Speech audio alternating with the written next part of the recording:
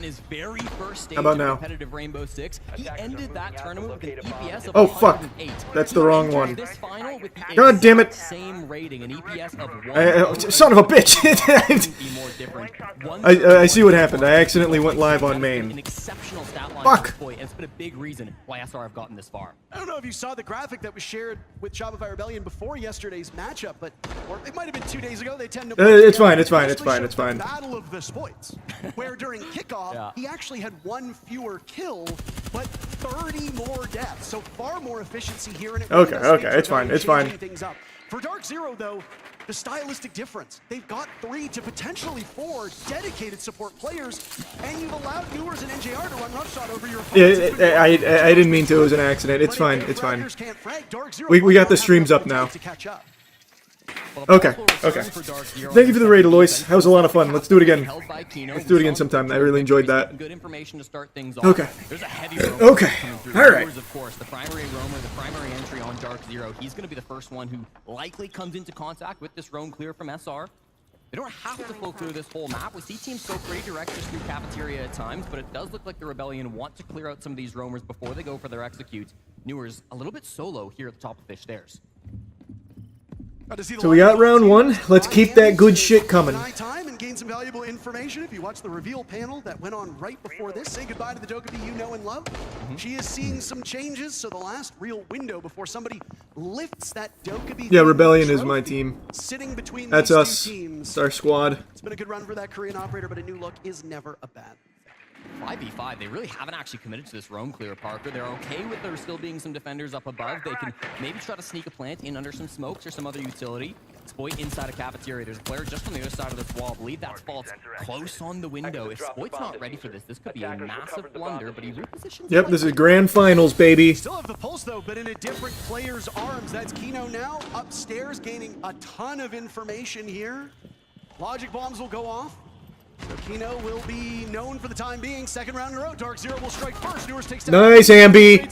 Fuck yes. God, I love Ambi. Thank you, Ambi. Surf, nice. Rexin, very nice. It's Kino and Newers now in Ambi, let's fucking go. Oh my god. Woo! Yes, clean, clean, clean. Once again, Parker, we haven't seen the primary site for most teams up on the top floor, but down in the basement, SR, they take their time with that push. They again lose the opening pick. Early attack coming from DZ. You guys hear me? Yep. Go back to supply. We're gonna fight to see us stop. Don't give them Oh god, good work. We're fragging. All days as we can, but I'm sick of doing this. We're just giving them space and let them take our ass. Fight them on supply. If they side ISO, what's our plan? Go flow down and fight them on it. Alright. And then especially like before they even do it, like when they are clear enough that I want to get them more aggressive in the mid round here. Like don't let them just poke around for free and keep poking around and going to what they want to do. Yeah. Let's start looking for early kills. Yeah. Start looking for the early kills. The micros and these guys. Try to break their own boarding source for them. Heard. Let's go supply base then. After that, kind of read it as seeing how supply goes. I think you go back to basement. You could also maybe go to like fucking and or kitchen. Just whichever one you want after. Heard. I don't know if I'm playing Lego Batman or not yet. Striker. We'll see. Supply base, Jay. I'm what? Supply base. You go Azami. You in the mirror book? Coach Callout not mincing words in that tack timeout. A little frustrated, even just 2 rounds deep into the series, but wants to cut out some of the crap, right? Banning out that Ram is a possibility for them if they don't want to deal with that vert pressure that SR have been playing so well, but really just needs to get the team back on track here. Down 2-0 on the defense for Nighthaven Labs, even though this is SR's home. All right. As a team, you can't be happy Cooking like that. No, not at all. Very disappointed dad vibes. Yeah. I felt like I was ashamed. I feel like I wasn't pulling my weight there. And just a small note, we are a community, and of course this is a match that is celebrating Dark Zero and the Rebellion, but I don't know if any of you saw Fabian welcoming a child to the world over the last week. We just want to wish congratulations to Fabian. He is a new father. Oh, that's sweet. Yeah, you can cheer for Fabian. 5 seconds to go. If there's anybody who knows what it's like to be fathered by Fabian, it's Canadian. That is true. Attackers are heading out. Bit of a history there, but no, of course, we're oh so happy for the coach of M80, Fabian, a huge moment in his life. Kino obviously used to call Fabian dad as well when Kino was on that M80 roster, and we wish obviously him and his partner the best. I obviously don't have children. I have a cat. It's nowhere near the same. Let's keep it rolling. Let's keep it rolling. I know it must be pretty proud moment, but also pretty stressful. So let's get back into this though. Timeout taken, and a pretty swift way into Warehouse for Rebellion as they open that up. One thing, Jesse, that I've been noticing is the Rebellion have been exceptional with their drone work. This is something that was very evident in round number 1. It has carried on here now, and I don't know if we're going to see any changes from Dark Zero to deal with this. They do have a mute, but I mean, sometimes that's just not enough. Well, clearly it's a completely different setup coming through from Dark Zero. They're playing the same bomb site as round number 1. All right. 3 rounds deep, and we have not been to the top come floor on, of Nighthaven come on. Labs. That's very unusual, but clearly DZ have a game plan with this. There's that Ram scary. that's potentially going to get banned after round 3, already being used by Ambi, hunting for an Oh, so close. NJR, but not the head, so it's not good enough. Tagged him a bit. That's good. That's, we can use biblical terms. That's, well, I guess David won, so that's David versus David. Okay. Fighting to see He which saw one it, he will saw come it. out ahead. Let's go, NJR Spoit. and Ambi is the showdown that so many of us have wanted for much of this event, and right now Ambi is winning it quite handily. 3-0, the good start for the youngster, Yep. and he's actually in position to break the major kill record, Jesse. Oh. Shots coming out from Newers there. Also a fantastic aggressive Damn, player from DZ. damn, so close, so This close. event. He's Now super Parker low. Coming out though, they realize they need to get this top floor control. It's been a little bit too long, Parker, and they're not happy with the 5v5. So in comes the cavalry. Bit of trepidation from Ambi as he Come now on, come on. vaults on over. Logic bomb goes off. Rebellion looking to capitalize off this. You saw him? information. Nice. There you go, Rexon. There you go, Ambi. Certainly not this round. Ambi and Rexon strike for 2. That gives There you go, Canadian Spoit. opening. Spoit's on the board as well. Everybody firing on all cylinders. There you go, Surf. On the board, give it to Canadian, and it's a team ace. He does get the defuse kit down. Dark Zero left just up to Fultz, who's come up empty-handed more than we can count. There goes Spoit. No flawless. Well, we know round where he for is. the We know where he Rebellion, is. but everything else is working in their favor. The Ram, a hindrance for them, still hurting them in the post plan as time runs down. Fultz, what do you do in this? Nice, Ambi. Nice. Let's fucking go. And Jesse, I did say Ambi is in striking distance of Uzis' major kill record. Yeah, that's exactly right, Parker. After this Sorry, phenomenal start, you're right, Solotov. Easy to get them mixed up. Of course, played on the same team for so long, but really, this has been domination from SR, and you're right. Ambi now leading the kills, 5-0 here on this first map. That brings him up to 170 total across this event. The record 203 set by Solotov at the Copenhagen Major. So there's definitely still a bit of a gap. And if this game continues the way that it has been, if we get a quick 3-0 for SR, there might not be time for it. But it's only a matter of time before DZ Woo! starts back. You've got to get Great fucking start from the boys, man. Holy. Despite not getting the opening pick. How often do you hear broadcasters talk about the conversion rate of those entries? It's been a big talking point for these teams, specifically for Dark Zero, who have been the best conversion team of the entire event, winning 82% of rounds where they get that entry. But so far, they've lost 2 openings. They've been traded back really Oh, quickly on the yeah, side of come SR, on. and They've always kind of came out of that early game still with a lead, still with an advantage. So Dark Zero, it's not enough just to get that first kill. They've got to find ways to actually win in the early game, and going into those last 60 seconds with some kind Yeah, I'll of do Mass Effect for the gaming channel at some point. I got a lot of games on the docket. What was it? It was 7 rounds in a row for SR to send themselves to the grand finals. This will be round 10 technically in a row going back to yesterday. It's been quite a run for this Rebellion squad. They picked Nighthaven Labs. They presumably will start on the wrong side. The numbers do back that up. DZ has a better attacking win rate on this map, so things will likely get better for Dark Zero when the second half comes in. The Rebellion are good on both sides of this map. Yes, they are a better attacking team, but their defense is nothing to sneeze at either. The main goal for Dark Zero, which might sound very simple, but so far has been very come on. hard, is do not let SR run up the score on you. Something's got to change. You've already used your timeout. What can you do if you're DZ? 4 rounds deep, and I'm going to keep harping on this, Parker. We've seen 3 bomb sites on Nighthaven Labs, and none of them are the traditional primary side of the top floor. Kitchen cafeteria being brought out by DZ. And Ambi, this is, again, one of those bomb sites where he almost exclusively runs the snake, so we'll move over to the Goku with that snake getting Okay, banned out. we see the Gonna try to, clash. again, work some of those opening picks. I believe it was Rexon in that last round. He got Okay. that first frag, so hunting for it once more. Cleared But this is a conference classic table. setup from DZ. You've got the clash at the top of these lobby stairs. Canadian knows this position well. Fultz has to be careful, though. Oh, This baby. concussion's Oh, coming in, baby. making his life kind of Come on, come on. Fultz saw those bullets whiz by as he was being hunted down by 2 players on that top floor. It was a bit of a rough go of it, and I mean, Fultz is not the guy that you expect to be racking up kills. No. He's the Canadian of Dark Zero. But if you're in that position, he almost Can we get a little vert going? That duel, that's devastating for DZ. Kino remains Open the cheeks up a little bit here. Okay, here we go. Control Little over. vert. There's a little vert. Without the Ram, they're finding good opportunities, but no frags yet. 90 seconds deep. And just patrolling these openings, keep a barriers. They keep it. That's all right. Horizontal coverage, but we'll have Oh! to here. Okay. Misinput. How does Misinput indeed. Blunder. And maybe it speaks to a little bit of nerves with this DZ team. Come on, come on, come on. Yeah, obviously this is a big stage. They've yet to find their first round. They're feeling the pressure early here in Salt Lake City. They've got a couple of opportunities still to pull this one back. Again, Kino waiting on the flank for the perfect moment, but everybody on SR remains alive. They can keep somebody watching that flank, but at the same time they hit the site. Oh! Kino in clutch or kick positions many times, and kick unfortunately has happened on all three of them. There goes Andy Canadian as Come well. on, come on, come Suddenly, on. Dark Zero striking, I believe like a Viper is what people have been saying. NJR and Newers in Ooh, it's all right. Come on, come on, boys, come on, boys. Rebellion are stalling out now with not a lot of time left. Here comes the Nice, flashbang. good shots. He's tagged up. A bit of damage from the DMR of Surf, but retreats back in towards the site. SR need to get a move on sooner rather than later. Rexon yet to die. Ambi was in that same boat, but the boat sunk. So what can you do when Come on, you're guys. staring Nice, at there you go, those Rexon. numbers? Rexon collected Ah, Newers. come on, Who's come on, come on, next? come on. Spoit dies to NJR. Let's go, Surf, let's go, Second Surf. He kill doesn't know for you're there. The Solus of Kino Oh, I upstairs thought he was being pushing hunted out. by Surf. Shotgun in the Oh, corner. yikes. Surf doesn't check it. And suddenly Rexon needs to win a 1v2 Come with on, 10 Rexon. seconds to go. This would be beautiful. This would be beautiful. I don't know how I feel about this one. Oh, yeah, Things are no going chance. down. NJR and Kino both on utility ops. They will easily find him. Yeah. And there's NJR to get Damn. the third. DZ is finally on the They board. gave us a little gift there with that friendly fire, but then I think we just kind of played a little scared for some reason. That's all right. Come on. Kind of kills coming through. It wasn't the opening frag, technically because of the TK, but I thought NJR was so critical of shutting down the backstab from Ambi early in that round, and then of course ending with the Nitro too. This Team K right on default.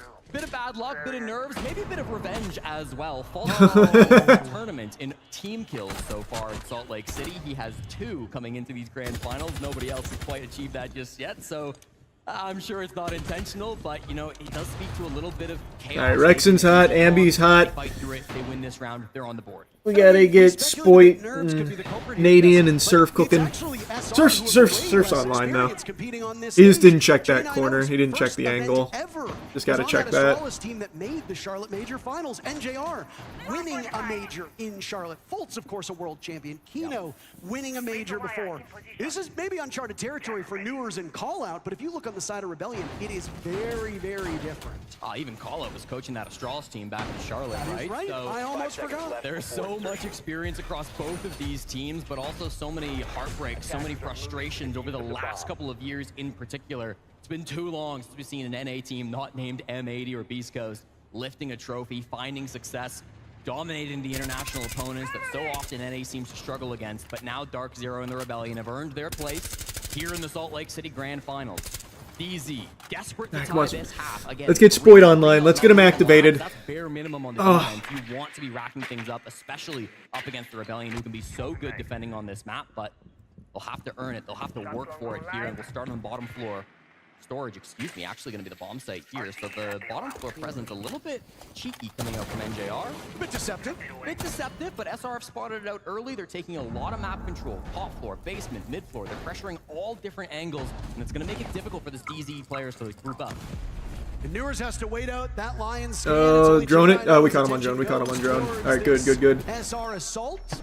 We know Newers he's was here. spotted by a drone and is now looking for some safety over. Nice, Ambi. Nice Spoit. There we go. On the side of Rebellion.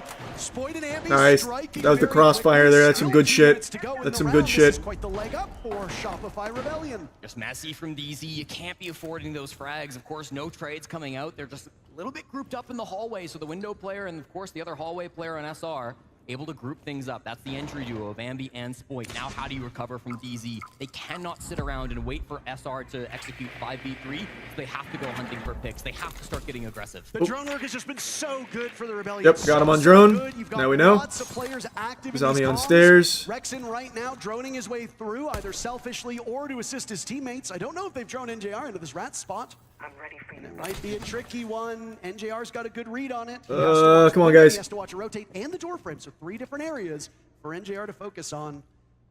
I don't know about this. I think Rexon might have an idea, Jesse.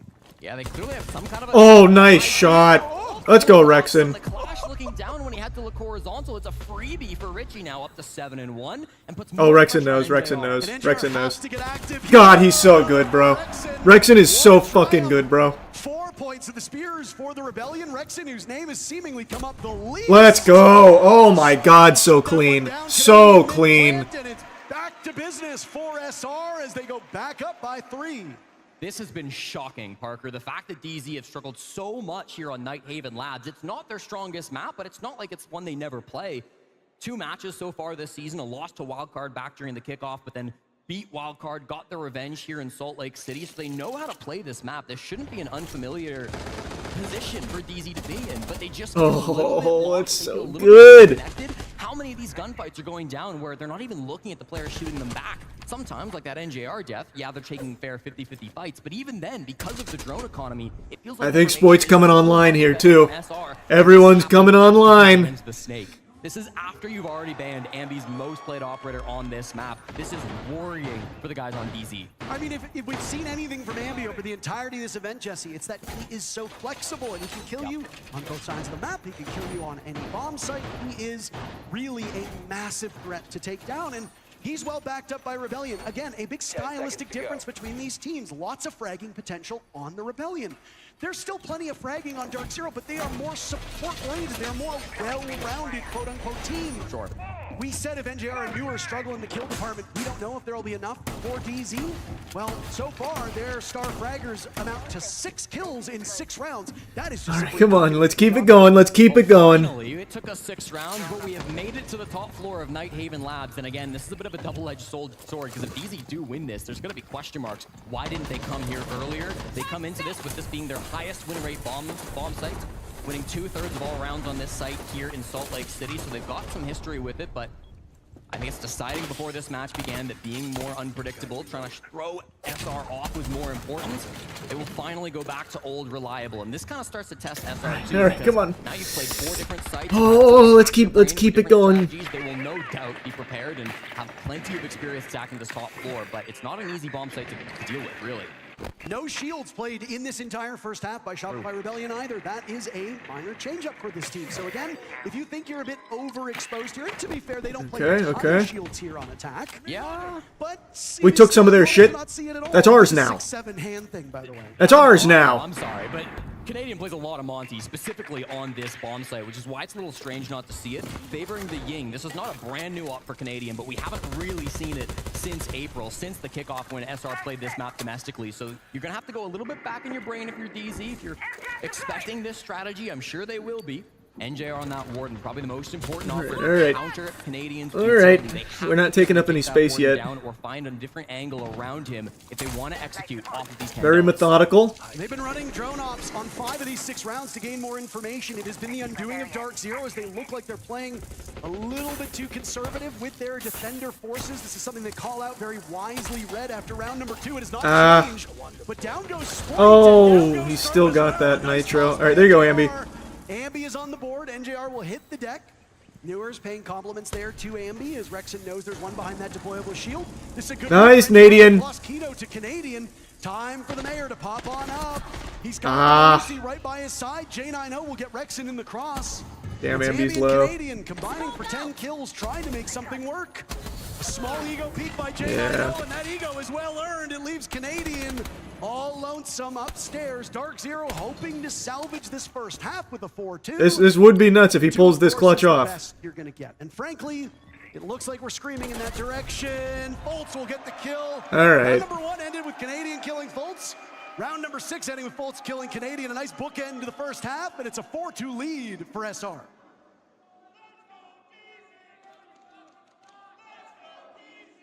Nah, tell him, Jack. I don't understand what that was. All right. That's still a good half there. All right. Oh, The last guy I what? Jehovah. Oh, okay. I was confused. I didn't know what he was talking about. Yeah. On the stack side, Volker, quite frankly, right now I want to start out clearing these guys. I think before shipping anything really cheesy, let's just keep it more so standard. Like, obviously go on the fly with it, but like, let the fellas walk on them. I think that's what I'm thinking right here. Start it out. Yeah. And quite frankly, too, off seeing what they started with right here, I think they prep for us. They're not probably going to do the fucking AIDS bans for the clash itself, so you don't really need to worry about that. I don't think. If they do, we can do what we talked about, but I don't think they're going to do it. Just keep it pretty standard. Yeah, I mean, we could just run the Thermite Ace Stature, get the Tools Wall, get the Weed Wall, then we have the Ace for Inner Wall. Yeah, this is grand finals, baby. Just get creative. This is for all the marbles. These guys, right now as well, you just got those 2 rounds, like, I guarantee you they're already starting to think about this map. They were so pumped up to play fucking Nighthaven today. Yeah, we get this Finally first got an one, bro. opportunity. You get this Just first one, snowball. I'll We say just they might. snowball it, bro. We Yeah. just snowball it. And if not, use it as a nice little You're warm gonna start seeing points like 2 Oh, we got a seconds long day. later. We got a Guys, lot for of basement, they have 2 attacks that we saw. They were both essentially clears. One was just a split, one was a full clear. For this, it's essentially going to be they can bring a shield Alright. fish, walk down with him like a sledge. We just Ace is gotta gonna we just open up gotta the wall, keep then our look to cock go on their after. chin. Deimos We were can go doing mud, so but he's Deimos, well so in that he first might half. float We around just in gotta the keep area that in up. General, Dokkaebi can go lobby or he can go 90 window, okay? So I think the biggest thing to just keep in mind there for basement is it is likely they are going to clear you. The other way they would clear is they flip the shield to lobby with Ace. They'll bring like a striker above, like maybe con side or the hatch. If he opens the wall, that is the guy who would go above, okay? And then Dokkaebi's going to go fish side. So just be aware of that. For kitchen, they basically do a Hori. They'll bring the ram above. They like to put a Blackbeard or any kind of shield outside the 90 window, so they might double up there and have a shield and like...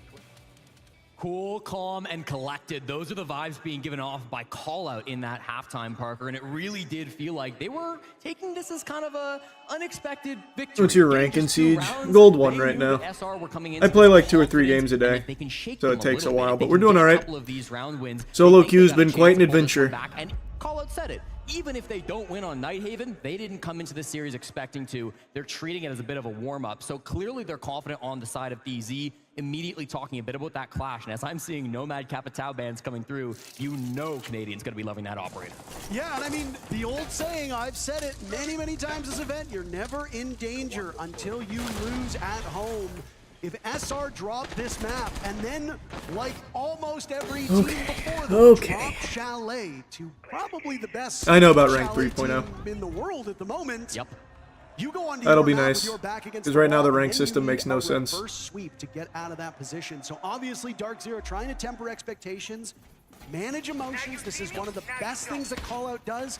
He is as much a strategic coach as he's a mental coach. Yes. All right, let's Yeah, go. two Let's of the go. best Come on, coaches in guys. North America. Let's go, No boys. doubt here we got the battle between Seth Hoffman versus Seth Mick. Battle of the Seths there at the Brain Trust from Dark Zero and Shopify Rebellion. They've been around the block. The best 2 coaches, domestic coaches, I think you could say, in North America over the last couple of years. There's no real debate about that one. We had lunch with Lagonis yesterday. How dare you say that about him? Well, again, not domestic. Right? No, Fabian's a you great can't coach qualify today, it. but You he's insult European. All right, Lagonis is a Spoit, great coach. Zami, He's Brazilian. best In terms of Zami in the actual world. coaches. Now let's just keep doing what we were doing in the first half. We were looking real good. They hire me for my hot takes, Parker. That's what they always say, right? I don't know too much about Nighthaven Labs. I don't know if it's more defender-sided or attacker-sided. I couldn't tell you. I've only played this map like twice on the ladder recently. To keep an eye on here is how Dark Zero is able to start off his attack. And I want to focus in on this clash once again. Callout specifically said he didn't think they would go for these bans that are anti-clash. He didn't expect the Nomad Capitao bans, but he said if they do ban those, just do 50-50? what we talked Okay. about. I wasn't in the Dark Zero team meeting. Unfortunately, I didn't quite make it to that one. So I lost the mail. Yeah, unfortunately, the invite just didn't show up in time. But we'll get to see front and center what that looks like, what their counter to the clash is. It's always going to be awkward, though. Canadian is keeping this IT wall closed. The impact goes out first to stop that exothermic. And the last exothermic charge from NJR being placed on this wall, if this gets denied, this could be huge. It doesn't look like it'll happen. Nah, it's all right. It's all right. Opens up. Crisis averted. Canadian walks back a little bit. Decent timing by Dark Zero now to get that wall open, and the jostling that Rebellion were doing will fall short. Didn't even really see the Thatcher be that much of a contributor to that. I think a lot of teams are expecting the Nitro cell out there, and you can blast it with that EMP. Kind of hard to do that with Impact. It's pretty much impossible. So, Yeah. oh, Nice, man. Rexon. That Nitro cell don't miss. Rexon, the leadoff pick, and now it's Kino, disoriented over by Fish. Let's go. The Snake now getting chased on down. Nice, nice, nice. Menaced by Canadian. Canadian didn't get either. Good shit, Nadian and Rexon. That was good. That was really good. That was like a horror movie. Good work. Gap with that final round in the first half. Typically, we see teams win this and close it to just a single round. Dark Zero, if they're going to do that, they've got some serious work to be done in the final minute. Feels like things have not gone to plan here on the side of DZ. Now at a 2-man disadvantage. They're still getting caught out by these gas pipes. It's going to slow things down even further. They're hoping for a swing to come through, but it's unlikely that anybody will bite. Yeah, we don't need to Jane swing. Reno holding that We don't need to E-box swing. window. Newers up the Fish stairs, hoping for a bit of a sneaky frag. They don't know he's here. Is he gonna hit? Yeah, I'm a little worried. Now the Dread Mine's up, though. They're going to hear him if he starts to walk through. It's been activated. The Snake of Newark Now we know. making his presence known, shooting through the wall. Dark Zero stalling out entirely, Jesse. 30 seconds have gone by, and there's been very limited movement. Newark's existing over on this fish side of the map. He's done so for so long. He'll walk up, take dry engagements. With the F2, you can easily kill multiple. Nice, Ambi. He misses the opportunity. Ambi with the take. Nice, Spoit. As well. There we go. Yes, yes, yes. Good shit. Oh, that was so fucking The surgical. Rebellion 2 rounds away from winning their own map.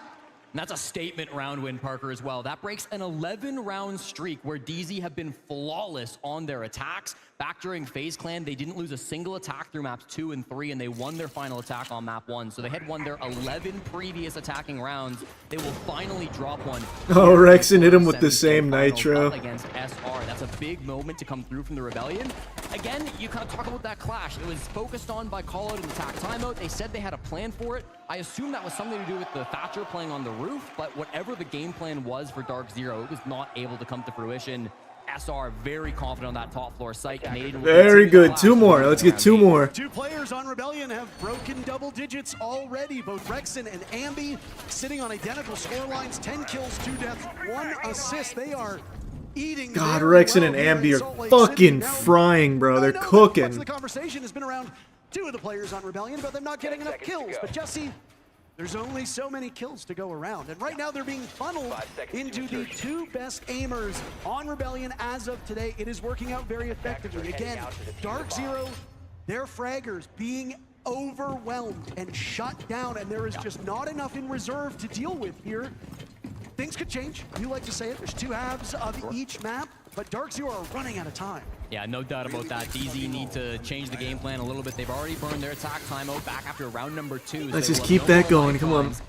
Even if we do head into overtime, they won't get a chance to talk with Callout unless Super decides to call his attack timeout for SR, but he has no plans of doing any of the such because they're up 5-2. They're comfy, and as far as the storage bomb site goes, man, this is very similar to the last site. And I was going to say, an added benefit of banning the Nomad in Capital, your zombie on Raptors can play so much freer as well. So it's not just a clash counter. It has a reverberation across this entire map. So Rebellion know that, and they're going to use that to very good effect. And again, like some people might say, why don't you ban the Clash? Why don't you ban the Azami? But you really just can't on Nighthaven Labs. The wall denial is too important.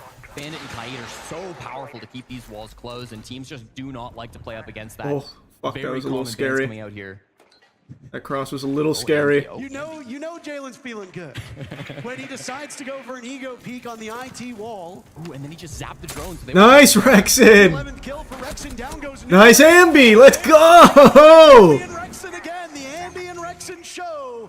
We go round and round and round, and again, Dark Zero is suffering through this. 11 and 11 on the kills. Make a wish. It's SR who have been dominating now throughout this map. They are so close to map point. They just need to find 3 more frags, and Canadian will continue. Nice, there you go, Surf. Difficult Surf with 1 or Takino, and it's just J90 and False to hold it down. If this continues through this series, this might be a quick one for the Rebellion. DZ not looking like Oh, themselves. that's a Hail fucked. Mary through the wall. J90 will find Ambi. Could kickstart some offense that DZ is so desperate to find. No, Still no, 1 no, minute no, to go. no. The Clash still on the board. 2 gas Wow. canisters in pockets. Fultz taking some damage there, but his position also given away. Dark Zero, with the exception of that lone pick by J90, is coming. No, up watch the empty cross. handed. Fuck. They Oh my might god. Be able to get Spoit now trapped into the corner. J90 will test his reflexes, expecting follow-up. The jiggle peek with the deagle out. Spoit doesn't really need to do anything. They can call Yep, somebody just in wait, to just wait, assist. just wait. Yeah, just wait, just wait, just wait. They're terrified. I mean, it's just Spoit with a deagle, but they don't know what's coming next. Good damage on the Canadian, but not quite enough. Gets knocked back with the can there, but it's not still enough to get the frag. HP low on the side of Rebellion. I mean, he's still got to favor them in this altercation as Dark Zero are dragging this one out. They're waiting as Nice, Rexon. die at the hands of the Rebellion. J90's last man standing. 4 targets to find, 4 on the board. That's such good shit. One more here. One more. We're on map point. Woo! is powering through. enjoying this. This has been a quick one. The Rebellion dominating on their own pick. And again, I really like the team play that we're seeing out of Shopify Rebellion, Parker. It feels like they're working so in sync in a lot of these rounds. Oh, God, yeah, they are. They're working so well together. They weren't getting into really early gunfights, but they were still able to work together when they did go for those picks. I thought Canadian was so critical on the clash here in this round, really protecting his teammates as they tried to get back to site. This is brutal. They literally had him on the B's, Parker. They had a suspicion of where he was, but still Ambi gets away with a frag. Again, Canadian is able to kind of block them as they rotate back down through the lounge hatch. Faults had a really good angle. Nice. It didn't matter with the clash blocking that rotate back to site. So it just feels like SR, everything is going to plan. Could you say bees on the bees? All right. Bees on the bees. Bees on the bees. Rexon Let's get one more here. By the way, if you don't know the history behind Rexon, he is completely deaf in one ear, so he plays with sound in only a single ear. If they're coming from that direction, maybe he doesn't hear them. So Yeah. a bit of a minor. That's like my one earbud strats. Rexon has right now, you would never know it. Outfragging Ambi, as Ambi is still, Jesse, in pursuit of the record that you said set by Solotov in Copenhagen. We checked multiple times. If anybody wants to correct us, we went directly to Ubisoft because we found a couple different numbers, and they were all over the place. So we did some actual math ourselves, landed at 203, confirmed by Ubisoft. If this scoreline repeats itself on Chalet and maybe another map, I just don't think there's enough runway for Ambi to land that. But if we go deep into map 5, there's an entire possibility we see a new record set. Poor Ambi. 3 O's too quickly and doesn't get his kill record. What a shame. Guys, couldn't we have lost at least one so I could have gotten it? Like, come on. Wow, both he and Rexon have been dominant so far through this first map, Parker. Rexon, again, has been incredible. He's been positive or even for the last 8 straight maps. What a consistent player he has been for SR. This whole team has been gelling all weekend long throughout this tournament. They started all the way back in phase 1. They had to fight Come on. tooth and nail just to get to the Swiss phase. They had to fight through that as well just to get to the playoffs. And now, after an incredible run, they have the ability to do something magical when their first ever finals as a team. It could be a big moment for them. Basement here, 2 minutes remaining, Parker. All of the roamers have more or less fallen back. I hate to harp on the numbers here for Dark Zero, but nobody paused. Oh, close. Bolt suffers through an impact that was likely intended for the Boogie drone. Yeah, he missed it. That's all right. Damage done, but still something that you have to consider moving forward. NJR holding that defuse kit. Good. We got damage out of it then. Even if Fultz was on low HP, it's not going to be the one planting the case. You don't need to worry about any errant nitro cells impacts, anything along those lines. Kino now asserting himself as he hits one of those proxy alarms. Dark Zero up top on the main floor, looking to isolate these roamers from the Rebellion, and so far, they haven't really been able to do that. Oh, Rexon, they might know he's here. They definitely will now as a shield spots him out. The impact goes forward. Tino takes a bit of damage from that, but Come on, Rexon. doesn't Come on, get a shield Rexon. break, so no early kill coming Nice. out. What a shot, Rexon. That's all right. That's all right. 1 for 1 there is fine. That's insane. And good value. And got some damage on Blitz. So not the end of the world that J90 is in the ground. Kino on the follow-up is the best that you can hope for in that situation. Dark Zero now have to outmaneuver this Rebellion team for the final 50 seconds, or else that's curtains. And we go over to Shell. We got a Nitro being played by Surf. 3 toxic bays from Canadian. The first one just gets used here inside of Exo, so that's going to be a little bit of time denial, but the clock really isn't here for Dark Zero. We don't have to peek this. We don't have to peek this. This plant is unlikely to be successful. And Spoit knows exactly where this push is coming from. He's far enough back, and you know how he's been shooting over the course of this event. Very quiet because he's been playing a sheltered role here on this map, but he can still do some serious damage. I'm looking at Kino and NJR here, though. If they fail this one, if Canadian is unable to succeed, that just might be the ballgame. But hold on, Ambi's tucked into the corner. They don't know. Oh, Canadian fuck. waiting it out. Oh, no. NJR the other, a great entry by Dark Zero. 2 remaining from the Rebellion with only 10 seconds to go. Oh, Spoit, nice. Finds some targets. He'll do Nice, Surf. Holy fuck. another. It's Oh my god! Oh! What the oh my god, that was so good. Holy shit, that was clutch. Ice in the veins. Holy fuck, Spoit and Surf. Wow. Love that. Absolutely love that. Great map 1. Fucking great map 1. Holy shit. What the fuck?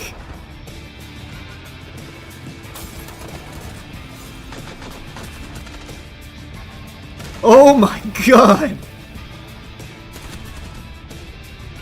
Bro, Surf and Spoit! Wow! Oh my god, that was incredible! That was so fucking good.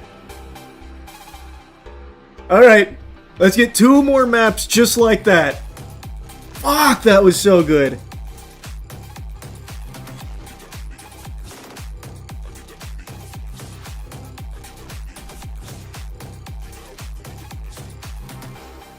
What an amazing start. Oh, let's get 2 more just like that.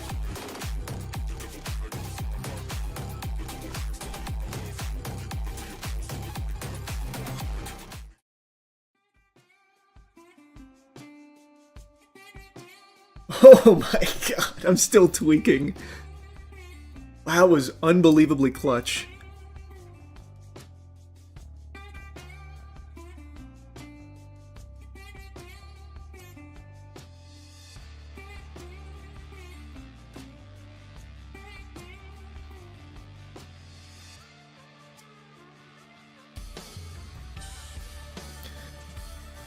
Oh. Woo!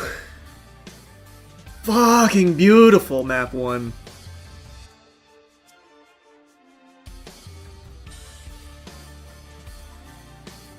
That was the first map.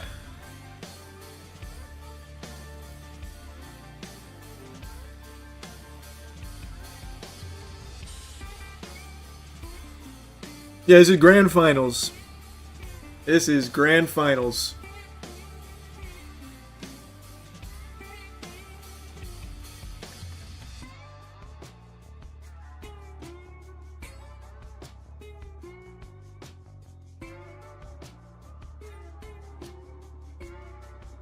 You still stream Rocket League tournaments? Yeah, I'll be doing the watch party for the Paris Major next week.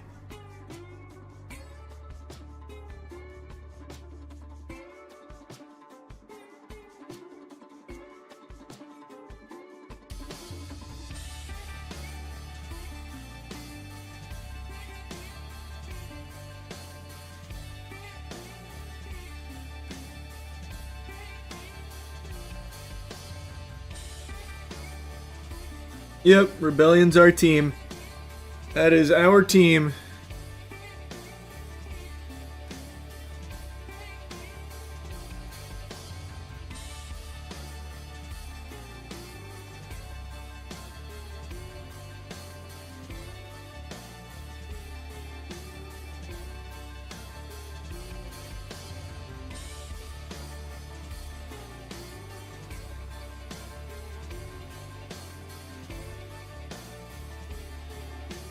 You own SR? Yep.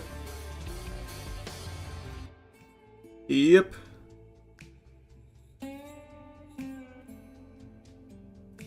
Ugh, this is why I didn't want to stream on YouTube.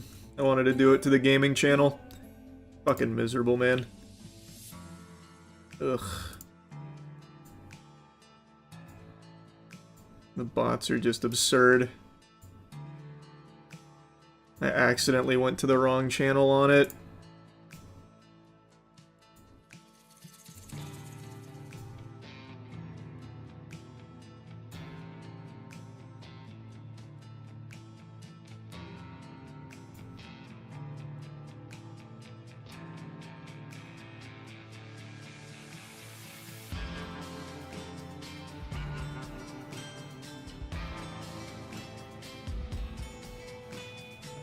Alright, I'm just gonna turn chat off. There's nothing I can do about the bots. I'm sorry, I don't know what to tell you.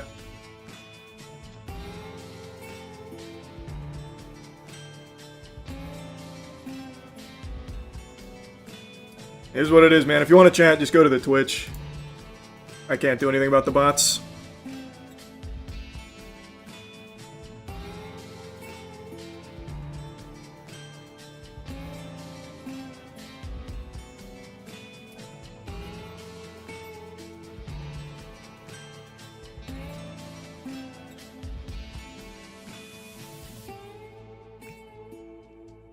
Yeah, it was an accident. I meant to go live on the gaming channel again, but I put in the wrong stream key. Because I was late.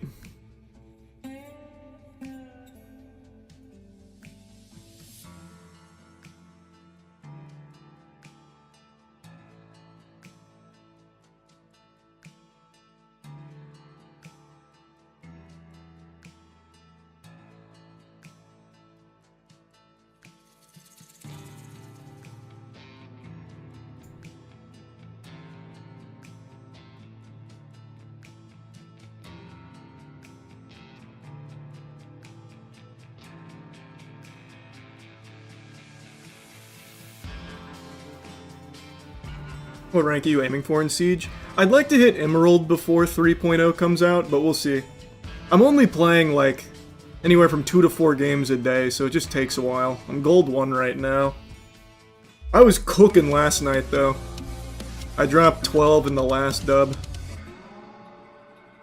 All of it goes up on the gaming channel for that stuff if you want to follow the grind. It's looking pretty good right now. What's working well for you guys? I mean, besides like the energy. Brother, I saw you fighting ghosts. I forgot that the guy left. What do you want? I'm sorry, I didn't know. 2 and now at 3.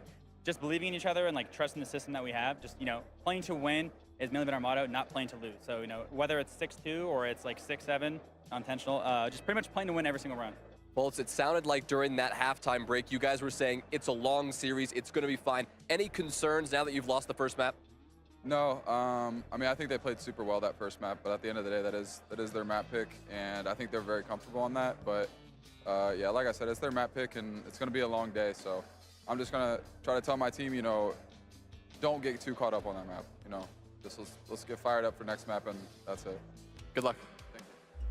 As Fultz said there, it is a long day ahead, but we are now one step closer to finding out who our champions will be here in Salt Lake City. Shopify Rebellion Lax, rocking and rolling on Labs. Yeah, I mean, you heard Rex, and he said it's the belief system. That's what I was talking about going into this series, and we got a couple rounds to display that belief system. I mean, I've already talked about SR. We need to see these explosive attacks, and their attacking half was next to none. It was absolutely beautiful. They were controlling the tempo. They were controlling the movement from the side of Dark Zero, but that's the problem with playing a domestic matchup, is if you're on the side of Dark Zero, you can't really play unorthodox, because a team like the Rebellion is going to instantly identify when you're trying to do something cheesy. You can't get away with it like you did against FaZe, and again, they were looking so timid on their defense. I mean, that's a very good way to put it. God, we played so hot map 1, bro. You're going to be bringing Glass. We just need to keep that You're going. going to be bringing these X-Factor operators, and that's why SR was so good. They're prepared for it, and the reason why their attacks are so aggressive is the fact that they're able to set up so much information.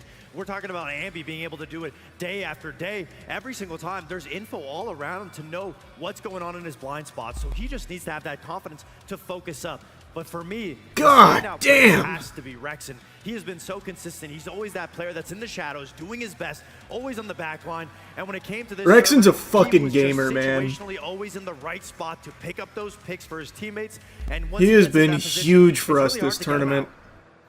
Yeah, I mean, it absolutely has been, but that's the thing, you know, even in the bans, it looks like they were trying to get rid of Ambi's comfort, whether it was on the Snake, whether it was on, I mean, just a couple of the operators that they banned as a whole, but I mean, that's why we're highlighting Rexen, because any single player, especially given how well that they're playing in sync with one another, any one of these players can control the entire dynamic of a round. They're going to obviously want to get this done in 3, but we go to Chalet next. It's DZ's pick. What do they need to do differently? I mean, the thing is, Chalet is the map that we saw them beat FaZe on. It's one of those maps where it's a lot more aggressive. You're able to get very flexible. Those X-Factor operators are going to be a situational factor. I think the biggest thing, shutting down info.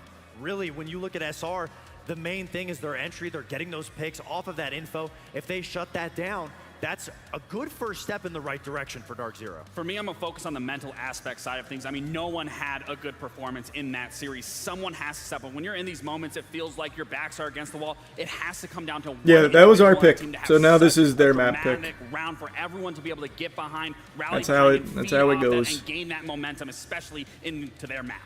All right, guys. How great has this crowd been, by the way? Okay. We cannot say it enough. We just got to keep it up.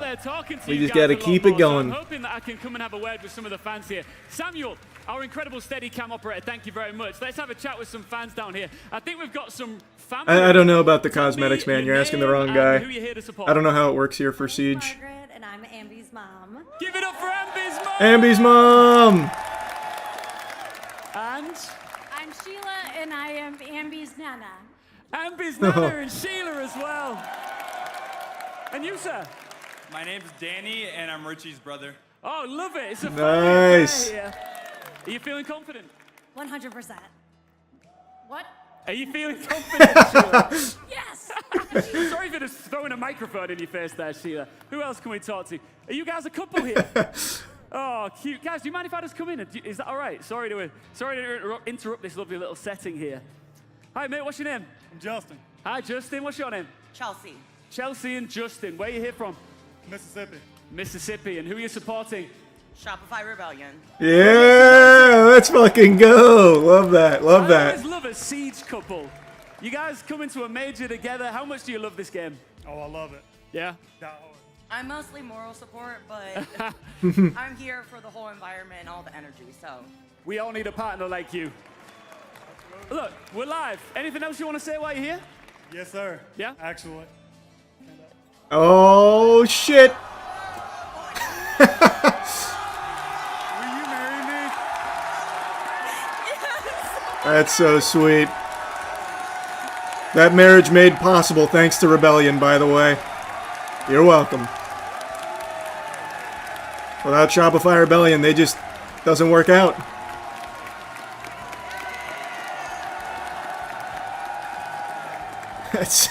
That's so cute.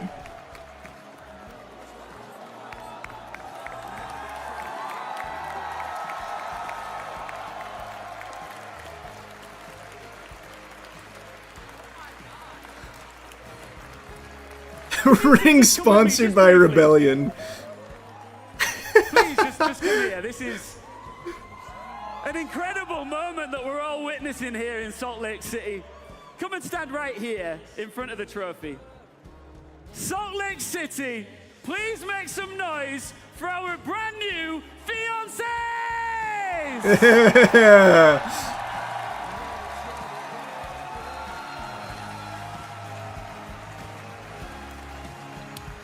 How are you feeling? I can't believe it. Oh my God. I'm happy. I'm excited. Congratulations to both of you. Go and take your seats and enjoy the rest of the show. Let's go, SR. Let's go. Let's go, SR. Well, Yes, sir. Look to fight back here, but Rainbow Six Siege has been full of incredible once-in-a-lifetime moments. Parker, Jesse, there's another one for you.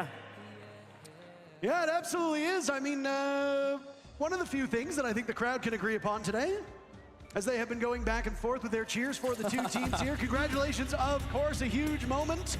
And All right. with that, we turn All right. our sights to Chalet. Let's keep it going. Let's keep it going, boys. For Dark Zero, Jesse, safe to say if they lose this, they are in serious trouble, and Shopify Rebellion enters up 1-0. Yeah, there's no other way to cut it, Parker. Nighthaven Labs was a statement for the Rebellion. Chalet must be a statement for Dark Zero in return. They are 2-0 on this map this season, beating Wildcard and just 7-1ing FaZe Clan yesterday. One of the most dominant matches that we've seen here at the 6 Major so far. And for SR, they've got some 7-1 experience as well. Unfortunately, it wasn't quite beating FaZe Clan. It was more like losing to JJ Blast. So different sort of scenarios. Hold on a second, you're talking about Ballsack Nation.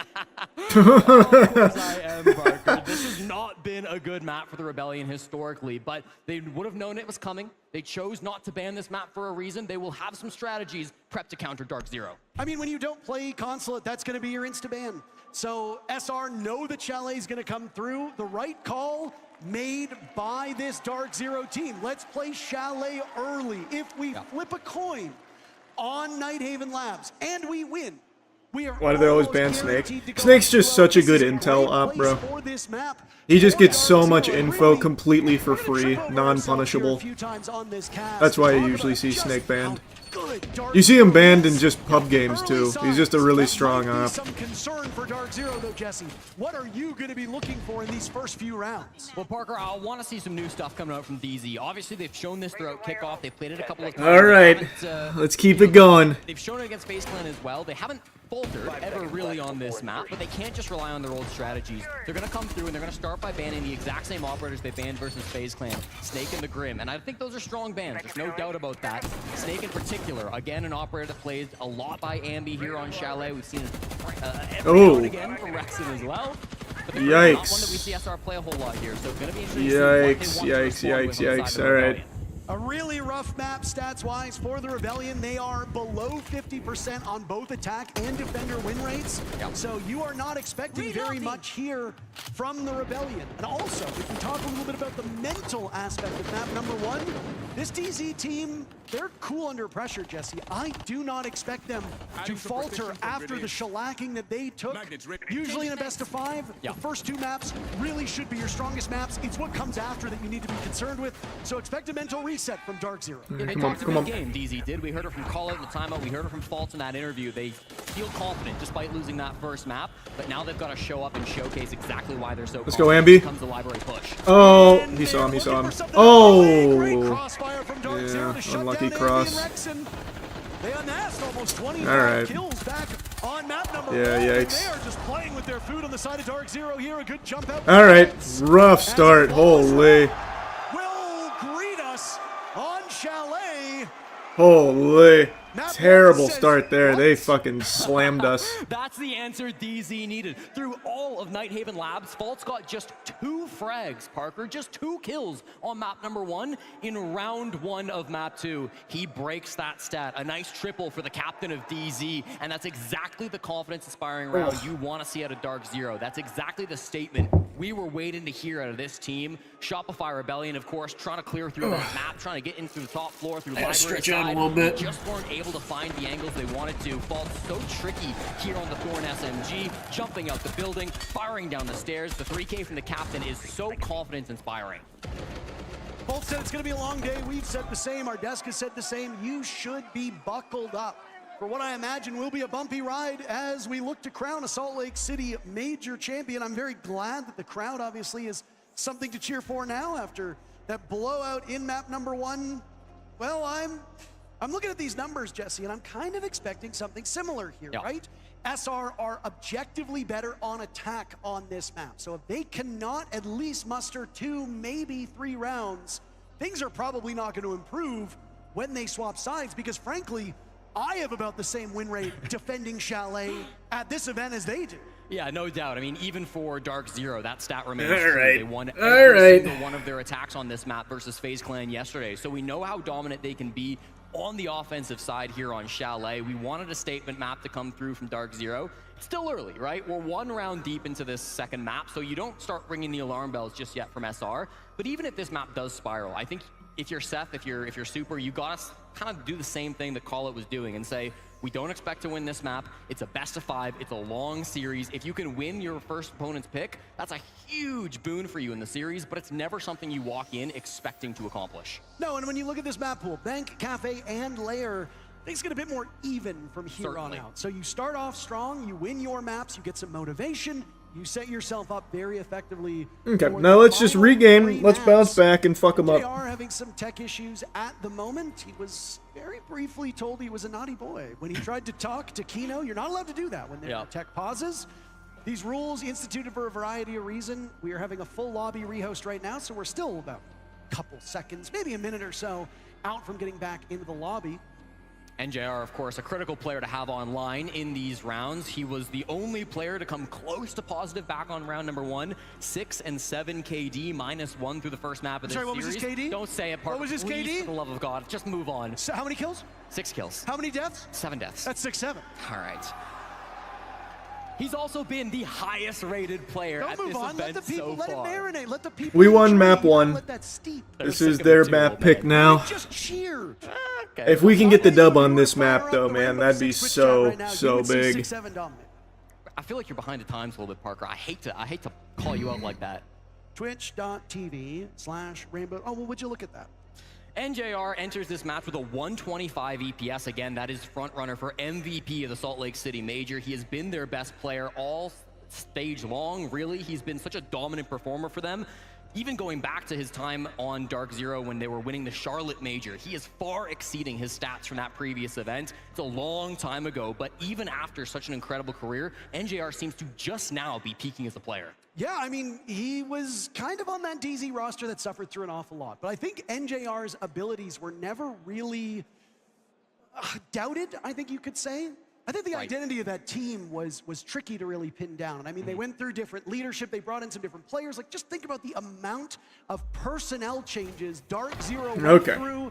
And then they decided, let's just throw the baby Let's out get with it the together bathwater. here. All of it is gone, and they said, let's bring in some different That was players. just Build round around 1. NJR. We'll bring in 3 guys. We just go next.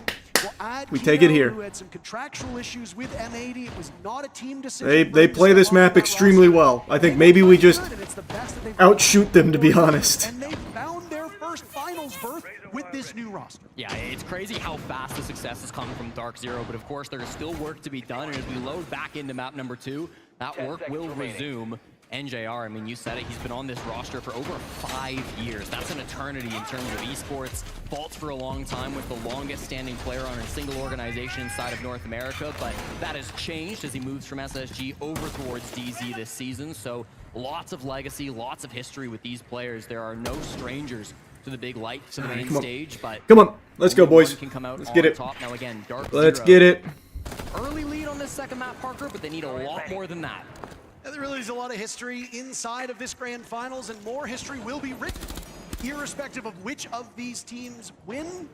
This is just the third NA versus NA matchup in official Ubisoft circuits. Canadian's team has won all of them up to this point. Dark Zero won one of them when Canadian was on that squad. It was a little one scary. Of those teams will ultimately hoist this trophy. Dark Zero up 1-0 on their map. We are expecting DZ to kind of do the same thing to SR that SR did to DZ on map number 1. This is just such a good map, but Rebellion could still shock them.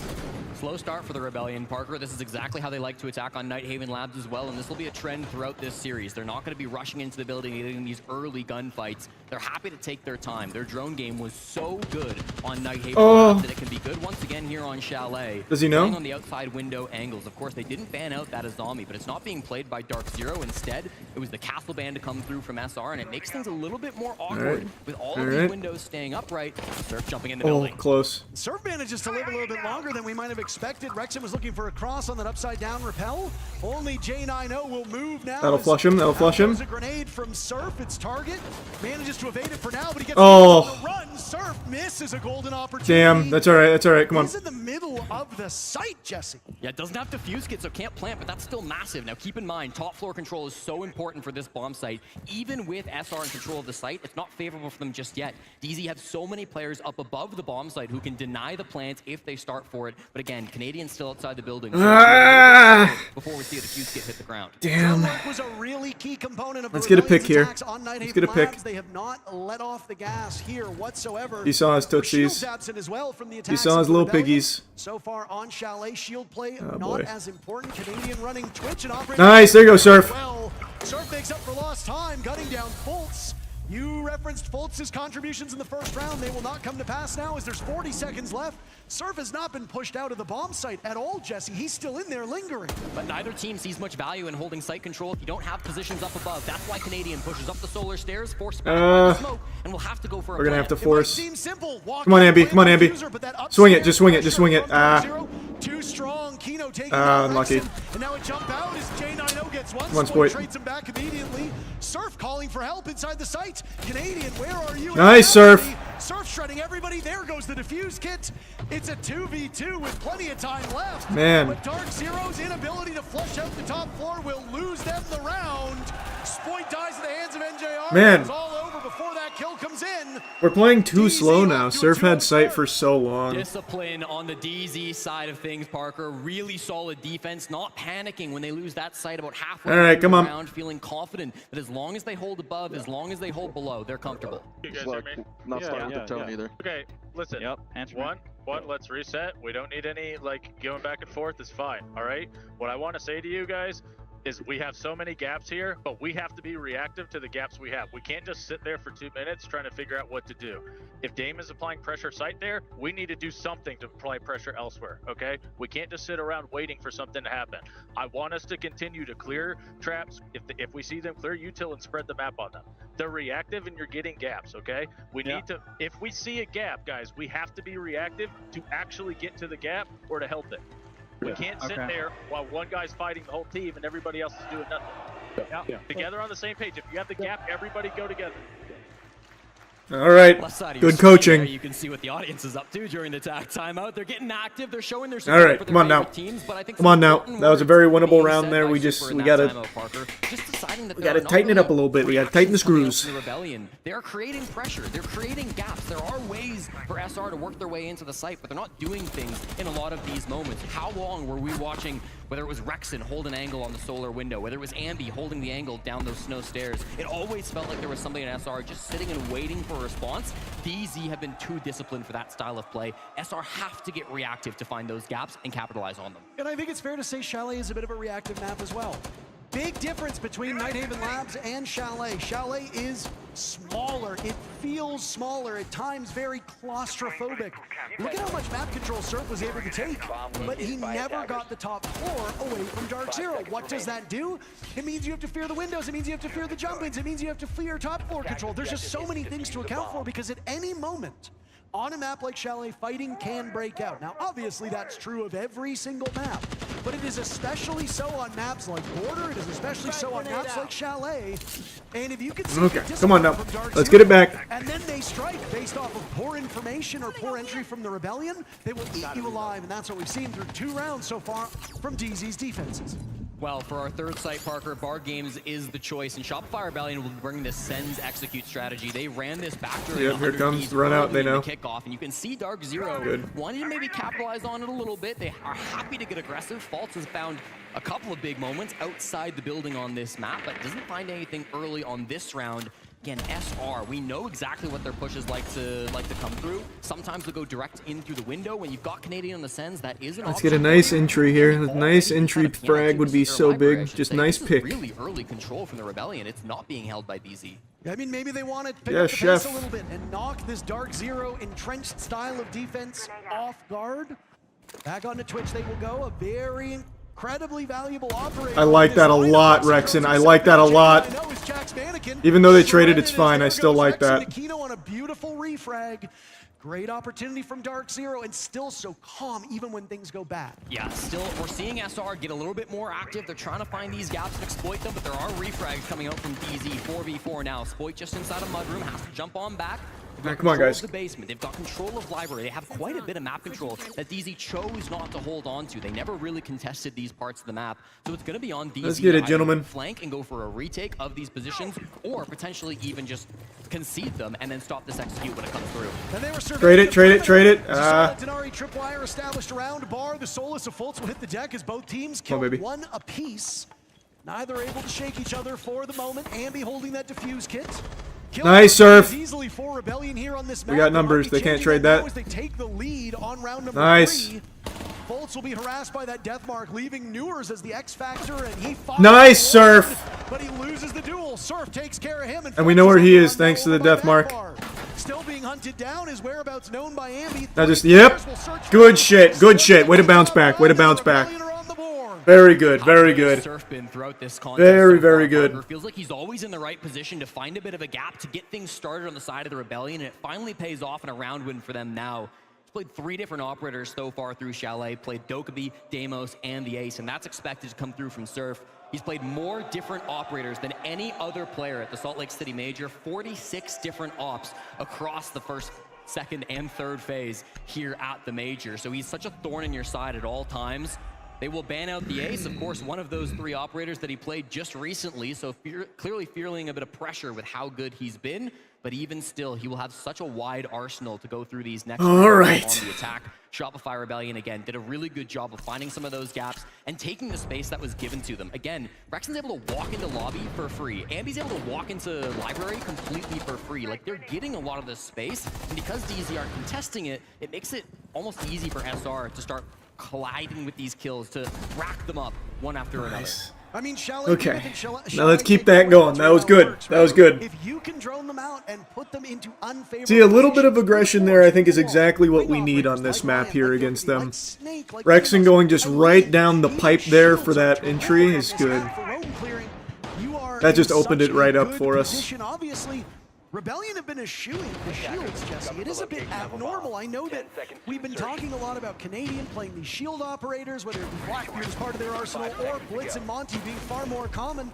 Dark Zero has not needed to bring out a shield ban against SR on either of these maps. Yeah, it's really surprising. Coming into this, 46% of attacking rounds saw Canadian bring a shield, but now through 2 maps, he's only done it once on the attacking side. That was Monty to kick off Chalet, and now as they return to that same bomb site, he won't even look to repeat. He's going to be jumping right onto the Ying, so it's clear that SR are not so reliant on Canadian playing those shields. He's still, again, maybe not the biggest contributor in the frag department, but that's okay. He's able to call, he's able to use this utility and find space for his teammates to get some picks.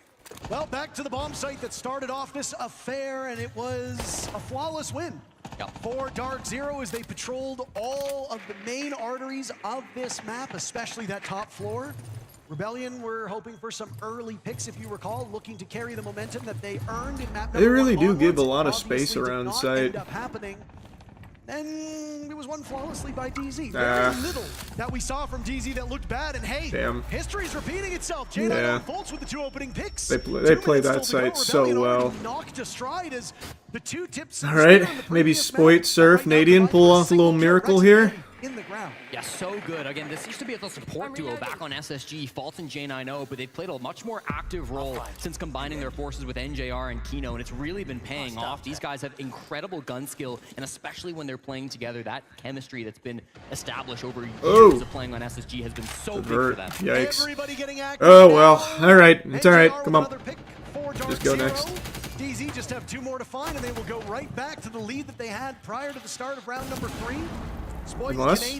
Unless? Often coupled together. Canadian gunned down by Fultz. Fultz having a sensational game so far. 6 picks for the captain, as it could very well be another. Oh, yikes. A 4K from Fultz to give us a flawless round. Oof. SR will not get a single kill on this top floor bomb site. That is a bomb site to forget if you're a Rebellion fan, no doubt about it. The good news for SR fans in the crowd is that they will not have to attack it until overtime if we get there. But Faults, the captain of DZ, 7 kills across the 2 times they've played that map. Absolutely ridiculous. And again, it's coordination alongside J9O. Faults is moving a lot on these defenses. He started upstairs kind of with Jack up in like library, like a small office there, but then walks down those blue stairs for the first frag, goes back down in towards Mudroom. He's always in a different position, and he's so difficult to clear out.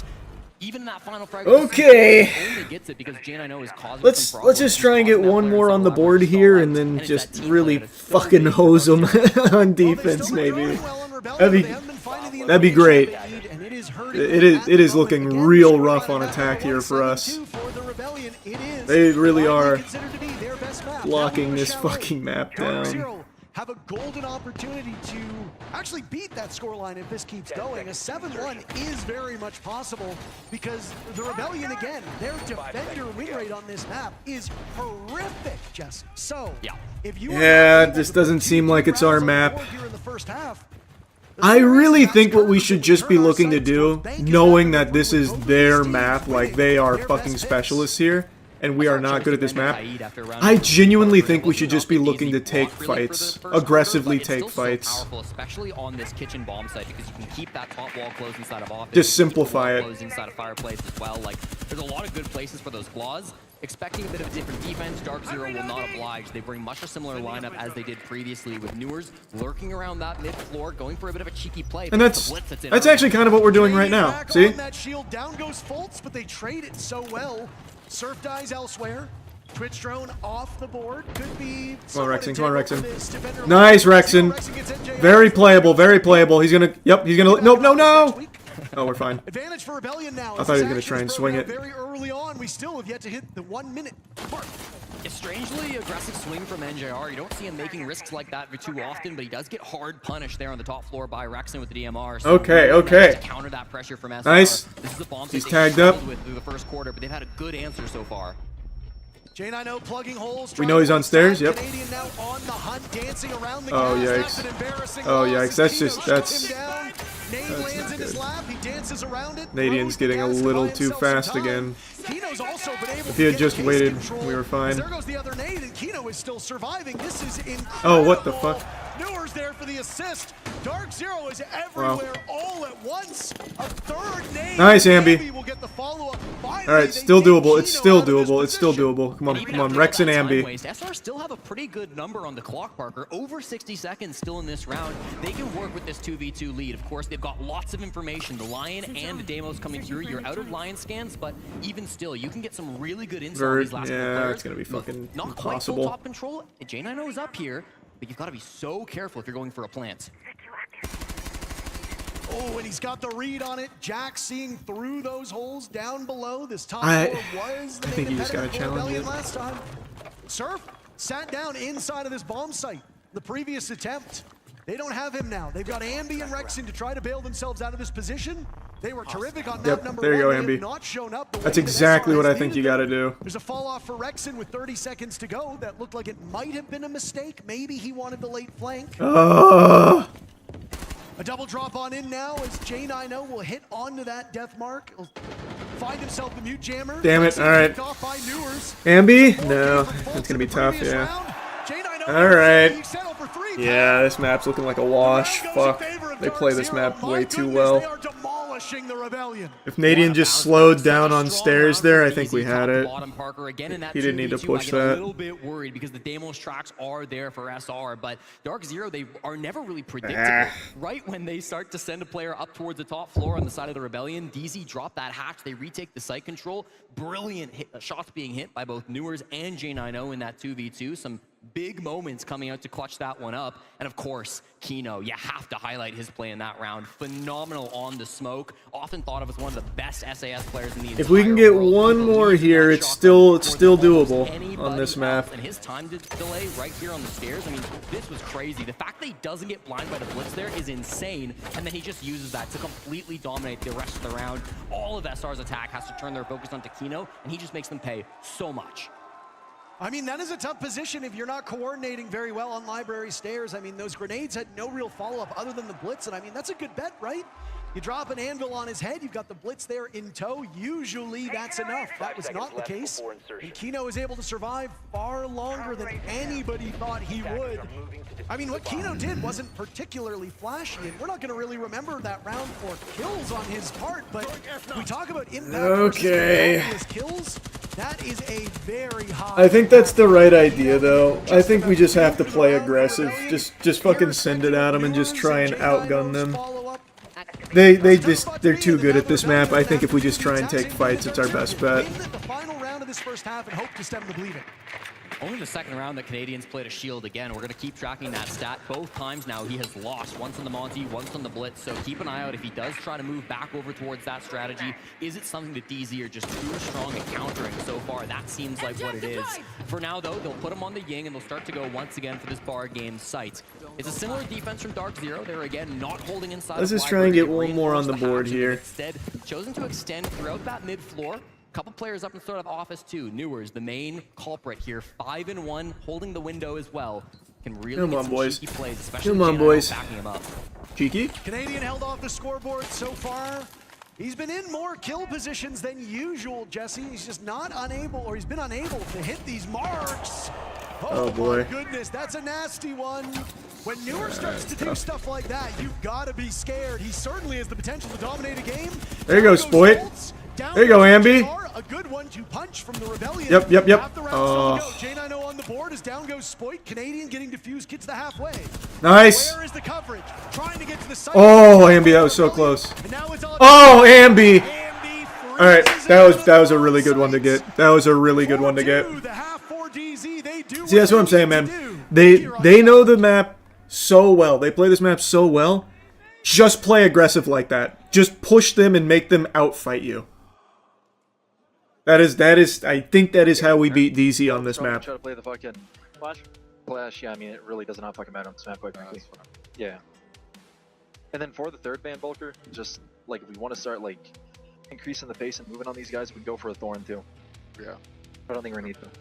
And then if it does go back to overtime right there, again, like that, you guys are doing really good the entire deep stuff, just right there at the very end. As soon as we float away from like the fucking spot, like they just ISO'd us again. We forgot that we banned the ace, like they can't open that sock wall, keep mine. Most people aren't gonna bring fucking EBs for that. Just keep playing it. That part they have to do that, so they don't know anything else for. Now we can do a little shally attack though, fellas. Yeah, it's to be proper. Oh, that'd be really proper, Junior. You drone front door, see there's no traps, another Abinai. A nice display of art. I mean, I'll do it. Nice display of I don't art. think I won't. I don't think you will. Ooh, Nick Jr. on the rock. I'm gonna do it with And the then on the door. Poker My too. point. Quite frankly, as well, like the master, if you see like a really heavy extension, and maybe they have stuff for the ISO setup, like they're doing like the like a 50 solid scheme where they have like the games area, fire, like dude playing like Ivy side office and like And soul it's area. going to be slant. Kino is always going to be on a shield, so here he'll probably be Monty. For that attack, he looked to go library double. Fultz likes to go games window, and basically they want to just clear over. Deimos is just going to sit under in kitchen while they're clearing, okay? So Deimos will be like kitchen side under, and they're trying to go for the clear. What they will do, this is what we need to understand, is that I need us to hold our zones and fight. Do not over rotate, because if you give something up, like in their match yesterday, FaZe backed up and gave them solar. They left one person there and they flipped the entire tank, so they had none of the map. Okay, we need to fight these guys. Okay, Exactly. We're running a lot of traps. If you notice on the strats, I want us to make sure that we're using those traps to try to track, so that we can help where we need to and understand where shit's cleared, so we understand where they could be. Okay. Is that Deimos? No. So Snake and Blackbeard. Snake and Blur. Or BB. Blackbeard. Okay? That means... Listening to Super All over right. these last couple of games, Parker, has been one of my favorite parts of the Salt Lake City Major. The experience that and knowledge that he brings into those timeouts is so incredible. Always talking about the strats that they're expecting to see from their opponent, and then a little bit just going into their own strats, wanting to play a lot of shield, or wanting to play a lot of traps, expecting some shields out of Kino, and then maybe trying to take some space as well. Aware of what happened in that FaZe Clan game earlier for Dark Zero as well. So really nice coaching coming out from both players, but particularly Super coming in once more. This guy was pro back in Rainbow Six Vegas, Parker. He dipped his toes Holy into Pro fuck. Siege when he was on Arrow, when he was on Vegas. Rogue. Had to kind of start over in Sonics. I remember casting him back in Challenger League Season 9. He has been really grinding with this team. Finally brought them up to Tier 1, brought them to many different events, swapped over to coach, and now finally stands on a major final stage. Mr. 1.6, as that was his KD for a short period of time, many Did you see the moons Vegas ago, map they're adding to pillar of the Siege? I did community not. Himself. A large streamer, but you know, he's been a little busy lately, not able to co-stream as reliably because he is back in action, and I mean, that hard work has paid off. You can talk about his mechanical ability, but his mind for the game has never been questioned. And I mean, you say All right, come on, boys.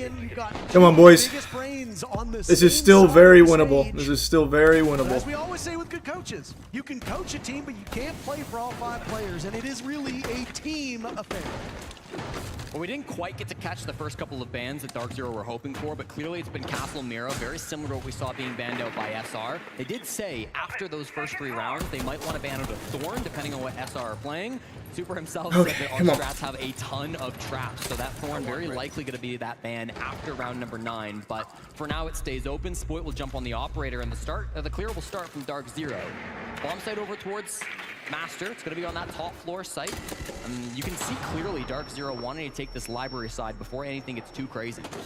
And they're very quick to the punch here. 45 seconds chasing down the No. All right, good trade, good trade. That's the blitz down. That's a good trade. Oh, we needed that one though. Oh, yikes. and Rexon having a tough one. There goes Spoit as well. Yikes. If you read into the numbers and you think the Steamrolled. Rebellion really Eek. is underwater on these defensive numbers, All right. you can just go in quickly and overwhelm them. If that was the plan for Dark Zero, it's working Oh. out very effectively. Oh, Canadian boy. Yet to find Oh, a kill. boy. He will have to turn that around. God, they're so scary on this map. Oh my god. Oh my god! One of the most dominant rounds so far in this series, and DZ are now 2 away from taking their own map. Yikes. All Hey, right. Parker, We just go to the defending next versus map, DZ I on think. Chalet is not something I would wish on my worst enemy, and certainly for SR. For me? Well, yeah, I wouldn't even wish it for you. Thank you. No problem, buddy. 5-2 now on the scoreboard, and it really does look like an explosive execute. You see the difference in pace between Dark Zero and SR. It took Rebellion a long time to get in the building and get those opening picks. You said it, 50 seconds deep, and Kino gets that opening frag then in onto Ambi. At the same time, NJR did a great jump in. He actually vaulted in the mezzanine window with the Glaz to be able to get a smoke pick onto Rexon halfway through there. So some shenanigans on the Glaz. DC, a very deep strap book on this map, and they showcase it early on Chalet. I mean, at this point, you do have to wonder if you just mentally move on to the next map. I mean, I'd say just try and get some kills and go next. about map number 1. Hey, I think you just meet them on their push, get a couple kills, and then go next. I think this one's probably cooked here. I think that's the strat. To the SR fans. That round was I wouldn't even bother trying to play slow or anything. I would just straight up like exactly what Rexon's doing here. It still beat them. It was still a difficult proposition. But they at least know that what they were expecting is what they're going to get. Just try and meet them on their run-in or something. Like, we just need to get a little something going into the next map. That plan in practice is often very difficult, but they should still know what their plan is through these next couple of rounds. They won't be completely shook by that first defense. What a turnaround it's been from Dark Zero on the kills component as well. They were really struggling on map number 1. Yeah, we ate their lunch map 1. They fucked our butt map 2. This was their pick, so that's expected to happen. I mean, the scoreline should suggest that, but just because you're even in round count doesn't mean the kills are going to be coming your way. This is a rough spot to be in for Rexon, looking to not be the first casualty here in a very critical round for the Rebellion. They flushed him out of this chimney spot. He's now going to have to tuck into the alcove here in Library, as that's where the assault from Dark Zero will come. Logic Bomb's following up on that tower arrow. This is a bit of a rough one right now as Fultz guns down. Rexon hits him with the good night in all chat.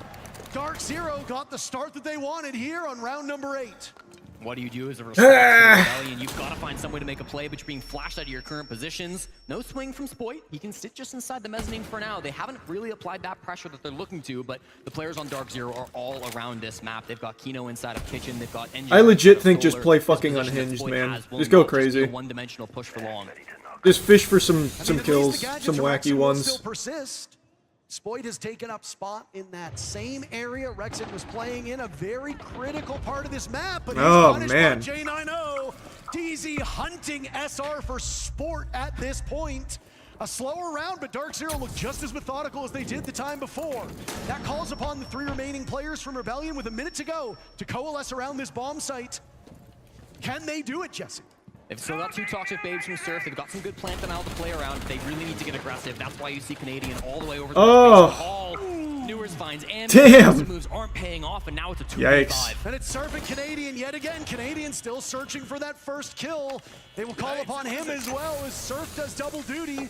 Watching in Freezer as a nade drops in his lap. He just manages to inch away from it as the toxic gas goes out. Canadian out-dueled, and there wow. Yeah. Round as Dark Zero moves to map points. They're too good on that map. They're too good on that map. From the team in purple. Just straight up too good on there.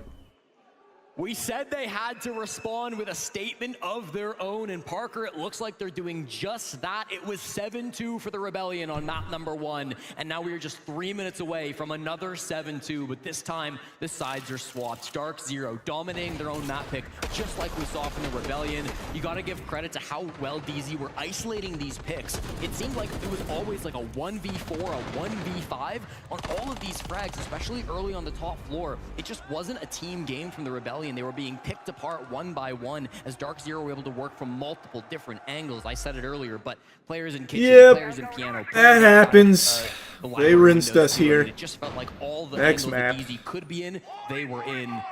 Makes it incredibly oppressive to play against, and SR will need to be flawless for the next 4 if they want overtime. Well, I mean, I don't envy Fox and Laxing's job after that one. What do you pick up on? Do you pick up on the intel game? Do you pick up on the trades? Do you pick up on the map control? Do you pick up on the utility play? Because there really has been no downside to this Dark Zero chalet. They have dominated the Rebellion on both sides of this map. As we expected, the numbers show just how weak the Rebellion are on defense. Dark Zero are exploiting that, and they are doing it. We are not very good on this map. And they are so good on this one. On their second map. He was the lowest rated player on DZ back through map number 1, but he's answered big time here on their own pick. It's just his second ever career event. He won the 6th Invitational. It has taken 19 straight events since to make it back to a grand finals, but Fultz has done just that here against Rebellion. You know he's not going to let this moment pass. Amazingly, I remember when Fultz was on that old Challenger League team with Merc and the like, and I was patiently waiting for the debut at a Tier 1 level, and now Fultz is seen as the elder by a lot of players. I am so old, Jesse, and so too is Fultz as he captains this team and gives tons of valuable experience to the rest of these players. He was playing against Super down in Challenger League back in the days when he was on OC and Super was on Elephant Gang. It was the good old days down in Tier 2, let me tell you. All right, let's just get us a little something. Let's just get us a little something. Utility pushing these Rebellion players into their waiting arms. Logic bombs go off, Bees as well. Yeah, here it comes. Canadian is through the smoke. Kino will now hunt for something. Make a misstep in the Rebellion's round. Could go up in smoke. Shane, I know, punishing Spoit. Nobody on the Rebellion able to put up much of a fight on this second half at all. Halfway point, oh, still yikes. damage being done. There goes Surf. Oh. Canadian taking serious damage. This one just might be over already. And Another flawless?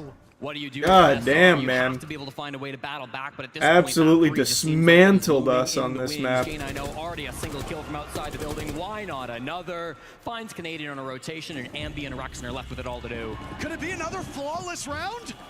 Would this really be it? A fourth flawless round for DZ Rexen? No flawless. Down goes Kino, unable to stop the defuse kit, and the drop will not be had. Yeah, that was terrible. All right, they 7-2'd us there.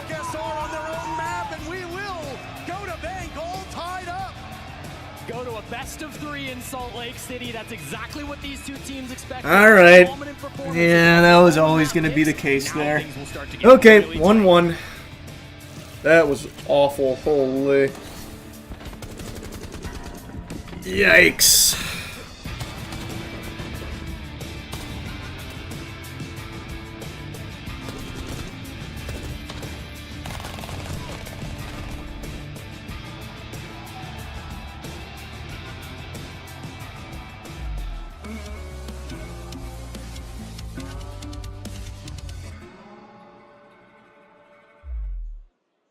Okay, I'm gonna go fill up my water before the next map starts. I'll be right back.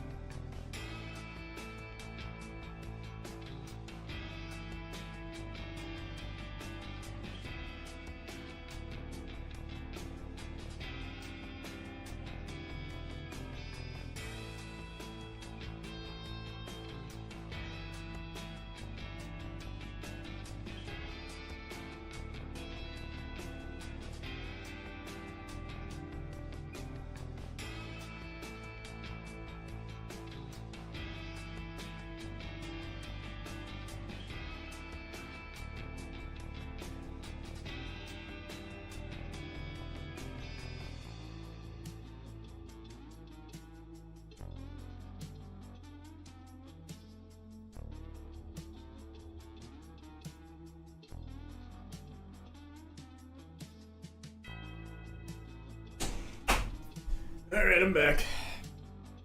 Ugh.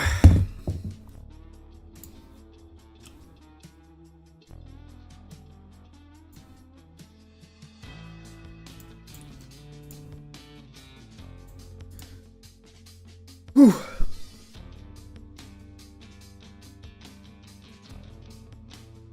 Yeah, DZ beat FaZe. They actually fucked FaZe yesterday.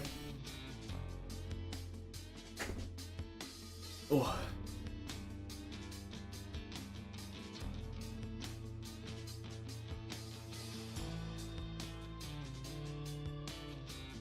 Yeah, I peed, even got a snack, and then filled up my water.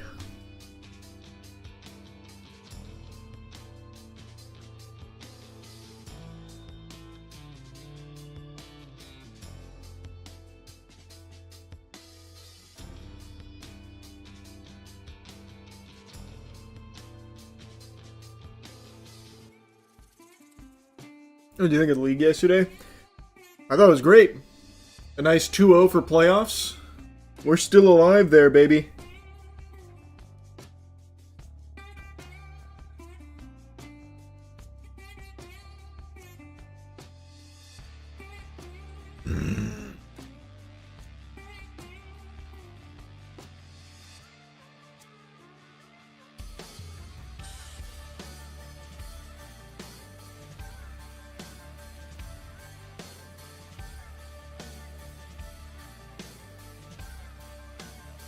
Okay, let's get map 3.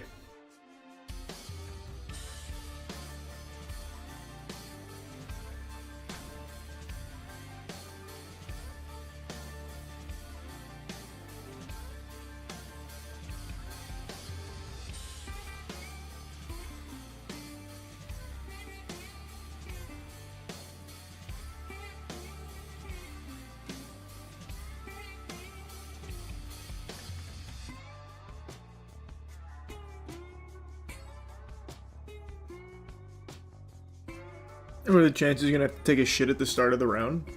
Pretty low. I don't think I have any poop in my butt. I'm pretty clean right now. And obviously not the outcome you wanted on the second map. What are you going to have to fix going into map 3? I just think resetting. I said the same thing in the interview yesterday. It's a best of 5. I mean, we won handily on our pick. They won handily on their pick. That's honestly the way a series is expected to go. Obviously, you want to make it tougher than that, but hey, it is what it is. We knew this, we knew this series has potential to go the distance. It could be close. Now we're to the real meat of it, I guess. But yeah, good maps for us coming up. Just reset and play our game. Nothing to worry about. Kino, you destroyed the world champs on Chalet. You now take down SR on the same map. What is it about this team that works really well on Chalet? I don't know. Maybe our Chalet is just good. I didn't know, but apparently it's good. And you guys are feeling good? How are overall things feeling on the team right now? It's good. We know it's going to be a long day. It's the best of 5. And we're here for the run. First map, our energy was not there. We were not there at all. And this map was better. So we'll see what happens. Thanks, Kino. Indeed, the energy is there now. As Fultz said after map 1, he knew that his roster had what it takes to reset, rebalance, and cook on Chalet and Fox. That's exactly what they did. That's what they did. It's hilarious hearing Kino say, I didn't know we were good at that, because after yesterday's match against FaZe, I hyped up the guys. I said, congratulations. You took FaZe to Chalet and beat them. And the first thing Newer said was, well, yeah, it's our best map. Yeah, hopefully we can get a repeat performance from Ambi here. And that absolutely We're going to bank. Big 3K in round 4. This is what was needed. Ambi dropped 21-1 on bank 2 days ago. Kino did such a good job playing Ivy here, not only eliminating that shield, because when you look at the time, you look at the man advantage, he swings it back into an even deficit. But if he didn't get rid of Troy here, that then falls into a 4v2, and that blitz would have been so oppressive into the round, but they end up cleaning up shop and they get this round going in their favor. Dude, Kino is such a rat. I swear, only he can do it in these situations to be able to stall so much time. but that's the strength of Dark Zero. I mean, I have not played Bank a single time since hopping back into the ladder. That is not a map I ever see. This is the key. Dark Zero does that. They're able to consume so many areas of the map, get in there, force SR to make a decision, make a play, and at the end of the day, Dark Zero came out on top. They look so dominant, and I'm glad you brought up Fultz, because what a better way to lead your team by example after losing map 1 is to be the top fragger, consistently there for map 2. I'd argue Canadians leading by example as well. We've seen him there, and his team does extremely well, so you can't count him out regardless. But I think Troy said it best. This is how a series should look. You win your map, they win their map, you reset going into the next. Troy, the boy, said himself, Lax, that he is ready for this to potentially go the distance. If it is going to, it all comes down to the next let's map get to this see map who 3. gets the advantage. Let's Going to take the Bank W next. How you here. feeling? I mean, Bank's Put us one in a of good those maps spot. We just saw DZ play on it against FaZe. They look extremely strong. They're very aggressive. Again, a lot of the cheese ops. That's what we saw. Glass, That's where the Flicks, success came BB. from. That's the success. That's something SR showed that they were ready for on map 1. It's going to be the biggest question on, can Dark Zero be able to adjust without those operators? I mean, they've both clearly shown that they're good at this map. Yes. Now, for me, however, I'm going to be looking at from an attacker side of things. When you look at the two spearheads of both teams that are going to be entering, we saw Ambi. That's when he dropped the big numbers. He dropped the 21. Then we even saw Newers doing almost the exact same thing. Not in the high kill deficit, but he was opening up these rounds. So I'm really looking at these entry fraggers to find their mark, open up these rounds, and then let the rest be able to walk into the site and go for these executions. Big picture, when you look at things overall, it feels a little bit neck and neck right now, and that is why we're expecting this to be a potentially long series. But if you had to say who's got the advantage right now, who's playing the best? It comes down to the entry game, but I think Dark Zero's got the better teamwork right now. I'm going to have to argue, and I'm going to have to go against you and say Shopify Rebellion is still looking good. Lax, what's that? What's that sound? You feel that? Uh-oh. Wait, I think we're being hacked. Oh my God! Wait, it's gonna blow What's up. it mean? Listen, I'm saving myself. Fox, are you good? I don't think What so. just happened? Anyway, one thing that's for sure, we need to get back into this Absolutely. grand final. We're getting back to Jesse and Parker, guys. Kick it off on Bank. All right. Thank you very much. I gotta say, Really want a killing an repeat analyst is a performance first on in our Bank. sport, but I mean, Really want this to go the way it did the last time we played Bank.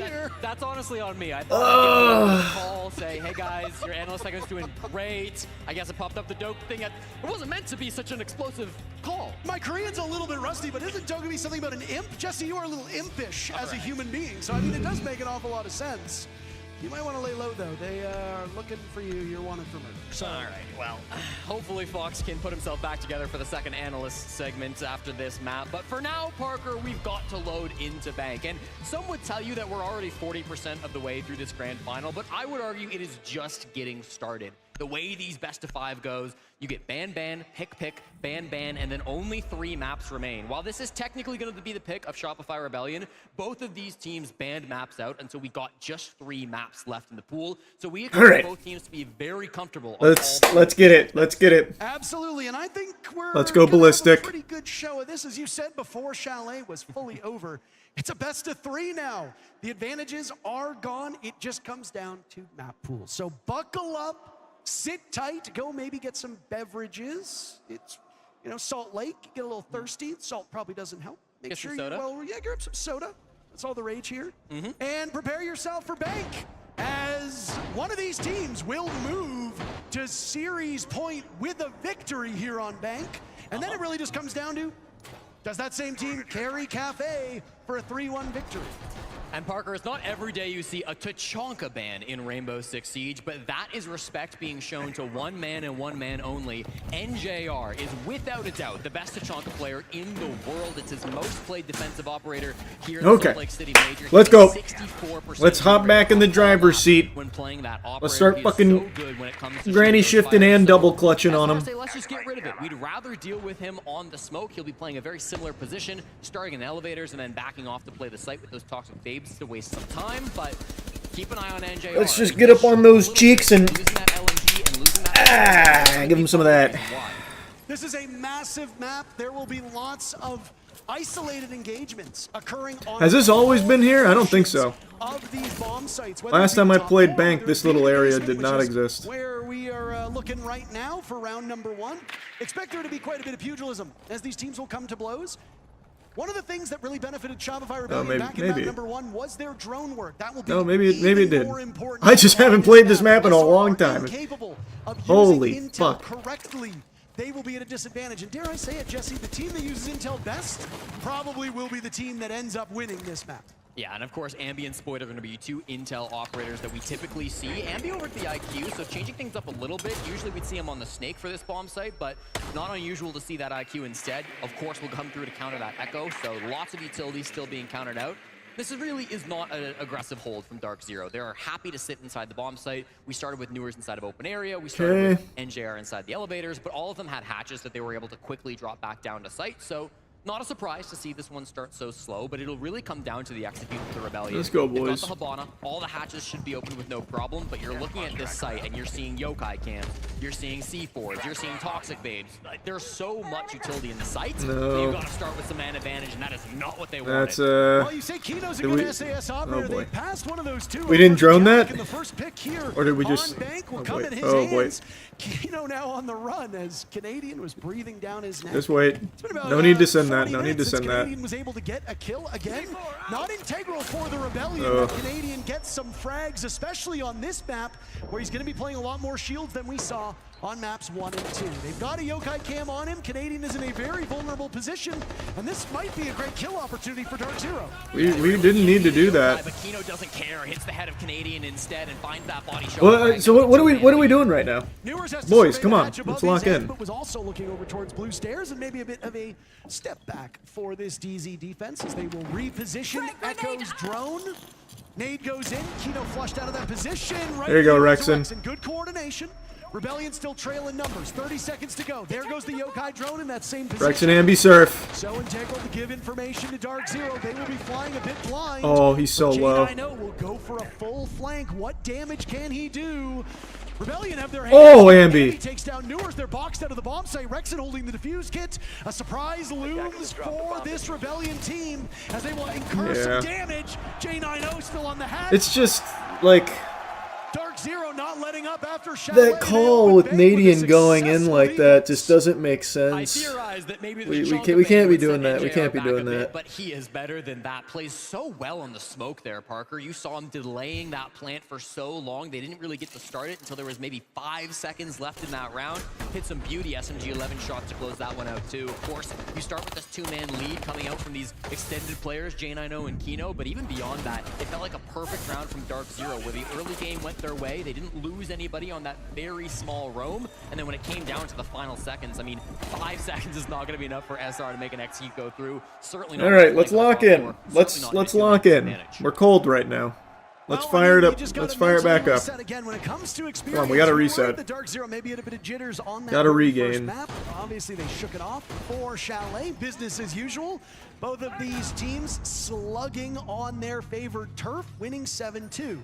Now we go back to SR's map pick, and things get a bit more usual here on Bank, Jesse. Typically, you're going to start on the weak side. That means DZ wants to defend on this map. That gives us a good idea of what the goal is for the Rebellion. The Rebellion, they probably want to win 2-3 rounds, but that is the high water mark for this map on their side. Okay, come on, come on, come on. These two teams, like, Bank maybe slightly leans defender-sided, but these two teams are both very good at attacking, so you really think 3-3 or 4-2 in either direction is fine, and I would expect that. If we get to a 5-1, okay, the panic alarms start to ring, but DZ win their primary bomb site, that shouldn't be alarm bells just yet for Rebellion fans. They'll get a second opportunity when round 4 comes through, but of course for the second round, we will move upstairs. This is where DZ likes to try to defend with a little bit more presence. They've got Fault back on this Echo, who can try to use this information to enable some early picks coming the way of DZ. But SR, look at this lineup they brought. All right. God, I want them to win so bad. This could be a really messy execute when they do get down to it. Not that I think it'll come so soon. And that New Zealand operator is saw a bit more play after some changes during the mid-season, but the pick rate has fallen off. On maps like Cafe and Bank, way more opportunity to isolate these defenders, and that's exactly what Rexon will do outside. 2 of those gates have gone, trying to box. Nice, Ambi. Nice Surf, way to trade that. Surf on the board as well.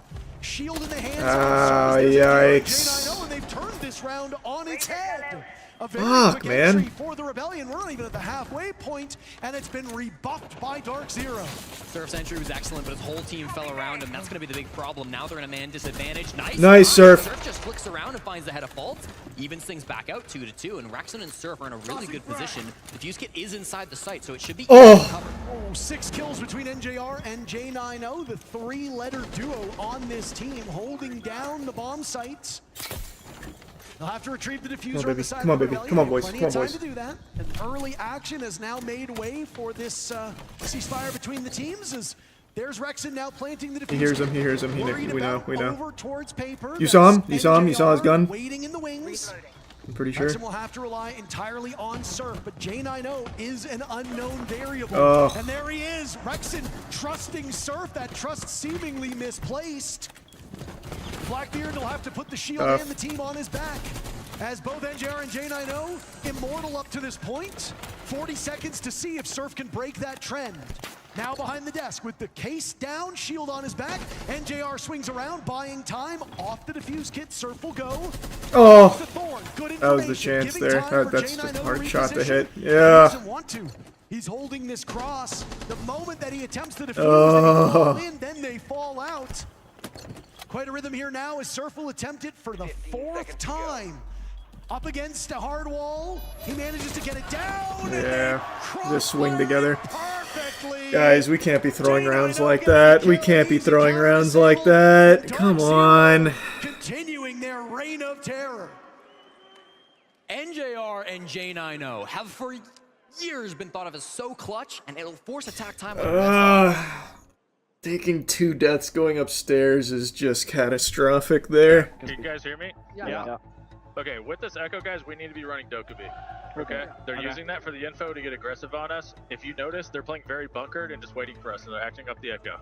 I think we can third ban that. If we do third ban that, I would expect maybe a Mira, Clash, or both, okay? I think we just do the mute because we have all the ops for it, and Okay, that's fine. But I mean, if they we could want be in Doke, but that's fine, Troy. But if we want to do that, I think we need to be running Doke for the rest of this game. Yeah. Guys, thing here is, again, they're playing bunker, they're looking to retreat, or they're just standing their ground waiting for us to push in across it. So we need to make sure that we are establishing what we need, like that last round. The whole take is based off Will walking Glass main lobby. We have Ash, we didn't clear the BP. Make sure we're helping each other and calling what we need to do, okay?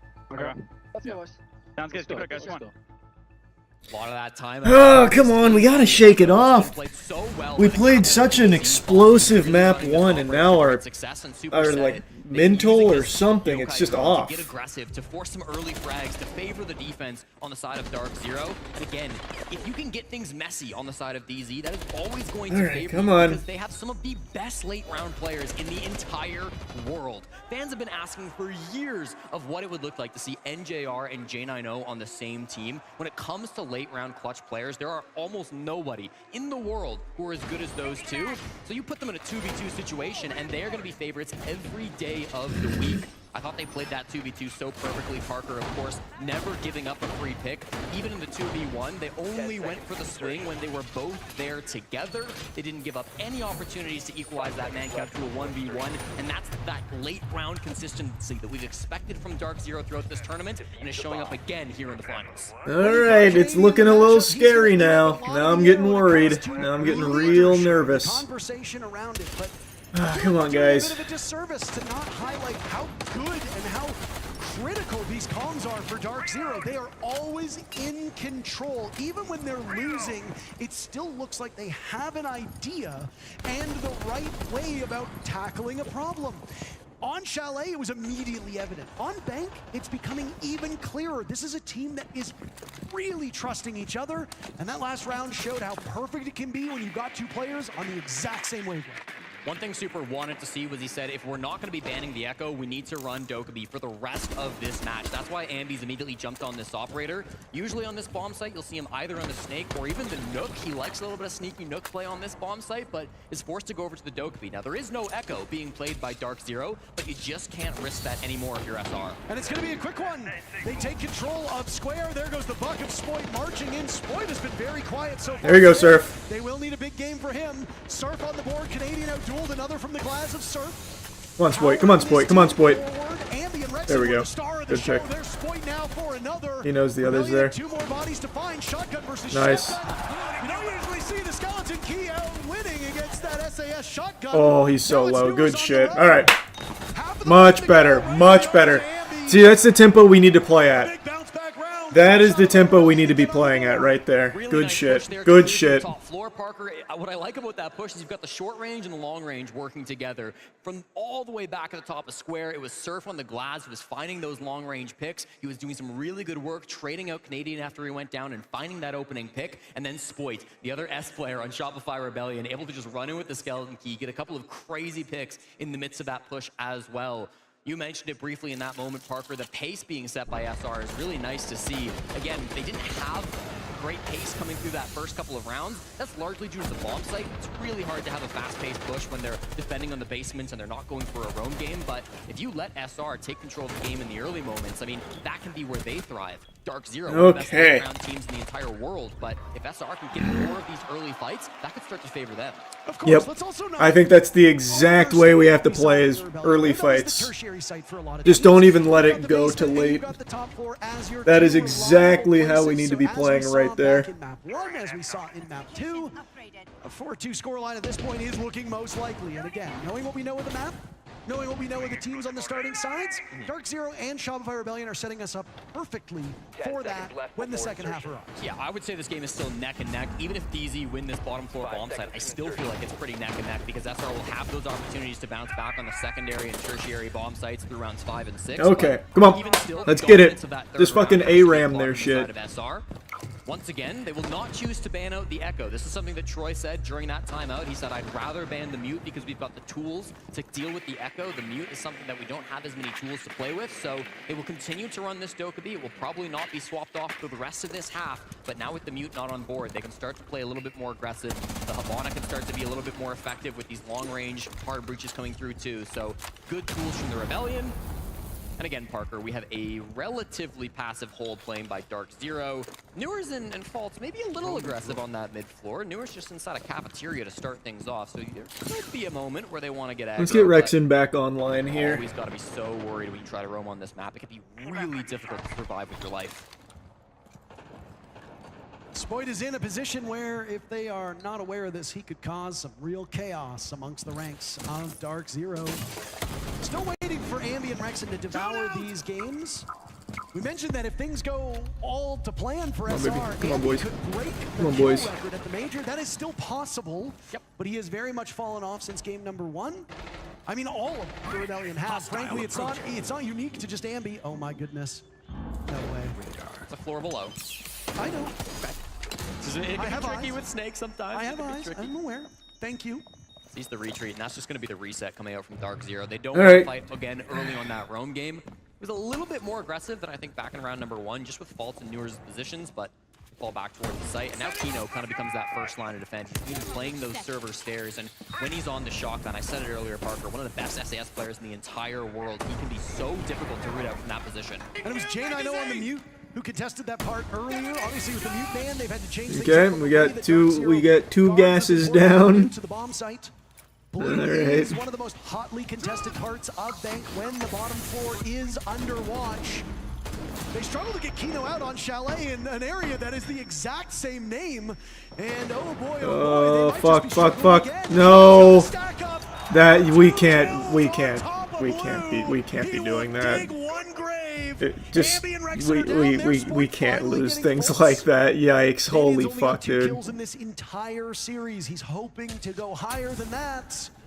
The fire will not really move Kino out of this position. It will buy some time as now they loop around. Final 30 seconds here, and there's a lot of work to be done for the Rebellion. Oh, you saw him too. That's a shame. It's been too difficult to clear Kino, so they all head in through the back, but they're not finding the kills. Canadian Surf, maybe? This would be miraculous. Canadian in a 1v2 with 15 seconds to go. He'll have to get Surf back up. This is a decision made by Rebellion. Running out of time. Kino and J90 now just waiting ever so patiently. Canadian flattened by Jack. Yeah, I don't know. It's looking like we're chalked. I don't know what happened. Our map 1 was so commanding, and now we're just not playing tight like that or playing together anymore. As you said, Parker, that bottom floor site just way too strong. Kino, no doubt the MVP. That's tough, man. That's tough. He is so important in that position. So difficult to try to clear out from that spot. Was playing it on the Warden back in round number 1. He loves those blue stairs and will continue to be one of the best in the world in that position. I like the, again, attempt coming back from Canadian. The call there to try to pivot away from those stairs after you throw the Capital Bolt. It almost fakes like you are still trying to clear it. These 2 kills so beautiful from Kino, but then you completely pivot. You try to hit the back. They actually were racking up the kills with Canadian finding a big one there and Surf 2 with the SMG, but ultimately J90 so clean. How many times do I gotta say it? Him and NJR have been insane in the late round. Absolutely, NJR, one of the Woo! That's tough. Tough. It's getting real away from us. Yikes, it's really slipping. Rexon's been quiet.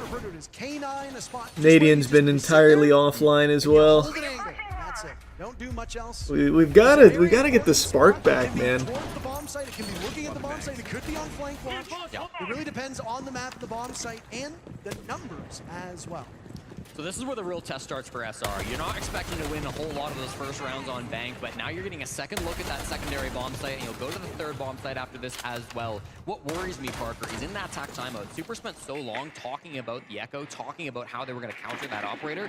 Dark0 haven't run it since. They have not brought that operator back out, so it starts to be a little bit cautious. If you're SR and this doesn't go to plan, you no longer have that final tool to try to pull things back and get the momentum back. All right, come on, boys. Come on. With the mute, they can likely open up that Kanto wall with relative ease. J90 is playing that position, of course, with bandit batteries, but they've got players all around these windows. They've got still lots of utility to try to flush these players out.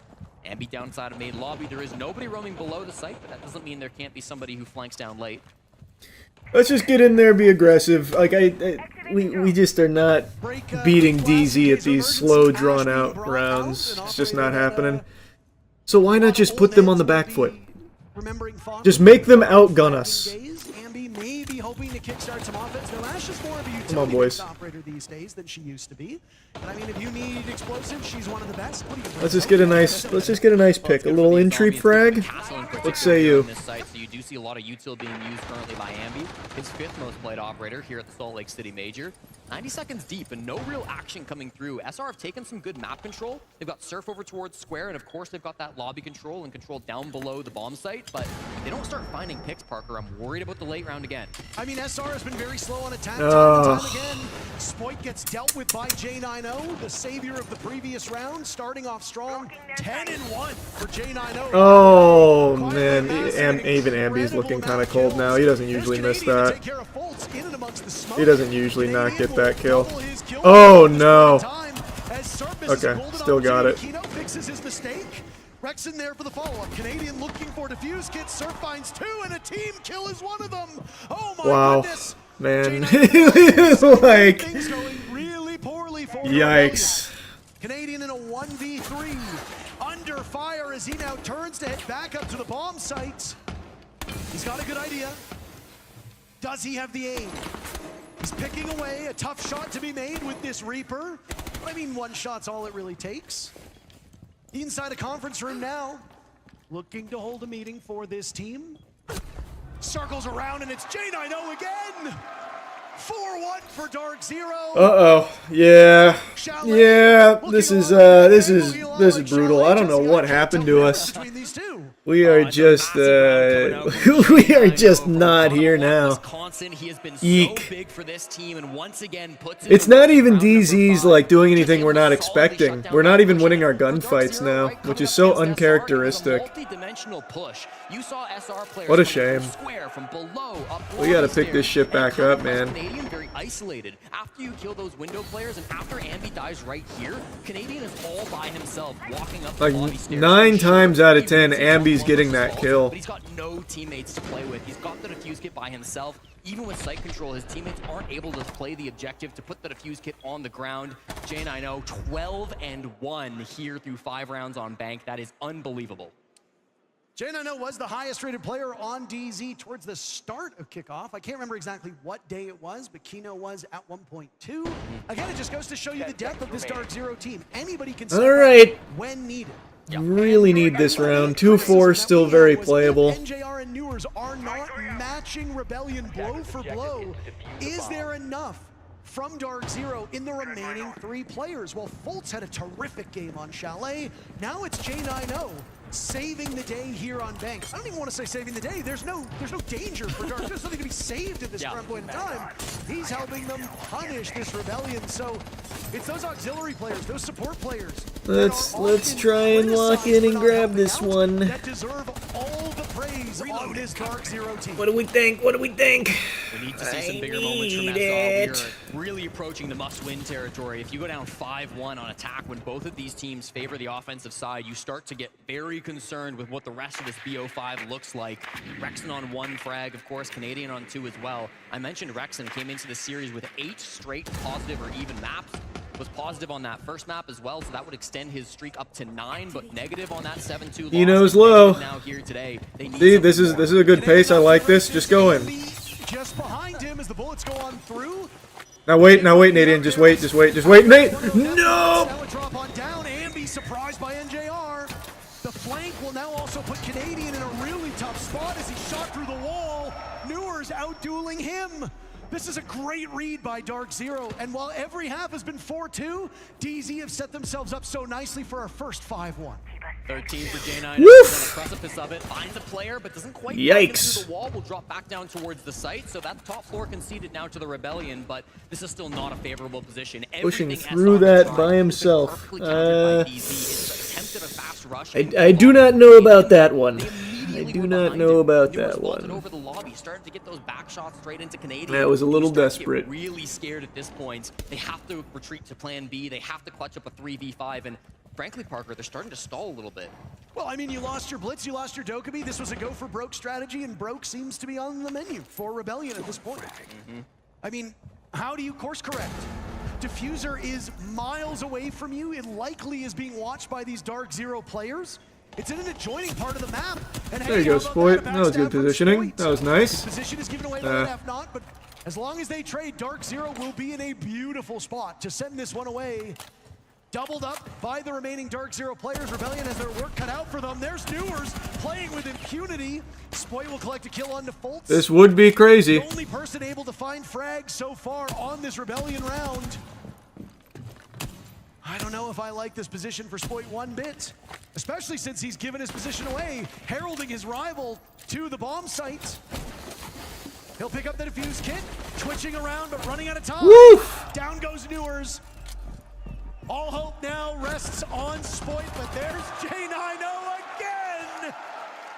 A walloping. Spoit's getting some frags.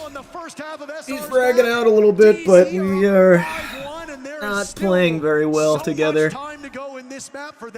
Oh man. Holy shit, dude. Sorry. Give me a second. Listen, on the basement side, if we, fellas, detach, listen. On that basement side right there, if they fucking... Alright. What we talked about, we can do Junior on the Twitch, we can prioritize the light-in file, if you take your knock. In through the lobby side, like take your Twitch stone, throw it across the map, then go to the D-box side. If we need to kill the blue guy, Junior can use SNI, you can try to cross on that, but in general, Kino and Bulker, if you see that, I want you guys to go fuck that guy on blue stairs and just go straight to side. They have the... Okay, go back. I'm gonna keep talking. You talk anyway. Listen, on the if they're doing the anchor and they're doing their fucking blue stairs extension with the clash inside of server Bulker, we're gonna take the Thatcher anyways. We can fuck that dude. Like you can take the Ying paired with the Thatcher, and then we can literally just Ying the shit out of him. Thatcher, so we can't clash shield. We can drop down and crank that guy. Just pop the main hatch first, because otherwise. If caps up, can I just double cap him too?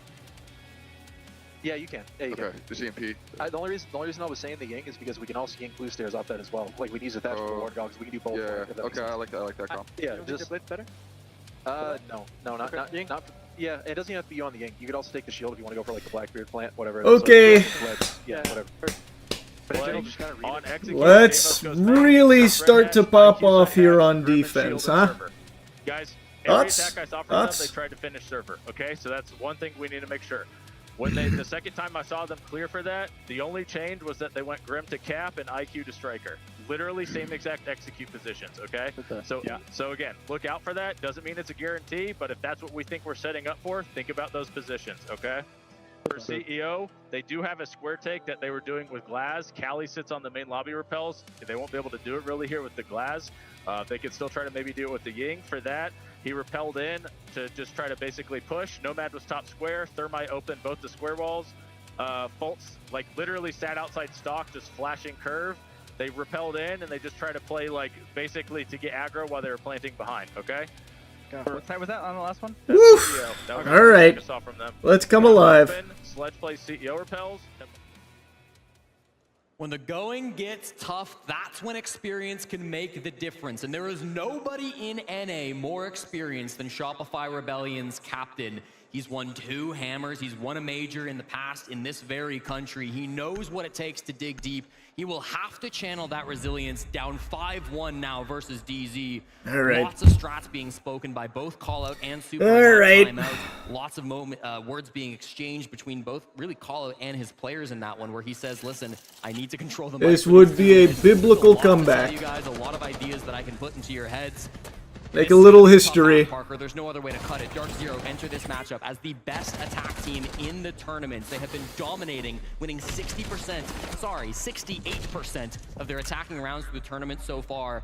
They will need to be held to just 1 if SR want overtime here on map 3. Yeah, a really staggering set of numbers for Dark Zero on this map and just in general. I mean, we expected this to be a close one. And map number 1 maybe gave some false confidence to the fans of Shopify Rebellion, but this DZ team has played without many weaknesses through much of this tournament. Okay. They stunned us all yesterday. Let's start lat spreading on defense. World champions. Very few people had them toppling FaZe Clan, and yet they were able to pull it off. It's a bit more of a heated rivalry between Rebellion and Twisted Minds to get to this point. But I mean, hey, DZ and SR, it's a great matchup on paper. We need SR to play better if we want Ambi that Rex have paper been kind of matchup to shut actually down on bank here. Because right now, Dark Zero are marching their way to another major championship on North American soil.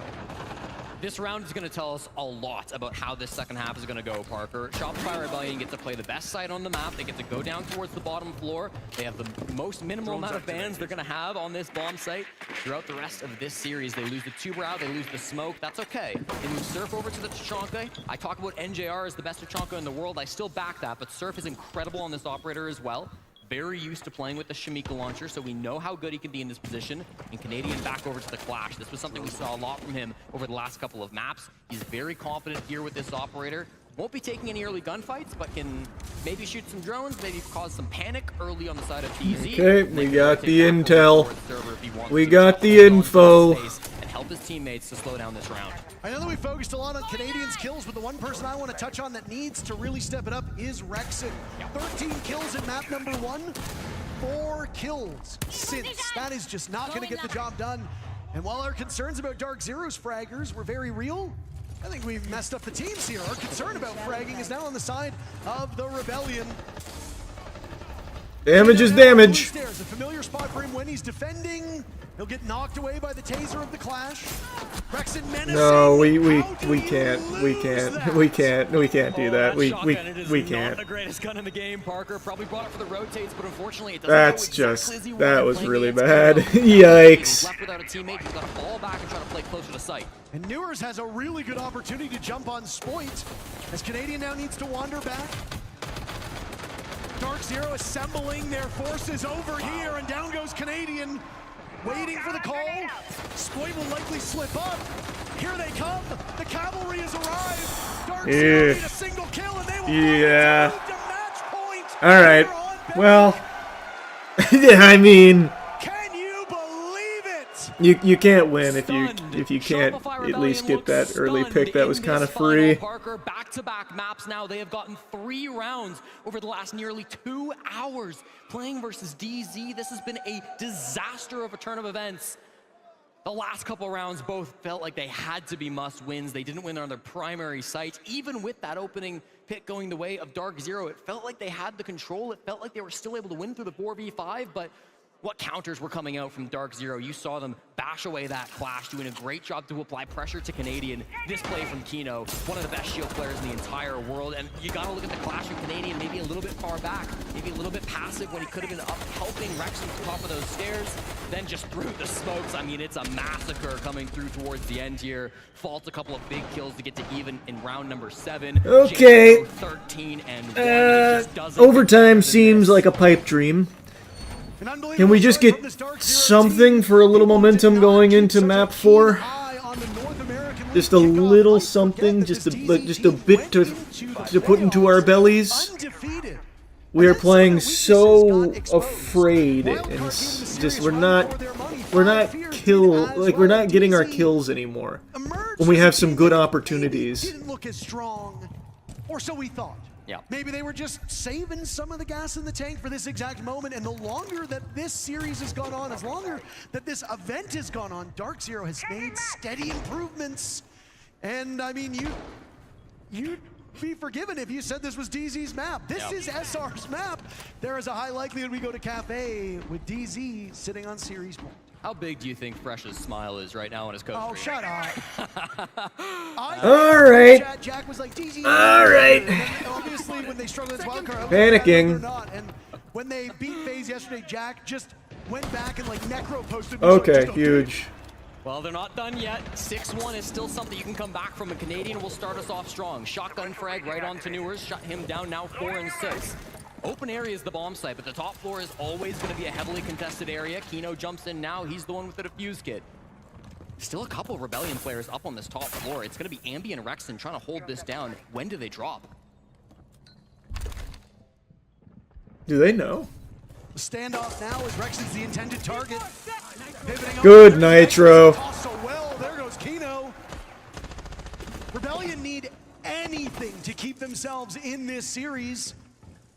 3 more kills will buy them some time, but this team, Perfect timing. they were in free fall. They Perfect managed to turn timing. around here on this defense as Ambi will find a kill of his own. J90 and NJR have made magic happen on this map, but not against the odds that they currently face. If anybody would win a 2v5, it's these guys, Parker. No. It might be the start. They take Rexon down through the conference wall. J90 with the secure. NJR following up on the flash. We cannot throw this one. We cannot throw. If we throw this one, it's just super curtains. He's extremely low. Holding over towards Archives. There we go. All right, good. Good. All right. That's good for the mental. That's good for the brain. Even if we don't go to overtime there, that's at least good for the brain. Stims the bleeding. Crisis averted. The 2 best clutch players in North America shut down in that 2v5. Thank God. The Rebellion very much still a hill to climb, as you say, Parker. I mean, that attack from Dark Zero gets a little off balance early. Newers loses an isolated 1v1 close with the shotgun, and then really it's just a lack of information on the top floor. They did bring a Deimos for intel, but with him being the opening death, they had no Snake, they had no Dokkaebi, they had no real drone operators to go through and find those players. So it was always going to be a tough sell, clearing that top floor, top side of the map. Can they do it 5 times in a row? That's the question. All right. For most teams, Let's get some more. Let's get some more. Let's get some more. Don't forget that one timely clutch from the Rebellion yesterday propelled them to a 7 consecutive round victory. That is true. Different teams, We won 10 rounds straight from yesterday to today. North American teams, and well, how lucky that your matchup in the grand finals is against another NA squad. Dark Zero have really shown very limited weaknesses on these last 2 maps. They expected to lose Nighthaven Labs. They lost it, all according to plan. Now, the Rebellion, they probably never expected to lose this bank matchup. They thought they would lose Chalet, sure, but now here, they are in trouble. Dark Zero made some small mistakes in that previous round, but I don't know, Jesse. I don't know if Dark Zero has it in them to fumble round after round after round after Everyone has it in them to fumble. Uncharacteristic of this DZ squad. No team's been more Fumbling is part of human condition. Parker. They've been so good when the moments have been the biggest. Now they'll have Would love to see it. I would love to see them fumble. Dark Zero. I'd put a big old smile on my face. Around top square, around the windows as well. Dealing with the Azami is going to be a bit of a nightmare here. Spoit inside of stock, continue to close these angles, continue to shut down some of these window positions. Pistol little DPS out there, that's good. It's not currently going to be a big contest, but DZ start to rotate to his position, and now Spoit's in an early fight. Spoit using all those Kiva barriers very selfishly over towards the stock trading. Nice. Good shit, Spoit. It's a really easy kill on Kino.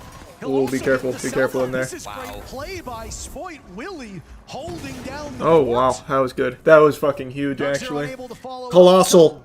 That kill will go untraded, and DZ will Gargantuan. now reposition with just a little over half of the round to go. Yeah, deciding that Spoit is just too good inside of stock. That's not a fight that they can commit to, so they're going to reposition elsewhere. They've still got good bodies outside the site windows. That's going to be where Newers is currently holding, and NGR brings the defuse kit this way. Those Kiva barriers inside of stock will not save you if these Candelas start making a mess of the bomb site. And NJR's about to get Oh, his masters in close. Messology, Jesse. As out go the smokes. Candelas will follow up as well. The telltale sign.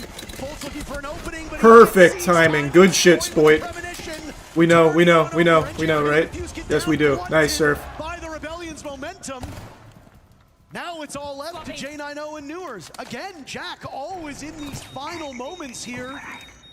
Odds are a little bit better than the previous round, but still, you can't favor Dark Zero in this position. We don't need to peek. We don't need to peek. SR have a lot of time to waste down. J90 and Newers can start to play with. Oh, but we do anyway. Attaboy, Surf. Good from the Rebellion. Newers in the 1v4. He'll have to double his kill count to win this round. I feel a timeout coming by this Dark Zero team as they will almost certainly lose their second round in a row. Good work. All right. All right, good. That's very good for the brain. For Shopify Rebellion, the crowd favoring SR starting to get a bit more lively. All comebacks start with one round, and they've stitched two together. SR still showing signs of life on Bank. Now we've got momentum in the SR camp. The tack timeout not being called by callout. We're not in dire straits just yet. Gonna let them go through this map or this op ban phase at the very least. You're worried a little bit about just this pressure that is starting to apply to DZ. Of course, this is a team who have really with this core never really all right. the highest of heights. J90 struggled in some of his finals in the past, but that was a long time ago. Here's the tack. Can you guys hear me? Yeah. Okay, for the delay, if that's what we want to run, we need to be careful of the Thatcher. It's going, if we run the Echo, they can just Thatcher the Echoes if they actually run it. Guys, the thing I want to say here too is Will did it last round. We need to be making places. Oh, yeah. Right. Also bring the knockout too. You don't have to force it, but if you see the opportunity, yeah. Don't feel like you need to force it though. And I know it's hard to like think it at the moment, but we need to be thinking of what we can do that's going to solve some of the issues that we have with these bands and with what they're doing. Okay, guys, make sure we're playing to win. Like, come up. Couldn't have said it better myself. That is the tack timeout from Dark Zero. Just to be clear, SR's was burned early in this match, so call out deciding now is the time to have some words with his team, stem the bleeding before things get too out of hand. When you need a miracle, when you need 5 straight rounds to stay alive in the third map of a BO5, you look to heroes. And there's maybe no player in this lobby who has filled the shoes of a hero more than Spoit. The MVP back during the Berlin Major, the first event of his career, and what a round he has in round number 9 to be able to pull SR back from this moment. Again, shuts down that stock push entirely. Only gets 1 frag from that position, but it forces an entire rotate from the players on DZ. Catches another one early in that round, and then the final frag there too. Okay, all right. On to Newers and a heavy man advantage. This would be amazing. I'd be so happy. Old days when he was a Let's keep climbing. Just keep climbing. Interesting. At the very least, we're buckling down again. Good mechanical aim on Spoit's side of things, so if he can continue Now just need Ambi Rexon to start firing on all cylinders again, start coming online, activating. It's a long road again. You said this 5 rounds in a row, and then you still have overtime. It's daunting. Yeah. But I mean, you're a major winner. You've seen adversity firsthand. That rogue phase game was one for the ages, and you enter with no real experience, and you put up that statement game that he did, and of course you've got good leadership backing you up. Anything is possible on this Rebellion team. They just need to show us that they can accomplish it. Yeah, both Spoit and Canadian had really difficult roads to win their respective majors. 5 maps required in both. Here comes their own clear, and just beside the hatch, they will manage to fall back towards the site. No early picks going the way of Dark Zero.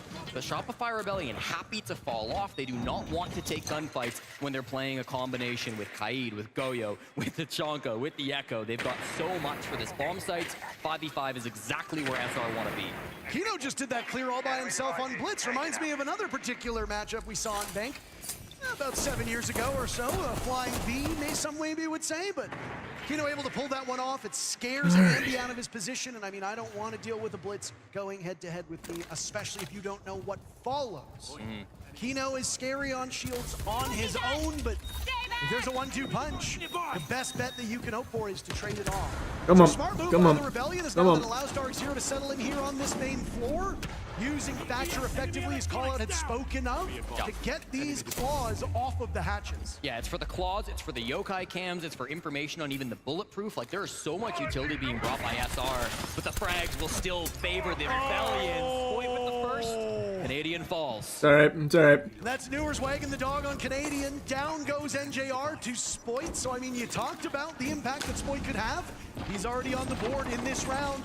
They're going to need so much more out of him now. We still have Spoit upstairs, which is good. For the flank above. I like that, I like that, I like that, I like that. Get down. Spoit will need to hurry. 8 players still alive in the lobby, and suddenly the Yeah. timing here has been shortened. Spoit might get another. Nice. With one. Spoit takes care of Kino. Nice Rexen, nice Rexen. Rexen held off the score sheet. Nice Spoit. Spoit's cooking. He's in, he dropped. But he gets 2 of them, maybe. Doing a serious amount. No way. Oh, thank you, Spoit. Alright, Spoit. Spoit has really come alive. Huge. Keeps SR in this match.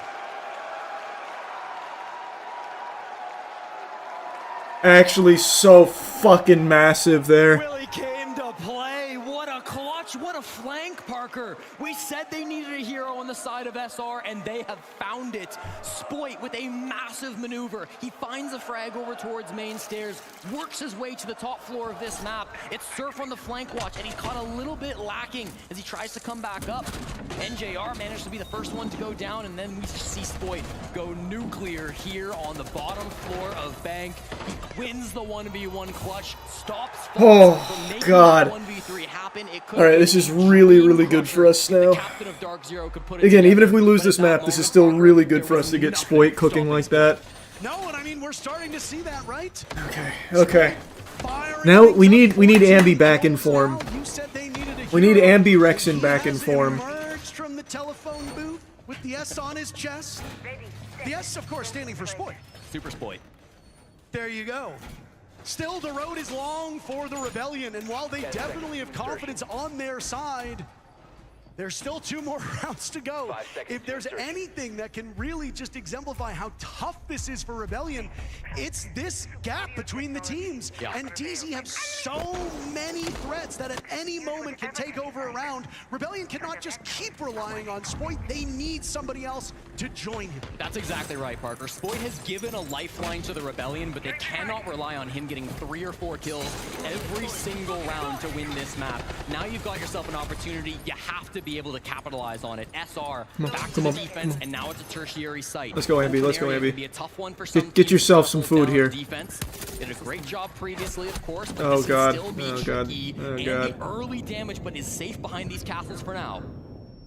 Dark Zero have watched as a team with a Ugh. pretty horrendous win rate on defense has run up the score on them 3 in a row now from Shopify Rebellion. Poor fans, they're probably starting to Come on, believe Ambi. at Come on, this Ambi. point. Come on, Ambi. Heartbreak can happen at a moment's notice. Ambi's done great things on this position before. It was 21-1 game on Bank where he went absolutely crazy to keep SR competitive here in the playoffs, to advance them here to the grand finals. They could rely on him once more. Yes, but they yes, have yes, everything Nadian. set up. The Nitro Yep, just wait, waiting just for wait. He Kino. knows, he knows. Not played yet. Spoit a human magnet at that point in time as 2 separate Perfect nades timing. land on him. Nice, Nadian. Actually, perfect timing. Ugh. The dynamite is good, but Spoit is off the board. That is troubling for the Rebellion. They have struggled for kills beyond Spoit. Now it's the reserve players. Ambi drops gambling what little is left of his HP. All right, Rexon, Surf, Nadian, come on, please. A miraculous hold. Nope.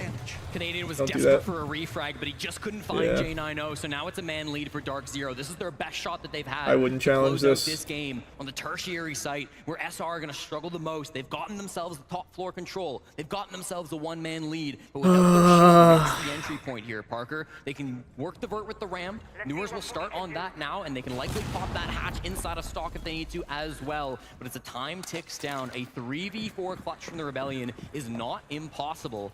J90 will rotate over towards the server stairs. This signals to me that they will be going for a square finish. It is critical that they watch their flanks when they go for this. Ooh, and J90 now searching for Canadian down in the escape tunnel. Managed to get his way out, but Canadian is trapped at the top of blue stairs. Oh, he doesn't know. J90 will see it. Canadian Oh! turns out he can't teach a dog new tricks. That could have blown the round up, but J90 is stunned by that one. He got a little cocky. He did. He was going to go for a knife. They can't execute from square. This is a disaster. And they're going to hunt for Canadian. As he still holds this position, they wander in. Dark Zero had so much going for them. Down goes Surf. Okay, Down no goes fucking Rexon. way. Canadian will now need to be Nadian, the just same. run. No, just run! Pull off the plate. Oh. Yes, with 1 second left. I didn't realize I didn't realize that they had actually killed the second guy. I only saw the first guy go down and got panicked. Oh, big sad there. All right. Well, can't lose this next map.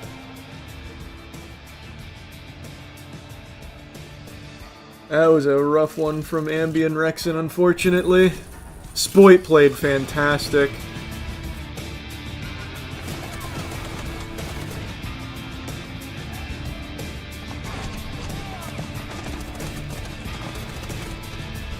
If Rexon wins that right there, that fight, I think it's still a 1 round. Rexon was just very off there. Okay. Well, now or never.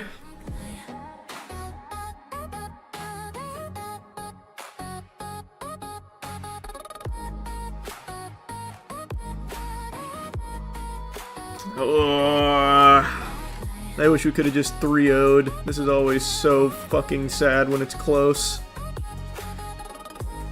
When we don't just shut them out. Alright.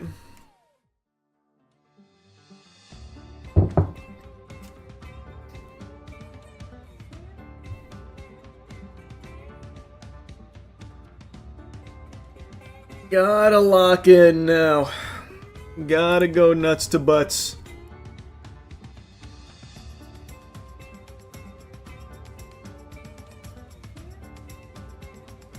Man.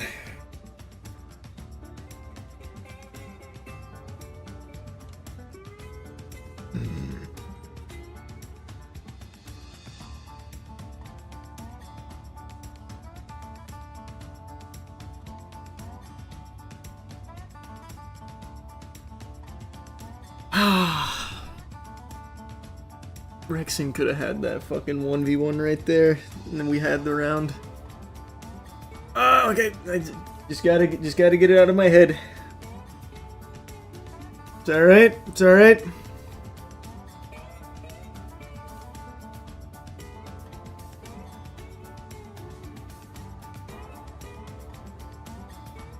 I can't get tilted.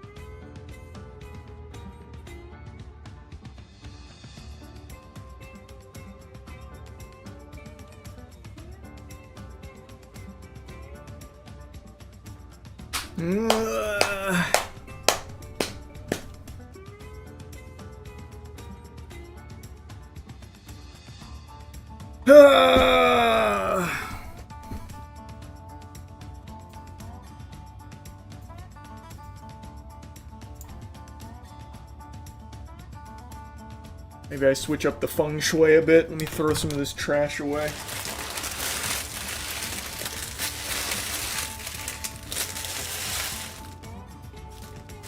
Get the good juju back.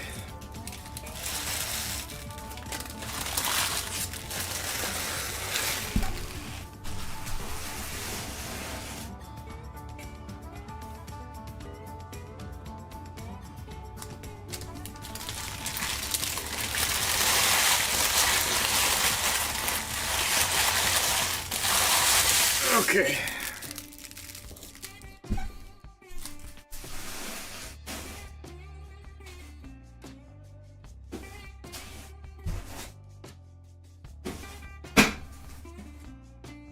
Alright, there we go. That's big. That's big play right there. That's big moves. Okay, we can breathe again. Now we can win. Now we can win.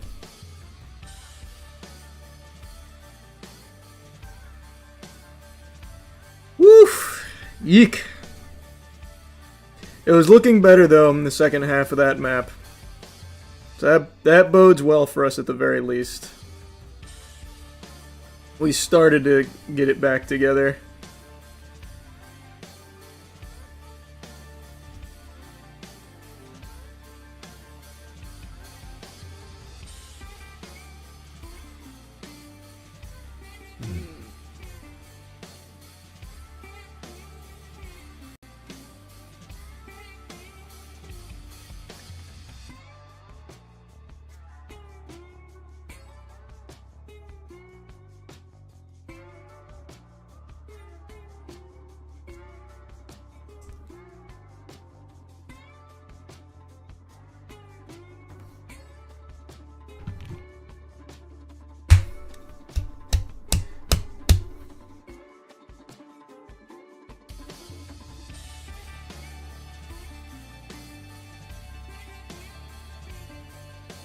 Jinxie is drunk right now for Shopify.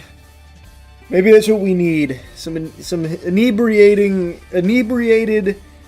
enthusiasm. Good, good.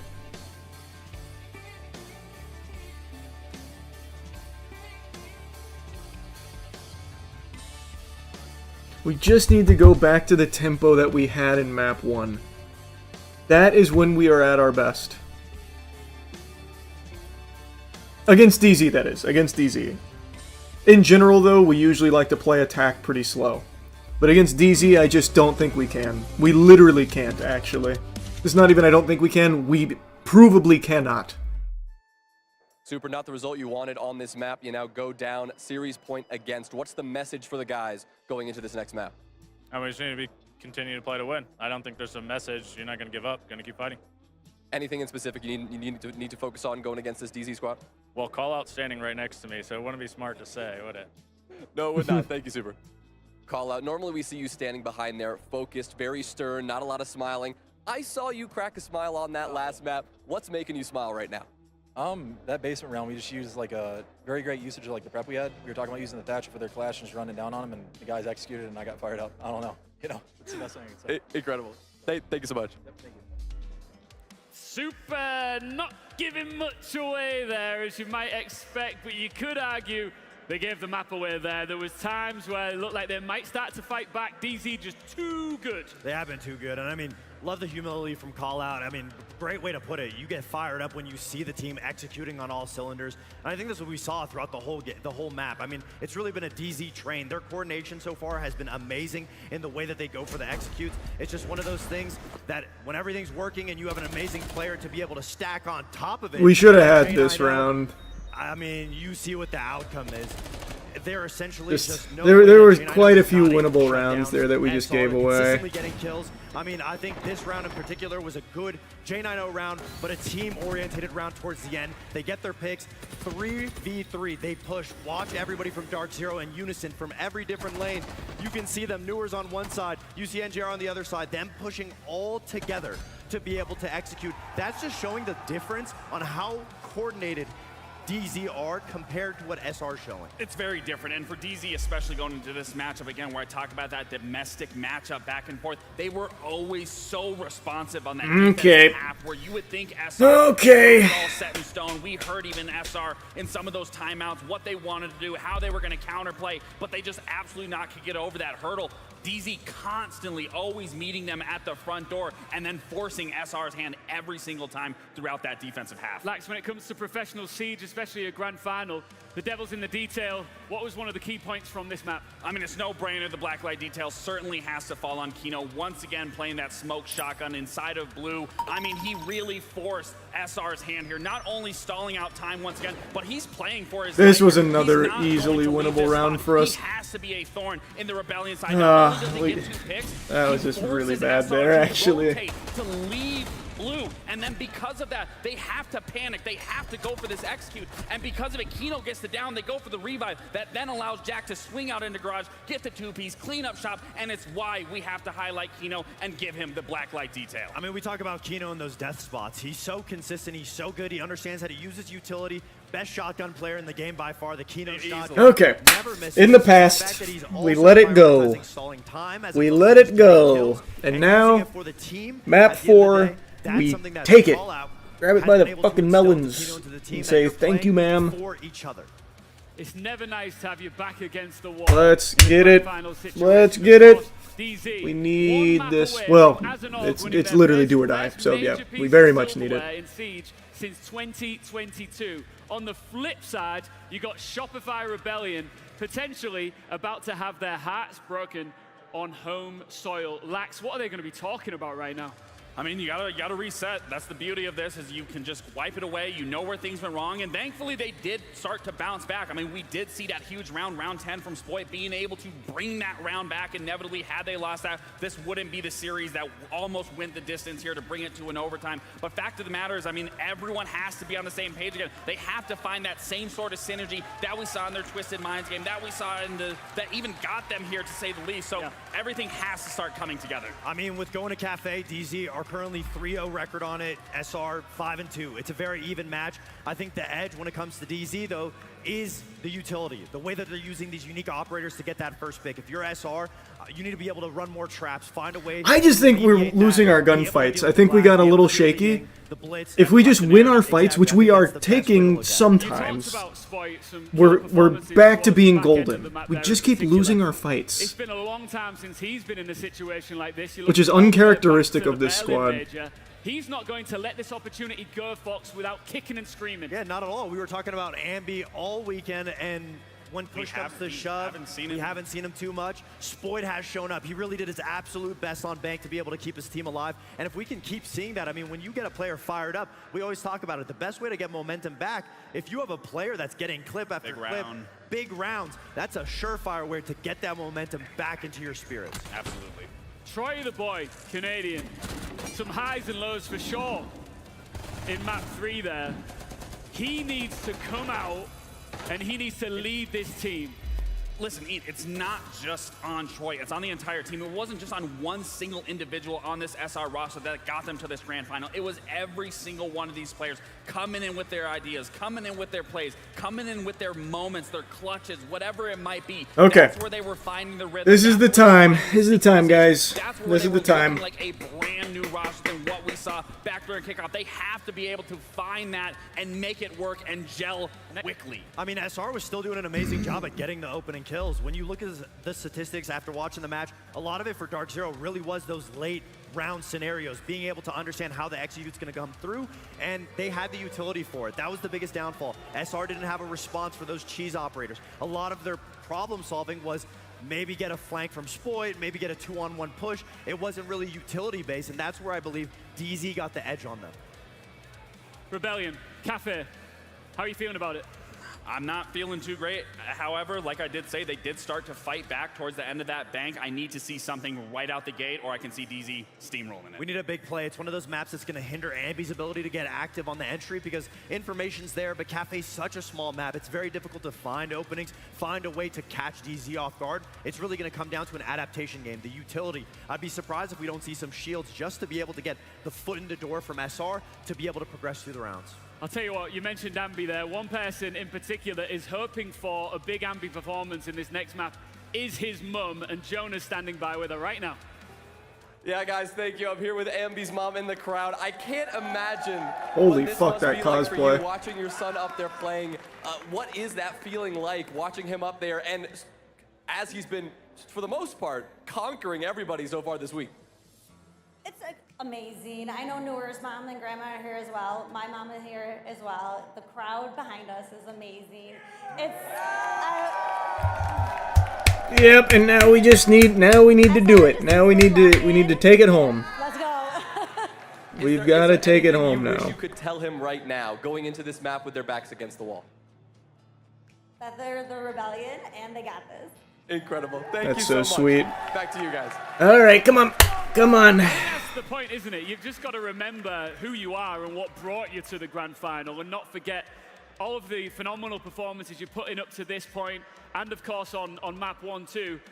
This is an opportunity to get back to winning ways, and it's like you said, like, Let's get a great start They sure here. do. I mean, we talked about it. It's the mentality. It's the Let's momentum. At set this point, we the already knew these pace. two maps were going to go in DZ's favor. Both of these teams understand it's a marathon, not a sprint. You're going to Cafe. You have to be able to focus on exactly what's going wrong. I'm sure. I mean, Super didn't say it in the interview, but they know exactly what the issue is. They know how to fix it. If they can just get that confidence back, we already got Spoit shooting. At the end of the day, if the rest of the team shows up, it's anybody's ball game. I think we do have to put a little more pressure on Ambi because he really has been a walking highlight reel, and since coming into this match, we haven't seen that same sort of play from him. So I really, really want to emphasize a big performance coming out of Ambi will pay dividends for this team to be able to find something. I got to do a quick check with the crowd here. This might be the last time. Who's taking this map? Is it going to be Dark Zero? Or will it be Shopify Rebellion? Yeah! Once again, with our wonderful casters in Tero and Let's Jesse. go. All right, come on. Big cafe. Big cafe. Long road here for a lot of teams, and this might be the finale. Will we be treated to a fifth map, or Jesse, do you feel Cafe is the end of the road?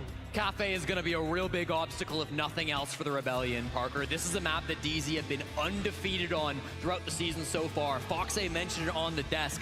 3-0 over the last couple of months. They beat Space Station back during the NAL kickoff. They beat Los here in Salt Lake City. Okay, they're still smiling. The vibes seem good. They beat the Rebellion. Ambi was just laughing. Surf was smiling. Of the NAL kickoff. Okay, These teams good. have Vibes are history there. on Cafe, Vibes and are that there. History says it will go DZ. Yeah, I mean, for the Let's get it. SR Let's get it. fans, Let's get it. likely that Let's pull it bang off. But it has been really I want tough them to win for so the bad. Fraggers on Shopify Rebellion. I mean, They have outside gone on a of Spoit, there really hasn't generational been a lot of run. life on this team for the last two maps. So You said many you needed people a hero. counted them out. Put on that cape. Who I does want it them here to on win it Cafe so Chris? bad. I want them I mean, to take you the look to a guy trophy. like Ambi, I think we had a great interview with his mom in the crowd, and she said it, right? Remember who you are. Remember that you're the Rebellion. This team have beaten so many incredible opponents just to get here to the grand finals. They battled their way through the lower bracket in NAL kickoff. They battled their way through phase 1 against so many of these international teams. They made it through Swiss, they made it through G2, they made it through Twisted Minds, and now here against Dark Zero, they have to remember what they're made of. It can't be a one-hero performance. They tried that on Bank, and it wasn't good enough. More than one person has to step up and be the hero for the Rebellion. It has to be a team effort. And I mean, those two players whose names Let's get it early. Let's take the lead early. Let's give them nothing. Have succeeded on Starve them. Ambi and Rexon. Rexon has only had 6 kills in the 2 maps that followed. That is far below what we expect of him. For Ambi, that number is 8. 8 kills through the next 2 maps. Again, way below. We're used to seeing Ambi drop more than 8 kills a map, Jesse. So things are not going very well here on the All right, come on, fragging boys. side of Come the on, boys. Come on, boys. Come on, boys. we thought might be an Come on, issue boys. for Dark Zero, but frankly has not really materialized. J90 and co have dominated the Rebellion in terms of kills. If they keep that up, this is their map. We could be done this major championship in no time at all. 4 years ago in Berlin, Spoit faced a very similar situation where he was down 2-1 in a best of 5. That was versus FaZe Clan, and I don't need to remind you how that one went. Rogue were able to win map 4. They won map 5, maximum overtime, 8-7 on the final map. It took everything that they had to be able to win that major so many Drone years this, ago, drone and they'll this. have to battle Oh, back fuck. once more to do it here. First fight on the white stairs, it's going to be favoring Faults. We're just pushing blind. Damn. I didn't hear a single phone call ring out. That is devastating for the Rebellion to lose that early on. Fultz sustaining a little bit of damage. I'm not exactly sure from where. Activating glance. But will still survive for the time being as now Kino goes. There you go, Spoit. There's Spoit on the board. Down goes Newers. Oh, wow. For Spoit to be in and immediately follows up with his second EE1D. Still one remains in pocket as we hit the halfway point here of round number 1. Jen, I know, still top floor. He doesn't have a good way back. Oh. He fights his way out of it. He's 1 HP, he's 1 HP. Oh, and that's GG. Tough. Alright. And now these numbers continue to get worse for SR. Yeah. Canadian not getting that kill actually just really cooked that. Him surviving with 1 HP gets 2 more. That's tough. That's just so tough, man. That's so tough. We've got another good duo moment from them. As DZ blanks Rebellion on that one and takes the first round. I mean, we watched Bank together, Parker. That was the battle between J90 and Spoit. Each of them having hero rounds to bring that map as close as it was, but in the end, it was J90 that was the better of the two. Spoit not consistent enough, and it's not a coincidence that this frag right here on to Spoit, after he downs Canadian, it's the real difference maker in this round. Gets a final frag just on the escape down the hatch. Lights out this event. I'm getting scared. Especially in these grand finals. I'm sure you are. Career. Rebellion need an answer. Busting out the old SpongeBob references. I mean, he's screaming towards an We're in the dire straits. It's desperation. Entire tournament, but I mean I'm not making the call, so I mean I don't care. It's not up to me. But J90 also comes from just a lovely family. Had some time to talk to them in Boston. They are wonderful people. They seemingly have raised a great son, and frankly, they've raised a hell of a competitor at this point in time. Yeah, I mean, he was part of that Astralis roster that lost in Charlotte a few years ago when Canadian and NJR became major champions.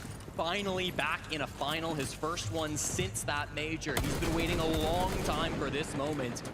Alright, come on boys, come on boys, come on boys. Stay hot, Spoit.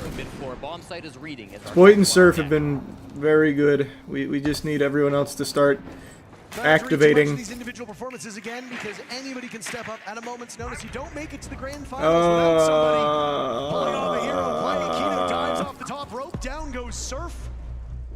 He's worried about somebody upstairs. There's no way he's going to contest this again, right? I mean, he's got Don't do it, don't do it, just don't do it. Shotgun out, jostling around. How does he Oh, thank God. Alright, there you go, Ambi. Ambi finally brings him down, but that one looked like they might allow him to slip through their fingers. Yeah, must get kill coming through from Ambi. Important that he's able to shut that one down. If Kino gets another or even gets away there, that is a huge blunder. But the Rebellion don't falter. Still lots of players here on the top floor. Ambi going to enter in through the bottom, actually. He's going to work his way up these red stairs. There's a couple of players nearby. He's got to be worried about Faults. He's on the other side of a soft wall. They don't necessarily know he's here, but one logic bomb could change all of that. Here it comes. Very well timed. Ambi was not able to do anything with There you go, Spoit. Back in that very first round, Spoit will now take down Good kill. Good pick. SSR march over towards the adjoining part of this map, looking to get to the bomb site. It's not over in mining, though. So while they might have that pivotal control, they still need to translate that to dining room and reading. And with just a little bit over a minute to go, they've got a numbers advantage. They're in all right shape. And they still don't know where Faults is, though, Parker. That's my big concern. Despite the logic bomb being played right on the other side of that wall, Just fucking shoot this off wall. They do not know he's here. They Take some strats out of my playbook where I just shoot anything soft. Fuck. Shit. Still one logic bomb, though, so they might be able to get his whereabouts pinned down as he sits next to a soft wall. There's a DMR on the other side of that, too. You know how much damage Oh, DMR can man. do. Ambi. Ambi outdueled by J90. That will throw a spanner in the works for this Rebellion execute, and there's Fultz compelled to action. Yeah, we just never found him. Canadian sidearm out, and he finds Alright, well. Spoit, the intended target. Fultz, no expression on his face.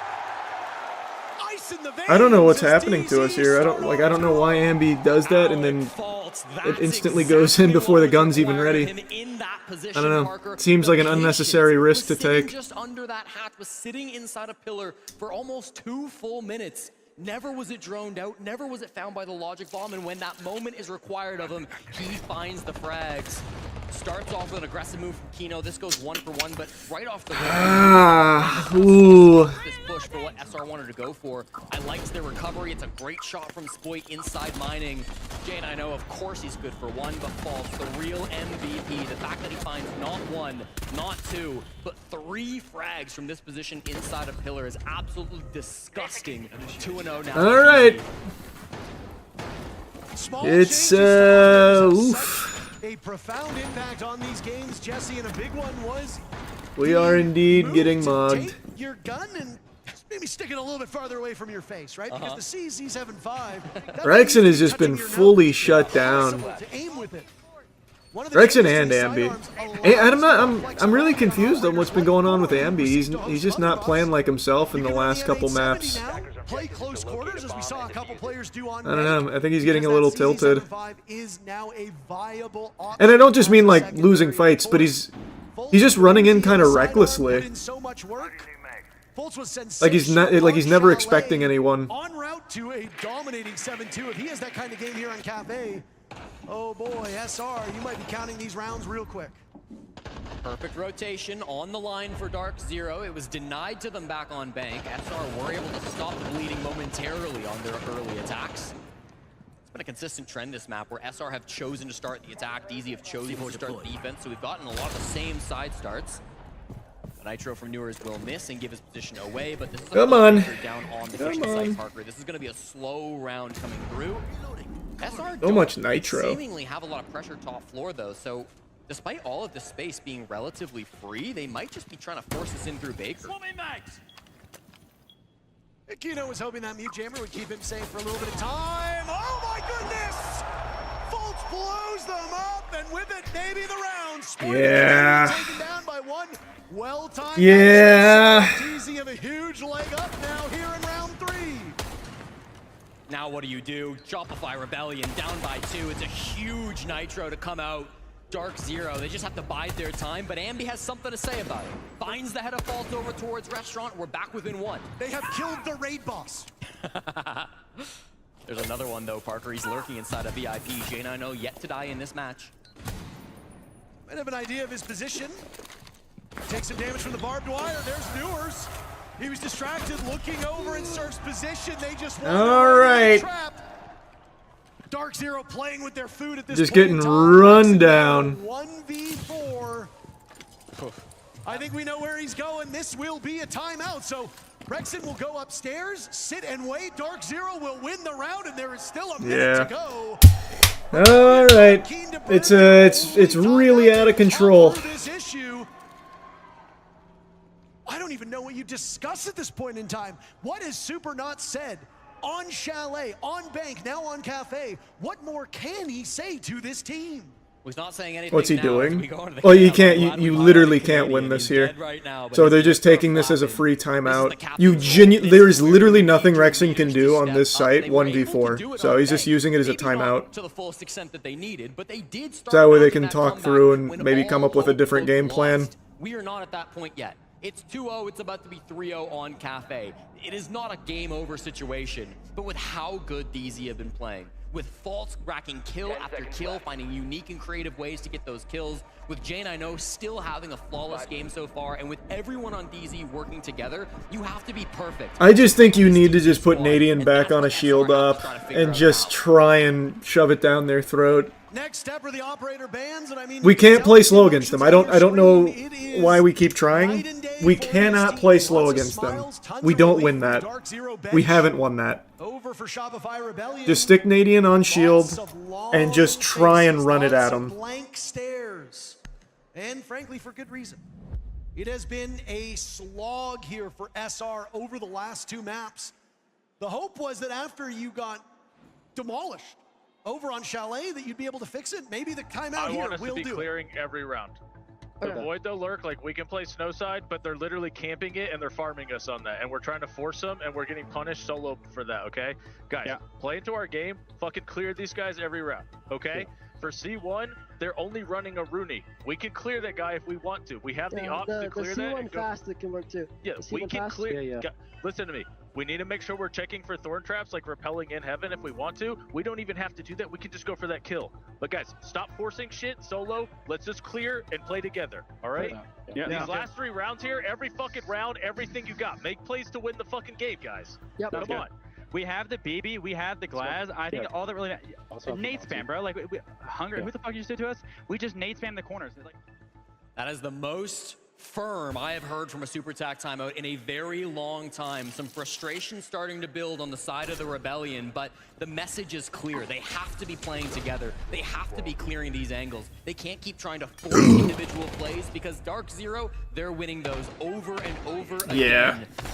That's true, they are. We are not winning our individual plays. We're losing our gunfights 1v1. They talk to Super again. We got a timeout, of course, after round 6 as well, but Shopify Rebellion, that might be too little too late. Yeah, I mean, you got yourself in quite a hole. We liked the turnaround that we started to see on Bank, but it was too little too late. Now it's DZ running up the score on you here, and I mean, what more is there to say? After Dark All right, come on, guys, please. Vaulted to the top of a lot of people's predictions to be the favored team. Granted, you only had 2 options, but if you take down the world champions, you've been the Kingslayers. For good reason, they think you're going to succeed. This would be legendary if we can pull this off. And the depth that this team has is just, it's suffocating. DZ have had a rough couple of years. The fans in the audience will know it better than anyone. They have been struggling over the last 2 years, but this rebuild... There we go, Nadine on a shield op, good. They have dominated this tournament so far. Now after the attack timeout, they can really put their foot down, stop any momentum being built by SR. This is a critical round. If DZ can win this one, if they can win Mining and Dining for a second time, close the door on SR, stop their hopes from coming alive here in this first half of Cafe. Parker, I think that might be good enough for a trophy. Completely agreed with you. So, what happens in the next 2 minutes here? Rebellion averaging less than 2 kills a round, and it's not going to be a good start. Kino destroys that Nitro. Repel. And we just lost Spoit. Oh! Hey, see, we're losing every fight. I mean, that's GG. I don't think there's any way we bounce back. But I don't know what happened. We can't win any of our fights now. Dark Zero dominant from top to bottom. 4-0 now in the most confident, inspiring round we have seen all day long. Shopify Rebellion looks stunned. Yeah. Alright, I mean, it was still an incredible run. Even just getting here was really impressive. Would have liked to have seen it go differently, but DZ's just played so well this whole tourney. They did the same shit to FaZe yesterday. They're just playing super fucking well. We looked incredibly good map 1. I thought we really had it, but it is what it is, man. DZ's just too good. They're too good. They're hitting insane shots round after round after round, and the Rebellion don't have an answer. The most amazing thing about the last 4 rounds, it's been both Kino and Fultz striking first. Those are not the guys that usually lead off. Let's see if we can get on the board. And yet they've been doing that. They've left NJR and Newers in reserves. NJR is 1 kill and 1 death. He's having the easiest map of his life. NJR's sitting there, reading the news, smoking a cigar. You guys got this, don't worry. J90 yet to die. How often are we going to bang this drum? Dark Zero are looking indomitable. NJR entered this series as the top frag player for DZ, entered with 113 kills. Only he and Newers had broken triple digits before this series, but Dark Zero, one of the most ridiculous deep teams in the world. There we go. That's a little more characteristic of Ambi. 7-2 now after his early death in this round, but they need more than that. It's a hell of an angle from Ambi to get the kill over towards Fireplace. Ambi reunited with an R4C. Dare I say it, the stereotypical fragging gun. Yeah. Canadian now reunited with the shield. As he will march his way over towards Piano, Jack having to survey all of the windows. J90 sees Canadian, the call will be made. Yep, here comes the Nitro. Hoping to buy as much time as possible. Canadian off. In the bathroom already, and there goes the shield break. J90 struggling, Spoit goes down to the hands of Newers, and now Canadian will try again. So J90 close. worried about the skylight, Rexon falls. Canadian having to unsheath his shield. His hands full right Nice. now. There you go, Surf. Baited into the waiting All right, arms of 3v3. Surf. Surf. There you go, Surf. Surf will find another on Kino. Dark Zero reduced to 2. We hear him. We hear him. We hear him. On this map, and they are still in a position where they can win, but they have to deal with the shield of Canadian.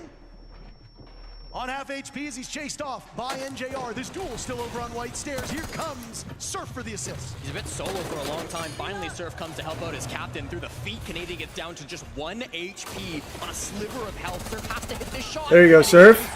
Very good trust. And now it's Newers in a 1v3. Newers has clutched before, and with that DMR, he can do some major damage. He finds the head of Surf. The F2 is a great gun. He needs to be very careful about lining himself up in this position. Canadian nice. away. There's Andy for insurance. Nice. Rebellion showing signs of life. All right, let's see if we can get another one in there. Let's see if we can get another one in there. Comes on Canadian on Monty. I'm shocked I'm saying this, but through 4 maps, that is only the 2nd time Canadian has picked Monty in this best of 5 series, and it's not like we've been seeing it banned every single map. Round 1 of map 2 was the only other time that we saw Troy stick the mountain, stick the shield. He's played a little bit of blitz, but otherwise it's not been a very shield-focused strategy from SR. They've played a lot of attacking rounds, starting on attack so often in this best of 5, but ultimately, when they finally need him, they rely on the shield, they start setting up these picks. Surf the best round of the tournament he's had so far, the best round of these 5. Let's get a big comeback, huh? They need a little bit more of that. Let's get this next one. And then maybe we plant our feet very, very firmly on defense. It has not been an easy road to the finals for the Rebellion. All of their victories hard-earned. Their defeats often heartbreaking. 10 seconds to go. But they are the 2nd best team at worst at this event. 5 seconds left before insertion. Reloading.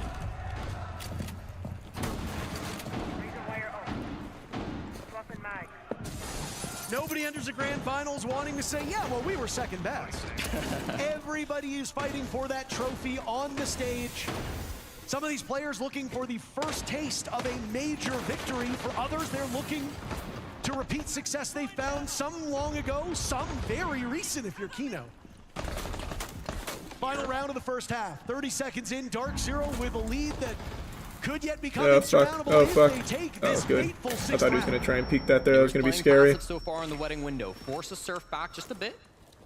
Wasted one of those nades, but the window remains relatively shut. They've got a couple angles, but that's okay. Last time we went to this bomb site, SR went for a very direct take. They were just kind of trying to flood in through restaurant, flood in through bakery. They didn't take top floor control.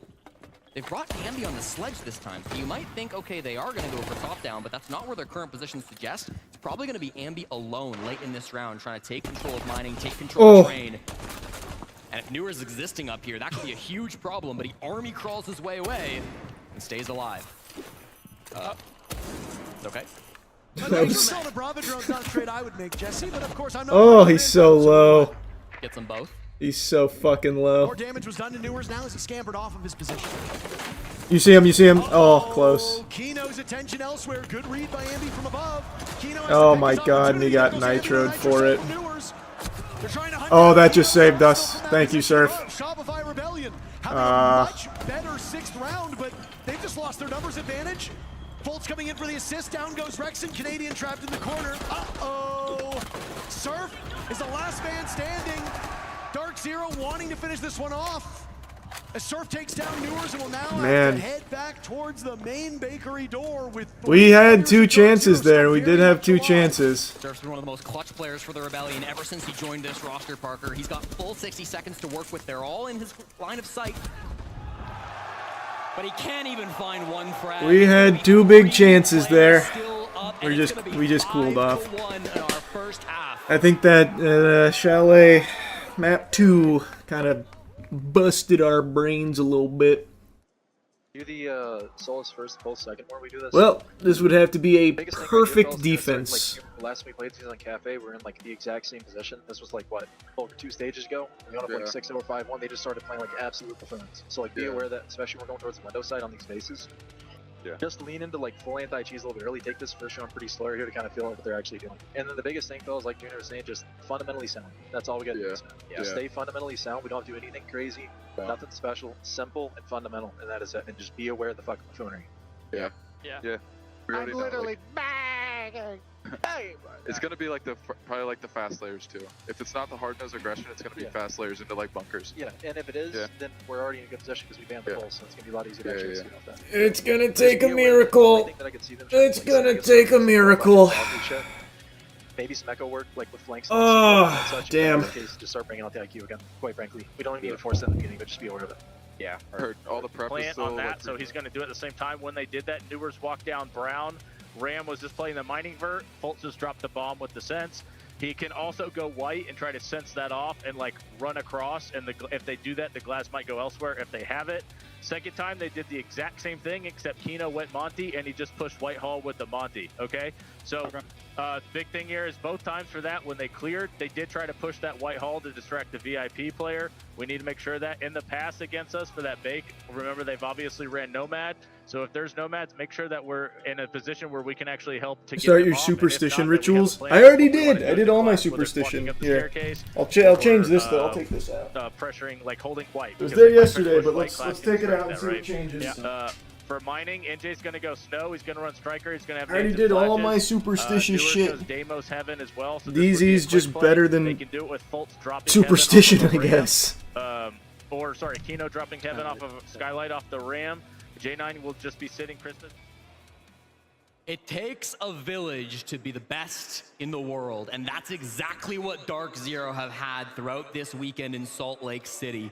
It was NJR whose MVP-worthy performance got them to this point with one of the best KDs ever put up in a major. It was Kino playing ridiculous rounds on smoke, locking down the defense, playing tight corners with the shotgun that got them a lead here in the series. It was J9O who put up a monster kill total on Bank to put them up now 2-1 up against SR. It was the captain, Fault on this map, who made so many little moves, whether it was nitro cells, whether it was wrap positions, and that final round, Parker, for me, it was Newers. The nitro to start things off, the one pick that they most needed onto that vert player, another frag deep into that round as well. Some critical moments coming out from every single person on DZ, and now they sit just 2 rounds away from their ultimate goal and repeating what this org did in Charlotte, North Carolina. An incredible run from both of these teams. Shopify Rebellion have really ran the gauntlet. We need nice perfection. A nice 6-0 here. Then we take it to map 5, huh? A little 6-0 defense. Thoughts? Order up. Can I get a yes, chef? Does overexpose their map pool a little bit. For sure.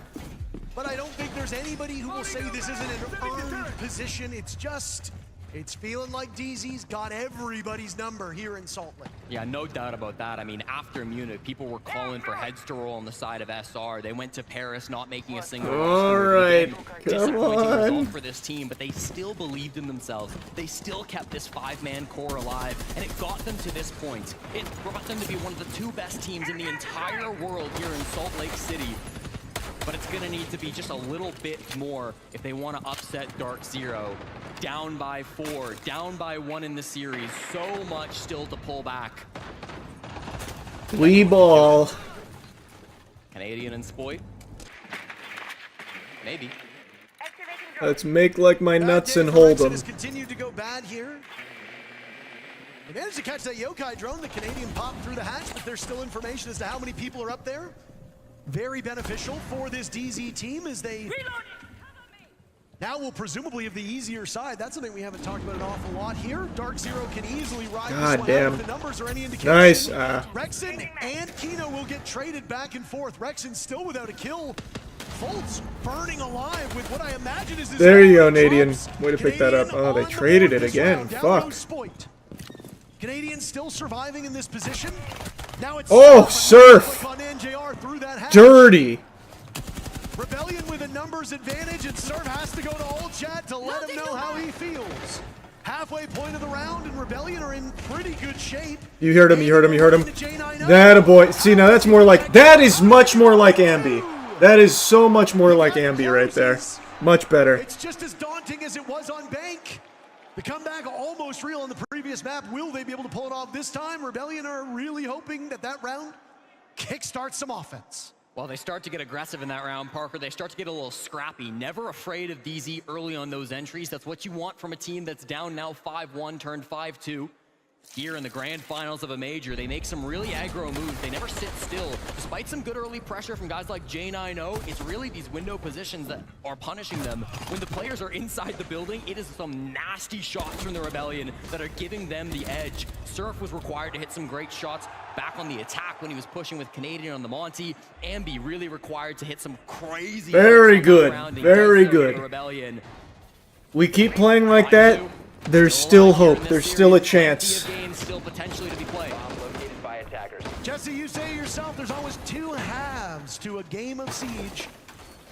Rebellion will get to defend Cafe. It is a tricky map for them. DZ are quite dominant on both sides of this map. So again, for DZ fans, if you are a little worried about giving a small opportunity for the Rebellion, rest on the results that your team has amassed on this map, because if you do rest on that, there is a more than greater likelihood that they will be able to win at minimum 2 rounds, and really that's all they need to do. Yeah. If a 4-2 half is what SR accomplishes, they lose the championship.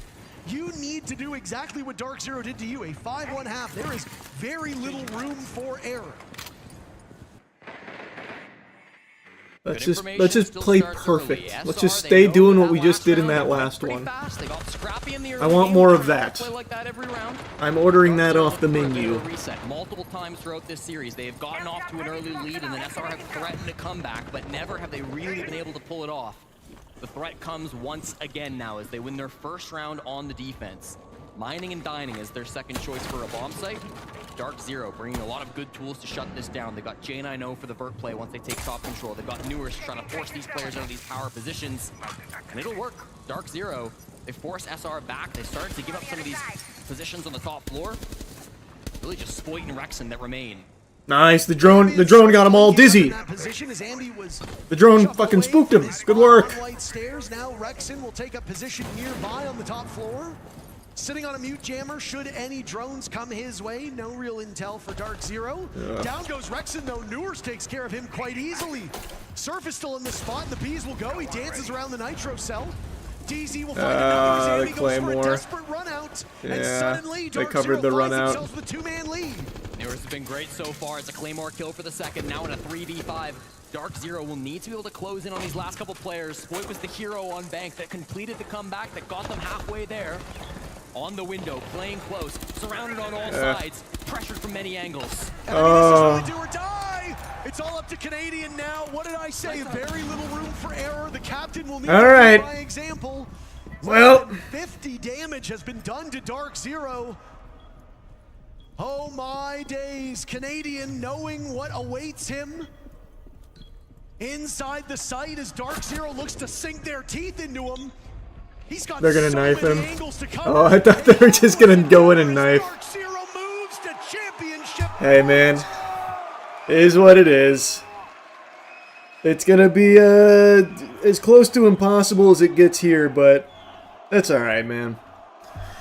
It was a great run from the squad. In Montreal in the very first year, we got the first ever All-American final, and it was Canadian who came out on top playing. First time in grand finals for hammer in CG Sports history. good chunk there. Not a bad run. Another All-North American final, and once again it was Canadian on top that led Dark Zero to a championship, winning the first ever major for North It's 2-1 DZ, so this is the last bit. If they get this last round, it's over. They must be perfect through 4 straight defending on Cafe. Then they've got to win overtime. Then they've got to win map 5. The objective is so long for Canadian, but he's done it before. 6-2 now to DZ. This team looks unbeatable at the moment. Yeah, I mean, there's no real weaknesses here. Again, history is repeating itself for a 3rd time. Dark Zero is holding down this Rebellion, picking them apart round by round, player by player. All right. DZ is not letting off the gas at all. They have this Rebellion team on the ropes, and they are hoping to deliver the knockout blow here on Cafe. If not this round, maybe the next. But there are 4 opportunities for DZ to cement themselves and win yet another trophy in America. One round at a time, that's got to be the motto for both these teams. Sometimes the pressure is greatest when you're in the lead in a 6-2 advantage. It doesn't get easier. Here comes the utility from Dark Zero. This is once more going to be a bit of a two-sided attack. They've got players up above with J90 on the Ram, but they've also got horizontal pressure. Let's see if we can get a little pick here. See if we can get a little something. I imagine it'll be a slow one. Dark Zero doesn't need to rush it unless they see an open. Yeah, they're so good at playing slow. And if that opening does present itself, DZ is a team that so far has been very good at calling on the fly. They are obviously well rehearsed and well practiced. They have a great mind. One thing DZ's done extremely well is that they are checking every possible angle. Like what he just did right there was just clearing out soft wall just in case. They are playing so methodical. Since the start of the season, they cemented themselves as the best team in North America. They'll have another opportunity to prove it today. They've been showing that so far. Really, our best bet is just to anchor here, I think. Basically exactly what we're doing right now, I think, is the only way we can maybe get this. Ambi is likely going to be the first point of contact. As this hatch opens, he has to be sharp, but he's let 2 players drop. Yeah, that was really unfortunate timing. That was extremely unfortunate timing. That timing actually hurt my feelings. He just looked away from hatch. Alright, Canadian traded. DZ with the upper hand, looking to lift. They're gonna swing, yeah. Down goes Canadian. They've got Ambi isolated. Yeah. Darkness has long been their ally. Oh well. That was commanding from DZ. They did look unbeatable. We looked unbeatable in map 1, and that got flipped hard in map 2 and never came back.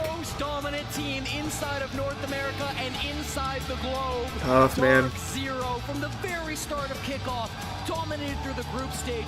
God damn it. At small moments throughout the playoffs, but they always bounced back. They were always able to pull things together. Oh well, it is what it is. It was a good run. It was a good run. In those finals back in Charlotte. For others like Kino, as you said, Parker, it's only been 6 months, but it doesn't change how good this must feel. And the player I'm looking at is NJR. He had the taste of glory with this DZ team. He was in the wilderness so long, but he's made his way out. Shopify Rebellion gave them a pretty decent run for their money, but we were hoping for maybe a bit more. It really just does speak to the dominance of this DZ team. They were well prepared, they were well studied, and they were able to make those changes on the fly. They were extremely good, man. They did look literally unbeatable. This org has been in siege since we couldn't quite get the momentum back after map 2. A very different lineup and one familiar face. DZ will lift the trophy here in North America.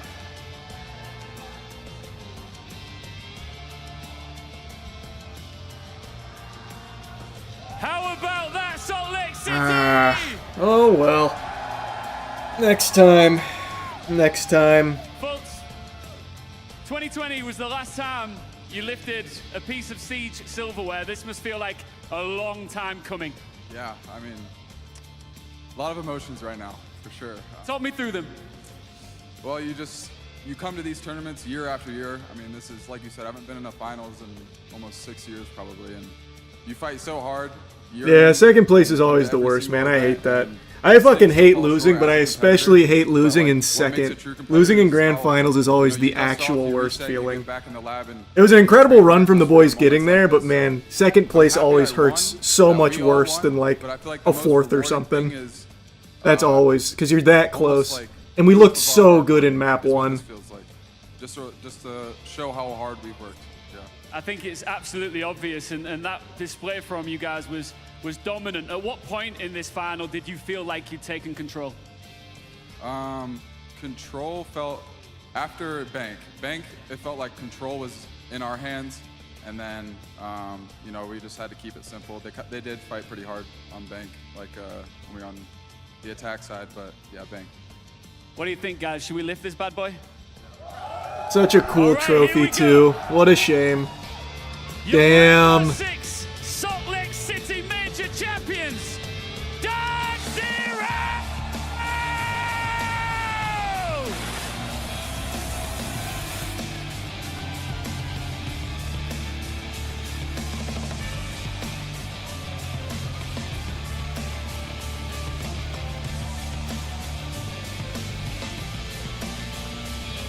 Always next year. Well, we don't even have to wait a full year. I think the next one is September? I'll have to check. It's not a whole year. I can't recall when it is, but it's not super far.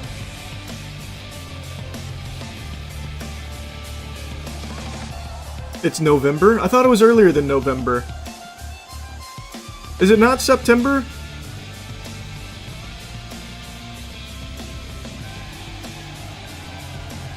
It is November? Ah. Kino is standing here together once again, confetti falling from the sky. It was only 6 months ago this happened for you before. Different jersey, of course. How does this one feel different? I think the first one was more like a relief. Alright, November then. I knew it was gonna happen, but yeah, November is first place. Alright. This was fun though. Still a great run from the boys. I need to go get food now. Alright, have a good rest of your evening, everyone. Thanks for tuning in. I'll see you soon. Bye-bye. That's what you would have seen if you were the doctor delivering me when I was a baby. It's time for a classic make fun of Twitch moment. I just learned about their new sponsorship opportunities, and I know I'm a little tardy to the party on this one, but I'm still gonna get the farty sharded because this is very impressive clown behavior from Twitch. This one's even more out of touch than their normal shenanigans. So, Twitch now has sponsorships which are open to streamers now to opt in. Woo! Yeah, this is a good opportunity for streamers to make some money doing streams, right? Wrong, you goddamn imbecile. This is a good opportunity for Twitch to make some money by treating you like a fleshlight. So Matt sent me this tweet here about the Twitch sponsorships, and it's in regards to the 2xKO campaign in particular, where Twitch is now offering this sponsorship where you play 2xKO, and instead of getting paid for it, instead of getting paid by, you know, Riot Games or Twitch as part of this sponsorship, your community has to gift subs, so your community is the one that's paying for this sponsorship. And if they gift 5 subs, then 2xKO gifts an additional bonus sub. It's as stupid as it sounds. So basically, you can do a sponsorship here and earn $0 for it. If your community decides not to gift 5 subs, which is $25, then you as the streamer make literally $0 from accepting a fucking partnership through Twitch with Riot Games. Now, make no mistake, Twitch has been paid by Riot Games for this sponsorship. Wow, I started hitting like a fat lisp there, like baby talk. They have been paid by Riot Games to promote 2xKO through the sponsorship tab. So Twitch has already made money from this sponsorship. And now it's pushing it out to any streamers that want to elect for it without Twitch needing to pay them for it, because instead the onus will be put on viewers to pay them for some reason, and then Riot Games will gift an additional one if they meet the threshold, which is 5 gifted subs. That's lunacy. So also, Twitch is making a portion on every single gift sub too, by the way. So Twitch has already earned from the partnership with Riot Games for 2xKO, and they will earn off of your community gifting subs to you, and also earn when Riot Games gifts an additional one, if they gift an additional one, if someone gets 5 gift subs during the sponsorship. Actual insanity. The greed is laughable. Like, this is like cartoonishly dumb. And I had to see it for myself, so I went on my Twitch dashboard, went to the sponsorship page, and sure enough, there she blows. So it gives you a little rundown on what 2xKO is, and then you get the promo details.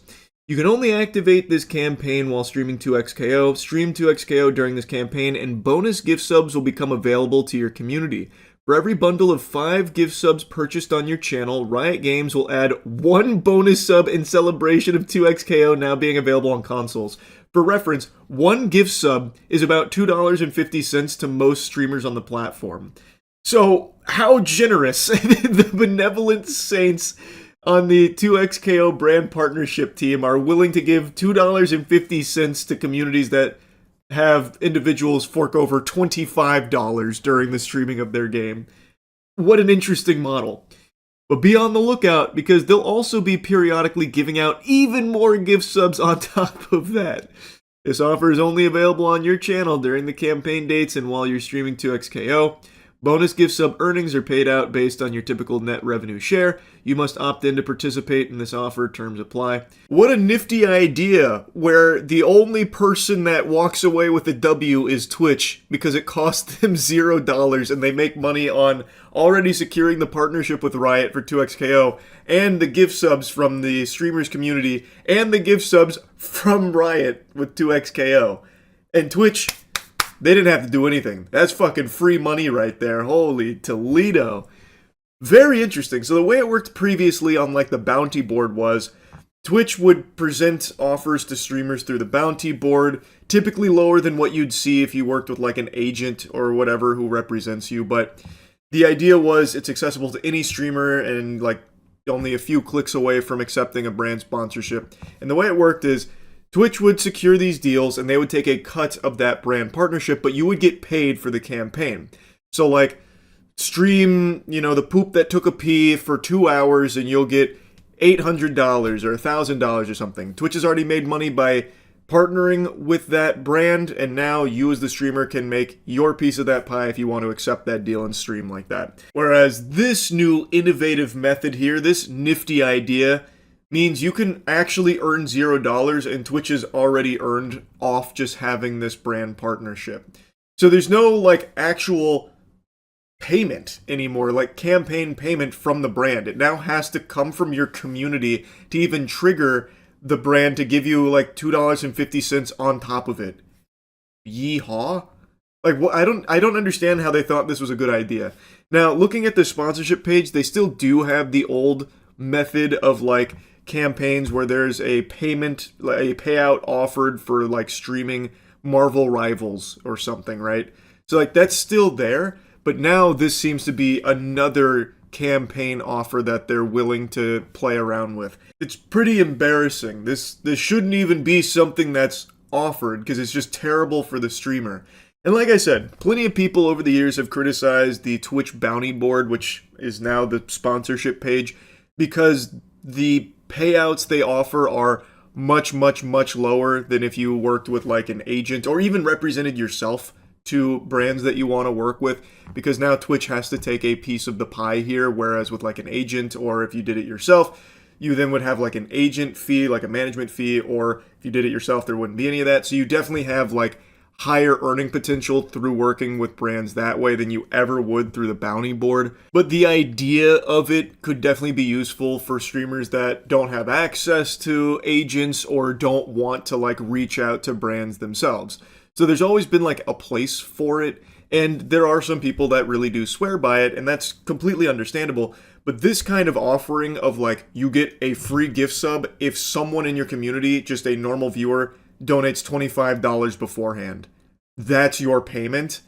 That's unhinged. There's not even a guarantee that the brand is going to pay you for streaming their game, because it all hinges on whether or not your community decides to fork over 25 clams during your streaming of that product for whatever reason. It's a campaign where the brand isn't the one paying you to play it and stream it for X amount of hours. It's your community that's paying you to do so, and then the brand will come in and give you like $2 sometimes. That's actually blows my mind they thought this was a good idea. Now, as of right now, it's only 2XKO with this bonus sub fucking working for free tip campaign. I don't even know what to call this disaster.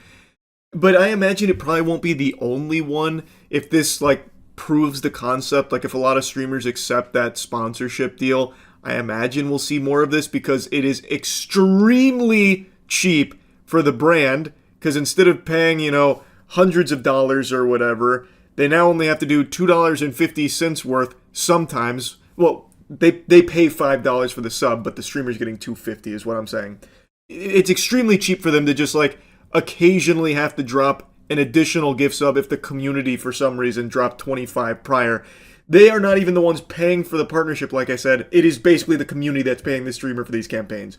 It's very, very, very cheap for these brands to do, and Twitch makes the lion's share of all of it, so it's great for them. So I imagine that there will be more that follow this model. It probably won't just be 2xKO, but I would strongly encourage you, streamers of any and all sizes, to not accept those sponsorship deals. Those are fucking terrible. But I'm not your dad, you do what you want. I just wanted to yap about this because it was so fucking silly. Just another out-of-touch decision from Twitch. They really know how to give the community what they're asking for. That's really about it, so yeah. Review bomb battles aren't rare, but they are embarrassing. And right now there is a bloody showdown going on between Breaking Bad fans and Game of Thrones fans. The most recent episode, In the Name of the Mother, was originally sitting at a 10 out of 10, which is quite common when a really good episode of a show releases because fans will flood the ratings with 10 out of 10s before it eventually settles a little bit lower when the less hardcore fans give it a rating. But there wasn't really a chance for this to happen. Soon after release, the episode started getting review bombed, as you can see by this perfectly natural voting distribution. I guess the show is either a 1 out of 10 or a 10 out of 10. This shit is always so cringe. I've said it a million times. I think Breaking Bad is a perfect television series, and this episode in particular, I think 1000% deserves a 10 out of 10. Till the cows come home. If the universe lasts another 10 billion years before the heat death, I hope at that moment Ozymandias will still have a 10 out of 10 rating, because that's what it's earned. I think it is an incredible masterpiece. But that doesn't mean that nothing else can ever be a 10 out of 10. There can only be one. Shit. Even the Sith in the fucking Star Wars universe had the rule of 2 at the very least. It's ridiculous how there's like this gatekeeping of 10 out of 10 from the Breaking Bad fans. So anytime something even starts to like encroach on that sacred ground, on the Ozymandias sacred ground, they start review bombing it without ever having seen it at all, just to fuck it. It's so embarrassing.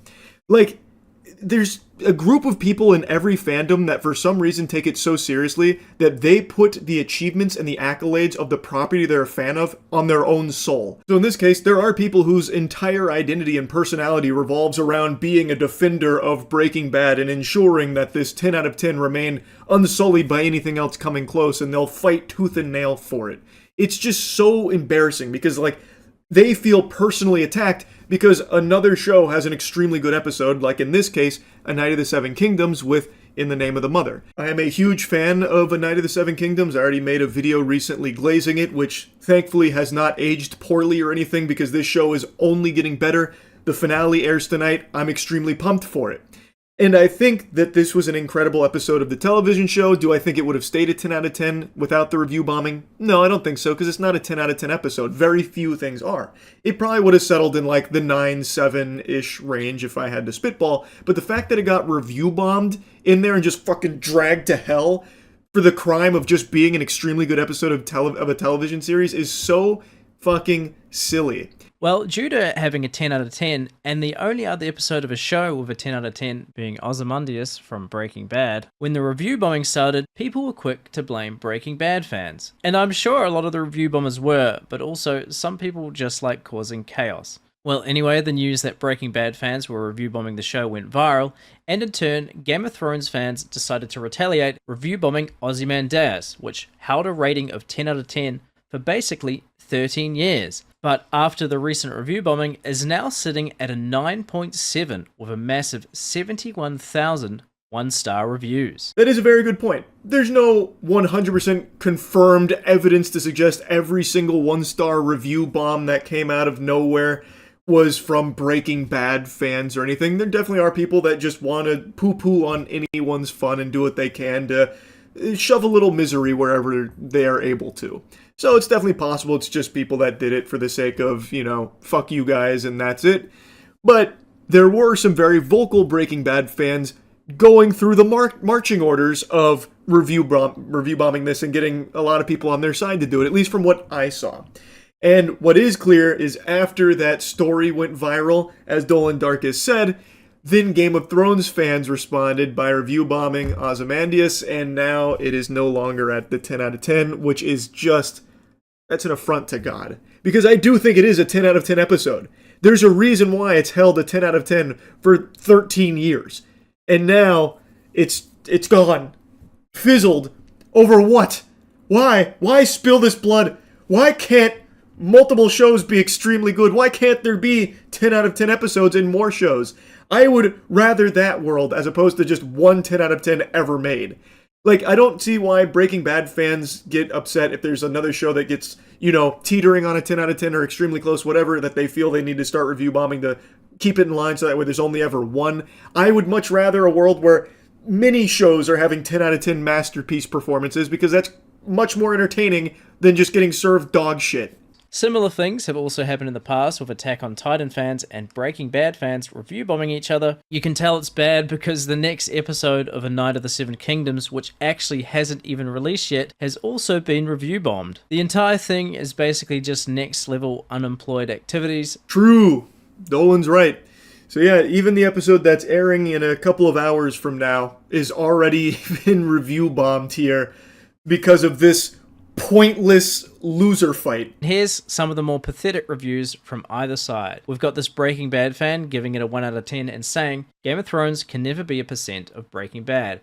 Bunch of cornball fighting over this medieval slop, just stories of kings and kingdoms. I have seen better in that genre too, but this is too overrated and review bombings won't even change the fact that Breaking Bad has been 10 out of 10 for more than a decade. And Game of Thrones, even in hundreds of years with hundreds of sloppy spin-offs, can never do it for once. Jesus Christ, Junior, from the sound of your message here, it doesn't even sound like you were alive when Breaking Bad was airing.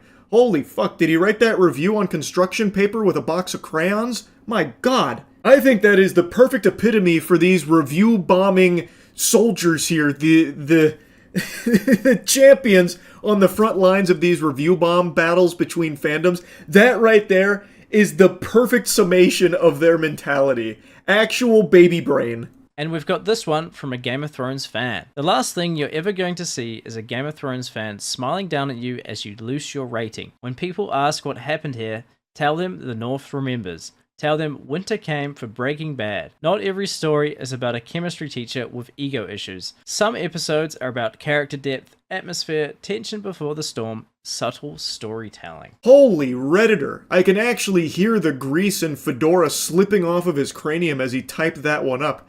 To be fair, you have to have a high IQ to understand review bombing, am I right? Oh my goodness gracious. It's just embarrassing, man. I mean, I guess Breaking Bad fans were the ones who started it. The best outcome I can think of is that IMDb just wipes all the fake ratings from both shows over the last few days, and the people involved go out and apply for a job or something. You're allowed to like both shows, guys. It's not a competition.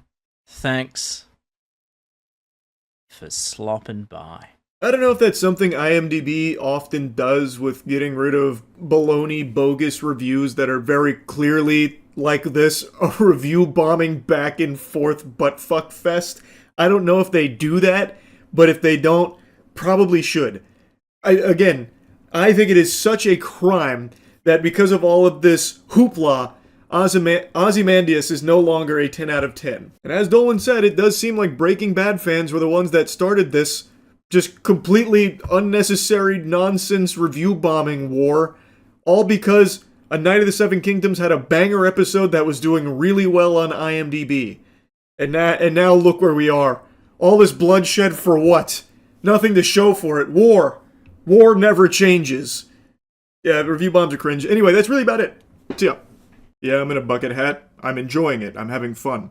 Now, a buddy of mine just sent me something that I can promise you no one's having fun with except for the people that were paid to promote it. It is called $1 Million Fan. It is a show which is pitching a $20 million prize pool for what seems to be a load of horseradish. And in case you were wondering, yes, that is an AI mansion on their front page of this contest. At least from everything I can tell, it's an AI-generated mansion. Which immediately should let you know that you're dealing with some high-quality content here. No reason not to trust that. I can't believe anybody would be pitched this and actually think it's legitimate. Like, it takes 3 seconds of looking on their website to smell the poop.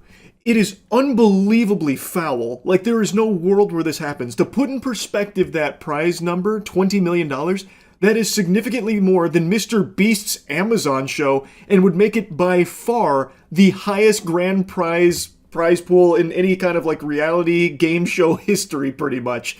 All for a, what I believe to be terrible concept for a show as well, about streamers' fans submitting clips and then, I guess, going to a mansion or something. I'm still a little confused because the information they offer is just fucking nonsensical. Like, I feel like I have to be on Fint to even begin to process the words that I'm reading in what is supposed to be a contest. So I want to go through this. I want to really get into the weeds here because this is mind-bogglingly stupid. This is a special kind of scam that I just can't even picture someone falling for. Yet, some streamers have publicly promoted it. I'm assuming they were paid to do so by their talent agency, who was approached by whoever's behind the $1 Million Fan Show to do this. So I imagine some people buy into it, which I can't wrap my noodle around that. This is like the Fire Festival of streamer shows, but even more outrageously fucking dumb. They have a streamers section here, and I'm guessing they were all paid to endorse this, and I know in Extra Emily's case, she just had a statement on her stream after her community was letting her know that they believe she had just promoted a scam to them with hawking $1 Million Fan Club. So we'll go over her statement here towards the end of the video. Checking in on the About Us section offers more questions than answers. It's so fucking useless here. You get about as much lore here as you do for the old Urgot League of Legends write-up, where it basically just said Urgot has a dark and mysterious past. So $1 Million Fan is a high-stakes reality television competition built around one simple idea: the fans deserve a seat at the table. Created at the intersection of modern creator culture and large-scale unscripted entertainment, $1 Million Fan brings everyday fans face-to-face with the creators they support, competing together in real-world challenges for life-changing prizes. This is not a meet and greet, and it's not passive fandom. It's participation, pressure, and performance. This feels like it's an AI-generated About Us section. Each season pairs selected fans with major online creators in a fully produced, on-location competition environment. Contestants are tested physically, mentally, and strategically across a series of escalating challenges designed to reward adaptability, teamwork, and resilience. The result is a show that feels authentic, unpredictable, and genuinely earned. $1 Million Fan is produced with the same standards as top-tier television professional crews, rigorous safety protocols, transparent rules, and a clear separation between entertainment and fair competition. No purchase is required to apply or enter. Fan participation pathways are designed to be accessible, compliant, and audience-first. At its core, $1 Million Fan exists to redefine the relationship between creators and their communities. Fans are no longer just viewers, they are competitors. Creators are no longer just personalities, they are teammates. Every moment is rooted in real stakes, real people, and real outcomes. This is reality television built for the internet generation, bigger, bolder, and centered on the people who made creator culture possible in the first place. So who the fuck are you, by the way? This is the About Us section, but you've only told us, like, I guess the elevator pitch on the show. Who is putting this on? Where is the $20 million coming from? Who is the professional television crew here working on this?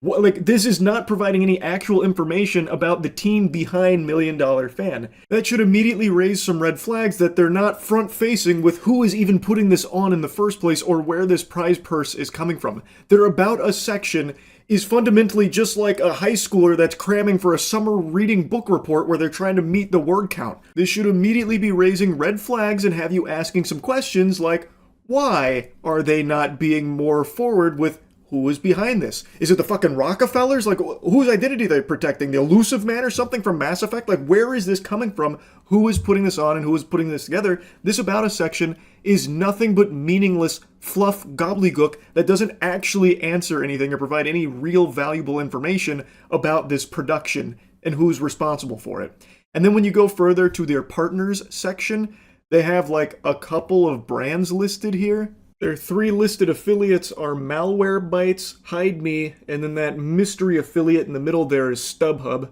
have to click on it to find that information out. I was a little nervous that I was about to have my fucking identity stolen or something, clicking on a random image from a sketchy website that links me to something outside of it. And their Proud Partners section actually had me laugh out loud, audibly giggling, not just blowing air out of my nose. I literally laughed a hearty ho ho ho like Santa Claus when I saw Livestream Fail is listed as a proud partner of $1 Million Fan. And so I went to Livestream Fail, and they actually even had a big post announcing this to try and get people to sign up for it. So I guess they're like an official partner of $1 Million Fan. And I was reading the comments from like one of the mods there that was talking about it, and it seems like he's completely fucking clueless on what's even going on in regards to this whole thing. So I don't exactly understand their role in this, or like who's pulling the strings there, the puppet master at LSF that's partnering with $1 Million Fan, but the mods don't even seem to be on the same page there and don't have any real answers. Then going to IRL buffs is like going to a barren wasteland. This whole website is completely empty. It's like Squidward going to that room to be all alone. This feels like it's a prototype that was thrown together in like a handful of minutes just for the sole sake of existing on the $1 Million Show site. I'm pretty sure that's an AI-generated image there as well for their products like Anti-Tilt and Aimbot. Like, this whole thing is extremely sketchy to me. There's like no actual information on this website at all. It is just trash. And then their third listed partner, the VGS Robot Wars or whatever, that doesn't go anywhere. You can click the image, but nothing happens. So when it says coming soon, it literally means coming soon. One of their partners, they're still imagineering right now. They have the concept of a partner, but it doesn't actually exist. This whole thing, I truly don't know how anyone could be pitched this and just say like, oh yeah, I'll put my name on that. Now I ended up making an account, Gilman Tookus. I used 10-minute mail, I set up my account, and it seems like there's a lot of monetization here. So you can buy some emote packs, up to $5.50 worth of creator emote packs, which give you 10 entries into the competition. But they do explicitly make clear numerous times, no purchase is necessary to enter, but kind of nudging you a little bit to maybe make a couple purchases. But you can't legally require a payment. You can't legally require someone to buy something in order to enter into some shit like this. So that's there to cover their own ass in the eyes of the law, but they do very much try and incentivize you to spend money here for the $1 Million Fan show. Going to their official rules, I thought for a brief moment I was going to learn more about the sponsor here, but it's talked so vaguely that it sounds like a Destiny 2 raid boss. The sponsor, $1 Million Fan Reality Show Inc., referred to herein as $1 Million Fan or the sponsor, is a Canadian for-profit corporation operating as a technology and media company that organizes and promotes sweepstakes events. The sponsor operates sweepstakes and skill-based contest experiences and separately provides application review and casting evaluation services. Any producer fees are charged solely for administrative and evaluation services and are not entry fees or consideration for chance. Interestingly, they say the sponsor is a Canadian organization, but the domain, when looking it up on Whois, is registered in Iceland. I don't know, it feels a little odd. It felt peculiar. Maybe that's standard business protocol? Not really sure, but just thought it was something worth mentioning. Now I bet you're scratching at your neck wanting more details on how to enter, and don't worry, they have this section here that's nice and convoluted. So, how to enter. A. TV show spots. The TV show selection will offer 2 different methods of entry with a total of 14 show participation spots available. 1. Sweepstakes entry, random draw, 7 spots. Participants may enter sweepstakes for a chance to win 1 of 7 show participation spots. Sweepstakes entries are available through 2 methods. Paid entry, donation method. Visit the Experience webpage and follow the donation entry process. Each confirmed donation will provide entries into the sweepstakes with the number of entries determined by the amount donated as indicated on the Experience page at the time of donation. Participants may donate multiple times and there's no limit to the number of entries per person. Yippee! Yeehaw, I can keep giving my money for a better chance at being on this imaginary television show. Then there's method 2, free entry, no donation requirement. Participants may also enter sweepstakes without donating. To do so, visit the Experience webpage and follow the free entry alternative method of entry. Each valid submission will count as 1 free entry into sweepstakes. Free entries are unlimited. Participants will submit free entry by mail, which I'm sure people can't wait to go by mail for their free entry. Then there's also 2, the contest entry. This is judge section, so this is outside of the sweepstakes. In addition to the sweepstakes, 7 show participation spots will be awarded through a skit-based contest. Contest entrants must submit an application and/or participate in the contest process as described in the experience rules. Winners will be selected by a judging panel based on specific criteria, originality, creativity, skill, or other merit-based factors as outlined in the experience rules. Contest entries will be judged by a qualified panel chosen by sponsor using the following weighted criteria: creativity 40%, originality 30%, skill or ability demonstrated 20%, overall impression 10%. The 7 highest scoring entrants will be selected as contest winners. In the event of a tie, sponsor reserves the right to conduct a secondary evaluation. Judges' decisions are final and binding. Now, let's assume that you do enter into this. You waive your right to basically everything, which this is standard. I saw some people calling this out as being like really alarming, but I don't think people ever really read terms and conditions. These kind of protection clauses are always baked into contracts these days. Not that I agree with the practice, but this isn't anything super new. This is probably boilerplate shit if I had to guess. So if you read through the entry conditions and release, if you bother to go through and read that, you'll find a lot of legalese that's there to kind of just protect themselves in the event that someone tries to pursue legal action against them. And this is baked into so many terms and conditions these days where companies just throw the kitchen sink in there knowing full well a lot of it's not enforceable, like it's not going to actually stick, but they throw it in there just because why not? They know people aren't going to fucking read it in the first place.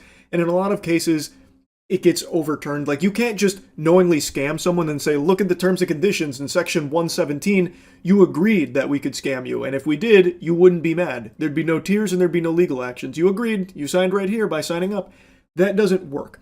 So in this case, they're putting these protections in here that read about like how you can't pursue them for any like punitive damages and stuff like that as a way of just trying to protect themselves if in the event that this does end up being a scam, which I do believe that this event will never actually unfold in the way in which it is presented on this website. This whole thing, I think, is just complete fucking hogwash. But this section in particular here wasn't like super surprising to me like it was for a lot of other people. I kind of expected that that would be somewhere in their website as part of the terms of signing up, especially when you consider that the paid entries are non-refundable based on the available information I can find. It seems like those are non-refundable. So this being in there is trying to stop someone, like discourage them from coming after them in the event that this doesn't actually happen. Which, again, if you do get scammed by this, I don't think these terms protect them. I'm not a fucking lawyer, but I don't think it actually would really even do much in that case. Anyway, though, let's move on to the next component of this, which was Extra Emily's response when people were calling it out. I know it's sus. I know it looks sus, okay?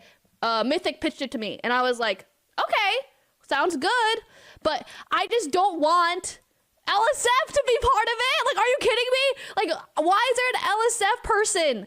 Like they're like and then they're saying like, oh, Emily is backing it up, and I'm like, I just posted it because I had to. Like, I had to be like, okay, I need to tell people about it. Pardon? What do you mean you only posted about it because you had to? You didn't have to. You could have said no to this when they approached you. She makes it sound like it was an obligation she couldn't avoid. You didn't have to accept the deal. And she even talks about how she like didn't really look into it or anything, just said sounds good off rip. Why? Why wouldn't you even bother to take like a single peep at it? Especially when they're approaching you about a $20 million contest that uses your fans and you as like the face of it. That is inconceivable to me.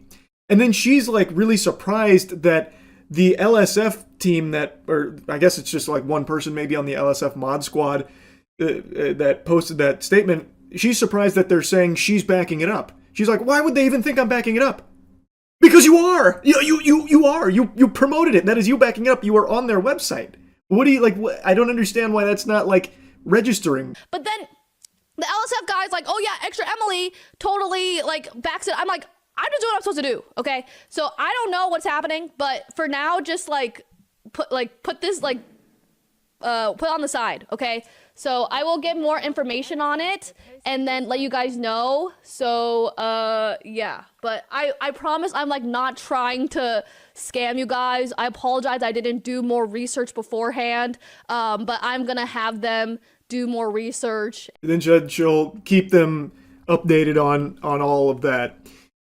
Again, they are saying you're backing it up because you did promote it. You were on their website as one of the streamers that you can go in and be part of the fan sweepstakes for. The images that I put there of like the emote packages on my Gilman Tookus account, I did that through Extra Emily's portal on $1 Million Fan. So they are saying she's backing it up because she agreed to this promotion. Now, do I believe Extra Emily was intentionally trying to scam her fans for a paycheck here? No. But as she said, she didn't do any research on it, and it doesn't. She's using the word research like this would have been some kind of Herculean undertaking in order to get down into the bare bones of it, the truth of the matter, when it actually would have just taken maybe 4 seconds of just typing in $1million.fan.show and looking at the website. You are literally greeted with an AI-generated mansion. Like, it doesn't take much effort to have been pitched this and been like, all right, let me just check it out real quick before I say yes, and be like, oh, yep, this is fucking nonsense. This is barnacles. Again, I don't think she's a bad person who did this maliciously or anything, but this was so easily avoidable. And she's like surprised LSF is involved. LSF is on their website, proudly presented. Again, if she even just went to their website once, she would have seen that. She would have known. It's very clear she didn't even bother to type in the name of what she was about to endorse, which is why I believe this was probably some kind of paid promotion. I'm assuming Mythic approached her with this $1 Million Fan show pitch, as well as like what they're paying for the integration, and she just said yes to it without like a second thought, really. That's my guess. Now, I also want to yap about how surprised I am that her agency, like her management team, Mythic, would even bring this to her in the first place. Like, why they would even serve this up on the plate to the streamers to begin with. I feel like the agency shouldn't have even entertained this $1 Million Fan show pipe dream. There is no real information available on anyone even associated with this show that's apparently going to be on television based on their entry rules. It's going to be like a big budget reality TV show program somehow, somewhere with a professional crew, this and that. This is a multi-million-dollar production. Like, based on everything they're talking about in their About Us section, this sounds like this would be like an $80 million like produced show with a $20 million prize pool, which is unheard of. Absolutely unheard of. And yet there's no real information available on it. I don't see why Mythic would even take this offer and present it to the streamers with so little available on it. This feels like a very fraudulent show that is now being put out to streamers here as a potential endorsement. So I'm surprised that Mythic even served it to them to begin with. But again, I think it was so easily avoidable for the streamers that are listed here to just like type in that show, like look at it for even a second and be like, yeah, this is fucking garbage. This isn't real. I'm just surprised that it's at this point now where there are potential victims here. There are potential fans of Extra Emily or the Botez sisters or S-Fan or someone that maybe saw this with their name on it and been like, oh, this sounds incredible. $20 million? I'll do a free entry. I'll do a submission here. Well, actually, maybe I'll do a paid entry, get the emote package to support the creators too, and give me some more entries for a better chance of competing in it. And like, it's sad. It's just fucking sad. Because again, I don't think this is real at all. I feel like there's very few people out there that would go to that website and walk away with a positive impression that this is something on the horizon. It doesn't seem feasible at all. Would love to be proven wrong though, I suppose. I guess we'll see. Anyway, I had to yap about this. That's really about it. See ya. I want to highlight a hero. And I mean that in the truest sense of the word. I'm not using that loosey-goosey as like a meme or a joke. Local Redditor posts Big Chungus under Ubisoft tweet, what a hero. I mean a legitimate, selfless act of bravery that led to lives being saved. It's a story that I feel flew under a lot of people's radars, but I think this kind of selfless heroism needs to be something that's applauded and talked about extensively, because this is rare and it is special. In Oklahoma this week, a principal named Kirk Moore tackled a school shooter and in the process got himself shot. Heart-stopping video shows a heroic Oklahoma high school principal tackling a Columbine-obsessed ex-student. moments after allegedly being shot. 60-year-old Kirk Moore charged at 20-year-old Victor Lee Hawkins, who was armed with 2 loaded semi-automatic pistols in the lobby of Pauls Valley High School last Tuesday afternoon, a moment that was caught on surveillance footage. A beautiful tackle from Principal Moore right there, putting it on the numbers, looking like Derek Brooks in his prime.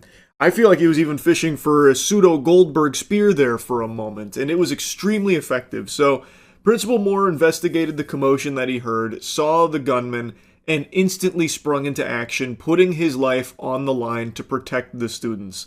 So he charged at him, was able to tackle him to the bench, and then pin his hand until he was eventually able to disarm him. And in the process, he did get shot.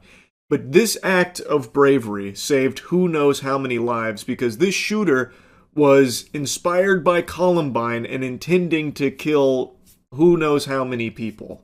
Moore, who was the only person injured as Hawkins opened fire inside the school, was hailed for his bravery and preventing a tragedy of a much larger scale. Hawkins allegedly told investigators he didn't like Principal Moore and went to school to kill him. He ordered everyone to get onto the ground before trying to fire at one student in the lobby, court documents reportedly revealed. The crazed gunman's weapon malfunctioned before he aimed his pistol at another student, who begged him not to open fire. So according to the reports, the deranged gunman came in, ordered the students onto the ground, and attempted to shoot one of them, but the gun malfunctioned. He then cleared the malfunction, and it is at that moment where Principal Moore charged at him and then got shot in the process. Now, he said that he didn't like the principal, he was no fan of Principal Moore and wanted to kill him, but it wasn't just him that he was there to execute. He wasn't there on like an assassination mission just for the principal.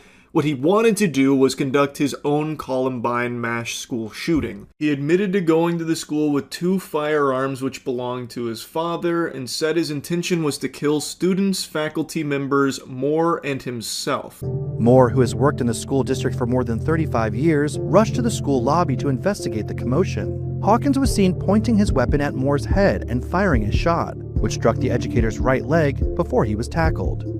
The principal shoved the gunman toward a bench before getting on top of him, while the terrified student fled. Moore pinned down Hawkins' right hand, stopping him from firing his pistol before the weapon dropped onto the floor. Another adult male wearing a red shirt and beige pants sprinted into the shot before helping Moore and kicking the gun away. You can see the gun was pointed directly at Principal Moore's noggin. It is a miracle that it missed and hit his leg instead, because that easily could have just been curtains right then and there. But the heavy balls on Principal Moore could anchor a cruise ship. Holy cannoli. So he charges at him, again, putting his life on the line to protect the students there. Tackles him to that bench, and then he uses like fucking Viltrumite level strength to pin him there. The way he like grabs his skull, I thought he was going to pop it like a scene out of Invincible or something right there. He's got him like fully immobilized there with his grip strength, and then squeezes his arm until he eventually drops the gun. Hawkins has been charged with shooting with intent to kill and other firearm-related charges, and will appear in court on May 8th. Meanwhile, Moore said he's healthy and recovering after being hospitalized. In every sense of the word, Principal Moore is a hero. Who knows how many lives he saved that day? And he did so while putting his own life on the line to protect them. That is the most commendable action a human being can take. He exemplified true, selfless bravery in the interest of protecting others. And in the process, he did get shot, and he made a pretty fast recovery. He actually even went to the prom that happened last night, where the students crowned him prom king, appreciative of his willingness to put his life on the line to protect them. It was an extremely wholesome moment, really. Anyway, I just wanted to yap about this a little bit, and that's really about it. See ya. I saw something weird today. It comes from TMZ. It's a surveillance camera clip of a guy sniffing a sofa right after an underage girl had got up and left from it. And this clip actually sparked a bit of a debate online, as everything seems to nowadays. Even something as objectively gross and unacceptable as this. There's no audio in the clip. Everyone's just been uploading this with different royalty-free stock beep beep boop bop music like Mr. Krabs was listening to in SpongeBob, so I just went ahead and muted that. That was apparently an underage girl that just got up and left, and this guy wanders in there and immediately just beelines like a homing missile to the sofa where she was once sitting and just dives in like he's bobbing for apples, gets a big huff, and then just leaves. This happened at a dance studio, and apparently one of the owners had contacted the police to report the disturbing incident. The cops watched the video, felt it was strange behavior, investigated, discovered his identity, and were determining whether or not criminal charges are warranted. The girl was apparently leaving a dance lesson, and then he executed Operation Super Sniffer while another dance lesson was in progress. I feel like any normal person would watch that and agree that that is disgusting, creepy shit that is definitely warranting some kind of punishment. I don't know what the charges would be. I don't know if they've written into law, you know, illegal sniffing or something, but I have to imagine there's gotta be something, right? Like, this is behavior that has to have some kind of repercussions. He walks into this dance studio after this child leaves that sofa, and it seems like his main goal there is to sniff where she was. Now, it does seem like there is like a cut between when she leaves and when he enters. I don't know how much time elapsed, but he immediately has like a mission in mind. Like, he goes in there with a plan and does it right away, then leaves after smelling it. I don't know if he's even on a phone call. Maybe that's just a ruse. But, I mean, if he is, he's talking to somebody on the phone. Oh, yeah, business. Business, and then excuses himself from the dance studio. Like, it's fucking weird. Since there's not a ton of information about this, it's been a lot of speculation on what he's even doing there in the first place. Because it's not like he just ended up there by pure coinkydink. He didn't just spawn in the second that girl left the sofa. He was clearly already there. And the question then becomes, why? Maybe he has a child that also attends the same dance studio, which would be extremely concerning. I also have to imagine this isn't his first rodeo with this kind of shit, considering he just so brazenly does this just in public here, while there is another dance lesson going on as well. Like, absolutely, like, no hesitation or anything. He just walks in there, he gives like a little hand gesture, like he was doing a Jedi mind trick to an ant or something, and then he just immediately goes for it. This is a sick freak. Now, as I mentioned, this clip has actually had a bit of a debate with people defending him, if you can believe that. And I'm sure you can believe that, because that is the state of the world right now. The biggest thing people are saying to fight for this guy's honor is that maybe he didn't know that that girl was underage. Maybe he thought that was an adult. Okay, let's play ball with that game theory. Let's assume he thought this was an adult instead of a child. It's still creepy, fucking gross behavior. Even if he did this not at a dance studio but at a bar, it would still be some unacceptable degenerate shit. If he's just spying on women, waiting for them to get up from their seat so that way he can march over there, fee-fi-fo-fumming his way so he could stick his nose where their ass once was in order to get a whiff of the fumes there, freaky style, that would still be fucking weird. Like, it doesn't change that fact. This is unacceptable behavior, and the fact that he does this where a child was sitting makes it significantly worse. I then also saw people unironically saying that maybe he had smelt something bad and wanted to check where it was coming from to make sure everything was okay, like a gas leak or something. Which, I gotta tell ya, sports fans, that is lunacy, to actually be trying to make that argument in this case. How many of you, when you smell something bad, your instinct is to go shove your whole face into it? Like, if I smell dog shit and it's like, oh boy, this is yucky, I'm not immediately going to bury myself in that dog shit to confirm the bad smell. Like, this guy was damn near rolling around in the sofa. Like, there is no world where this guy was just trying to investigate a, yucky smell to figure out where it was coming from and what was going on. And it doesn't look like he smells something bad, by the way. He's not like, oh, like he's not scrunching his face up. It looks like he is like delighted to go right where that girl was sitting on the sofa so he can get a big smell of it. It is a crazy, actual, unhinged take to try and say that maybe this guy was trying to, like, you know, figure out, get to the bottom of a mystery of a bad smell. And now the security camera footage makes him look bad. That's nuts. I have to just show you this comment here. I saw this first on a YouTube short, and this comment was in the replies to someone upset about TMZ even bothering to cover something like this. So this is one of the people saying, well, it could have been a bad smell. What if there was a bad smell and he was checking where it was coming from? There's so many reasons why that could have happened. Get a life. There's so many reasons why that could have happened. They're making it sound like this guy like tripped and fell or something, or slipped on a banana peel. Like, what do you mean so many reasons why that could have happened? It's not like it was an accident. This guy didn't just like lose his balance and plunge face first into the sofa where that underage girl was sitting. He did it on purpose. There's not so many reasons. This comment was so delusional that it would have actually been comical if it wasn't also scary, where this person's going to try and like excuse this kind of behavior as maybe he was checking for a bad smell. There's plenty of reasons why this guy might have went over to that sofa to sniff where their child was sitting. So many reasons. Get a life. Get over it. It's not a big deal. It's so fucking peculiar. It's sad. It is sad that something like this can't even just unanimously be condemned anymore. That there has to be people still, for some reason, fighting tooth and nail that A, it's not a big deal, or B, you're just not understanding what actually happened here. Here's the real story, and it's just fucking fanfic people are pulling out of their ass to defend a complete stranger who was just a degenerate. Like, what the fuck? Now, just to be crystal clear, the vast majority of people agree that this is completely unacceptable and that there needs to be punishment coming to this guy for this.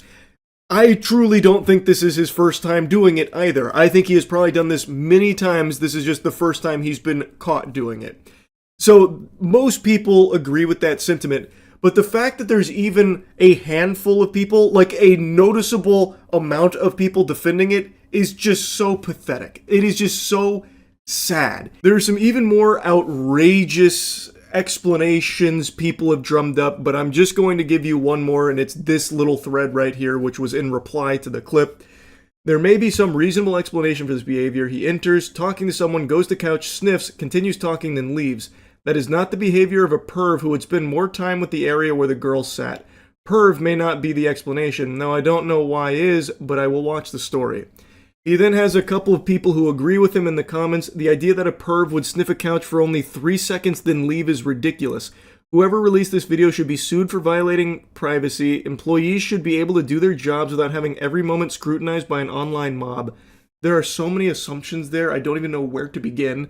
I don't know where he's pulling this from, that it's an employee doing this. If it is, that's extremely alarming. This other person chimes in. I thought the same. Felt like something smelled wrong, maybe like piss, and he fast checked.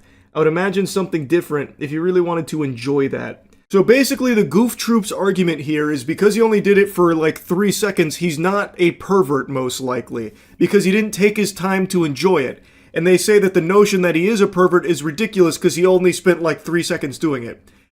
That makes no fucking sense. That doesn't compute. Would you also say that the Burbank butt sniffer is not a pervert? This was a guy who cruised bookstores and would periodically sniff women's asses. And he would only sniff their ass for like half a second, maybe a full second. Is he not a pervert because he didn't spend his time enjoying it? He didn't sit there for like 10 seconds doing it. Is the Burbank butt sniffer also innocent? This is stupid. They're unironically trying to say that he didn't meet the time threshold to be a pervert, thus there must be another explanation. Doing the act at all is the act of a pervert. It doesn't matter how long he did it for. What the fuck? That is so unbelievably dumb. And it's not just this group of 3. Like I said, there are quite a few people making the same argument. And then that last guy had an even stupider take about how maybe he was checking for piss. Okay, so the piss patrol walks in here, and the way that he checks for urine is to face plant into it? Who checks for piss that way? Who would possibly do that? I have yet to see any explanation for this other than him just being a fucking degenerate.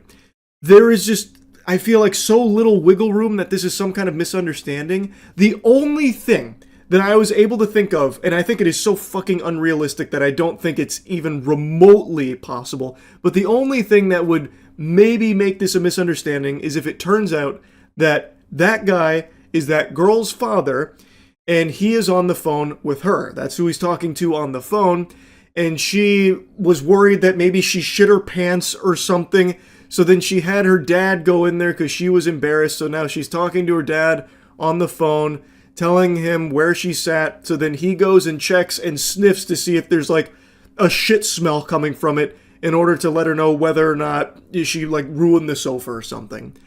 But I think that is very unlikely considering the dance studio contacted the authorities. I feel like the dance studio would probably know if that was the girl's father. And also, again, if he was there to investigate a bad smell, whether she shit or pissed or something on the sofa, he wouldn't put his whole face into it and like run it around the sofa. Nobody in their right mind would do that. I feel like there is just no possible explanation for this that isn't him just being a fucking freak. So anyway, I wanted to talk about this a little bit. That's really about it. See ya. Oh, look at you, big shot. Oh, wow. Enjoying all that air and clean water. Oh, makes me sick. You're an entitled freak, and I can't wait. I'm salivating for the day the data centers move into your community, and make no mistake, they will. The days of clean water and good air and reasonable pricing on energy in your local communities, I hope you're ready to wipe your ass with it, because the data centers, they are a-comin'. We are experiencing a boom unlike anything else. They're putting data centers everywhere in this country. They'll probably start installing data centers in your fucking dreams to make use of that too. Every little piece of land is going to be ravaged, destroyed, raped for data centers, so that way they can continue to farm off the AI bubble. Now, data centers aren't used exclusively for AI, as you know, but that is the impetus, that is the catalyst for this major boom we're seeing in data center installments, and there is nothing good. You do not benefit from a data center. You can look at all of the available information from the data centers that are already up and running. The local communities do not see any kind of benefits at all, despite all of the hoopla that they try and feed you and all the shit they try and shove down your throat. You eventually choke on it when the truth is revealed that it doesn't bring jobs to the community. In fact, one of the biggest data centers in the country only employs roughly 150 full-time employees. Let that sink in, put that in your fucking pipe and smoke it. And the construction of it does bring a temporary boon of some temporary jobs, but that's behind you pretty soon, because once they're up and operational, most of these data centers are running so lean, some of them only have 25 full-time employees. There is nothing good about it. The actual community that falls victim to this plague that they come through and infest with their data centers doesn't see any of the upside. They only absorb all of the downside. The upside goes to the extraordinarily wealthy corporations that brute force these projects through. There is no benefits to the communities, and that's based on available data from everything I've seen. Like the most recent information on data centers and their effects on the communities that they impact, like directly. I haven't seen anything that's flourishing as a result of it in that community. The upside only goes out to everywhere else in like the corporations that utilize it. Now, for the pathetic, slimy cucks that love to slurp for multi-billion-dollar corporations, this is a great thing. This is great news. They're pumping their fists celebrating. Yeah, keep installing data centers, more surveillance, we need more AI, this is all really good stuff. Woohoo, yeehaw, I hope your profits are through the roof. Yeah, good news. Even though there's no benefit to you, the average person, and certainly not to the communities that these data centers get built in. Fucking poison your community and ruin your bills by making you pay significantly more for your energy, your air quality, your water quality, tanks. It's just terrible. It's actually awful. And the reason why I'm yapping about it now, as opposed to just the numerous times I've yapped about it on stream, is because the Kevin O'Leary-backed Utah data center that also is being called Stratos, Project Stratos, is a 40,000 acre data center unlike anything I've ever even imagined. I can't fathom that, and you can't either. You can try convincing yourself. You know what 40,000 acres looks like. You don't. A 40,000 acre data center. That's like the fucking spaceship from Independence Day swooping in over top of us. Yeah, the data center that everyone's talking about is the Kevin O'Leary one. 40,000 acres here.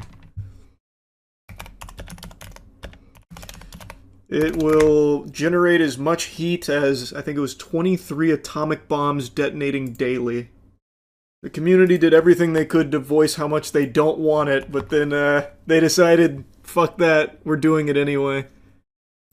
So the fossils in power over there were like, yeah, it's alright. We'll unanimously vote it through.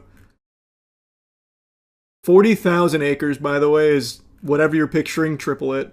I feel like most people here can't even fathom what 40,000 acres actually looks like. It is an unbelievable scale. NBC did a great video covering it, did they? There, let me check it out. I saw a couple clips from it. They were, like, people were screaming, like, no, no, no, none of us want this, no, no, no. And then one of the guys like, for hell's sake, calm down! Which I thought was very telling. Actual demons. And then they ended up going to another room to avoid all of the riffraff so they could unanimously pass it in peace and quiet. Concern and outrage in Utah. Concern and outrage in Utah. For hell's sake, grow up. There it is, yeah, for hell's sake, grow up. What an interesting expression there, brother. Usually it's for heaven's sake, but this must be one of hell's finest warriors. Where hundreds of protesters this week flooded this meeting of Box Elder County Commissioners. Can you be quiet and let our citizens hear what needs to be said, please? As they voted to move forward with a controversial data center proposal backed by celebrity Canadian businessman Fucking worm, man. He's such a worm. Oh my god, and the way he keeps defending it too. Ugh, it's so delusional. He's like, oh, no one's actually against it. They're just being bussed in. In this video posted on social media after the vote. I'm pretty aware of what these concerns are. They are around air, water use, heat. Sustainability is at the heart of what we do in terms of all these proposals. We're not just Utah. The Stratus Project is a plan to build a fort boosted by government tax incentives, and according to a county fact sheet, is eventually expected to generate and consume up to 9 gigawatts of power once completed, a number MIDA, the state entity backing the project, says is more than double Utah's average energy consumption. Perfect. That's very true. I was actually just reading something about one of the larger data centers in the country. I believe it's a Meta data center. It had temp jobs, obviously, for the construction, which they always tout like, oh, it's so many new jobs to the local economy, so many new jobs for the community. It's great, that kind of thing. And then they checked in on that Meta data, I'm pretty sure it was Meta, data center like a year later. I think they had 150 actual employees for a massive data center. And then some of the other ones that are on the smaller side had 25. So they don't actually employ a significant working force. It's a complete scam. It is completely a scam. Pushback in Utah. We think over 90% of the protesters are actually not people that live in Utah or Box Elder County. They're being bussed in. By who? Who would bust them in? We have to fight this data center. Who? All of the rich people that would even be able to afford to do that are all gung-ho on these data centers, Kevin. It is solely for fucking goober demons like you to profit off of. So who the fuck would even be bussing them in? All of them are constantly lobbying for data centers. All of the rich people that would be able to afford 90% of these protesters being bussed across the country. So they wouldn't do that. I'm still tweaking over Kevin's delusional bussing theory. No one's actually against that. They're all just being maliciously bussed in to make it appear like this isn't popular. The reality is the only person being bussed in is Kevin's Canadian bitch ass. He's not from here. And this is something that's not exclusive to just Utah. Average, ordinary, working people don't want data centers in their community because it's bad for them. Everything goes up. Their cost of living goes up because of everything that has to get diverted to this data center. It is a bad fucking deal for the local communities that just get ravaged by it. No one here in Utah wants it. The actual communities these data centers are built in do not want these things. They make it clear. Like, it's not like people are quiet about it. When data centers move in, they are constantly pushing back and fighting. But since all of these politicians are in the pockets of the people that are building it, they just force it through anyway. Clean water is overrated. True! Give me the AI runoff sludge. That way I can drink it happily knowing that it was used to generate a picture of me in a bikini on Twitter.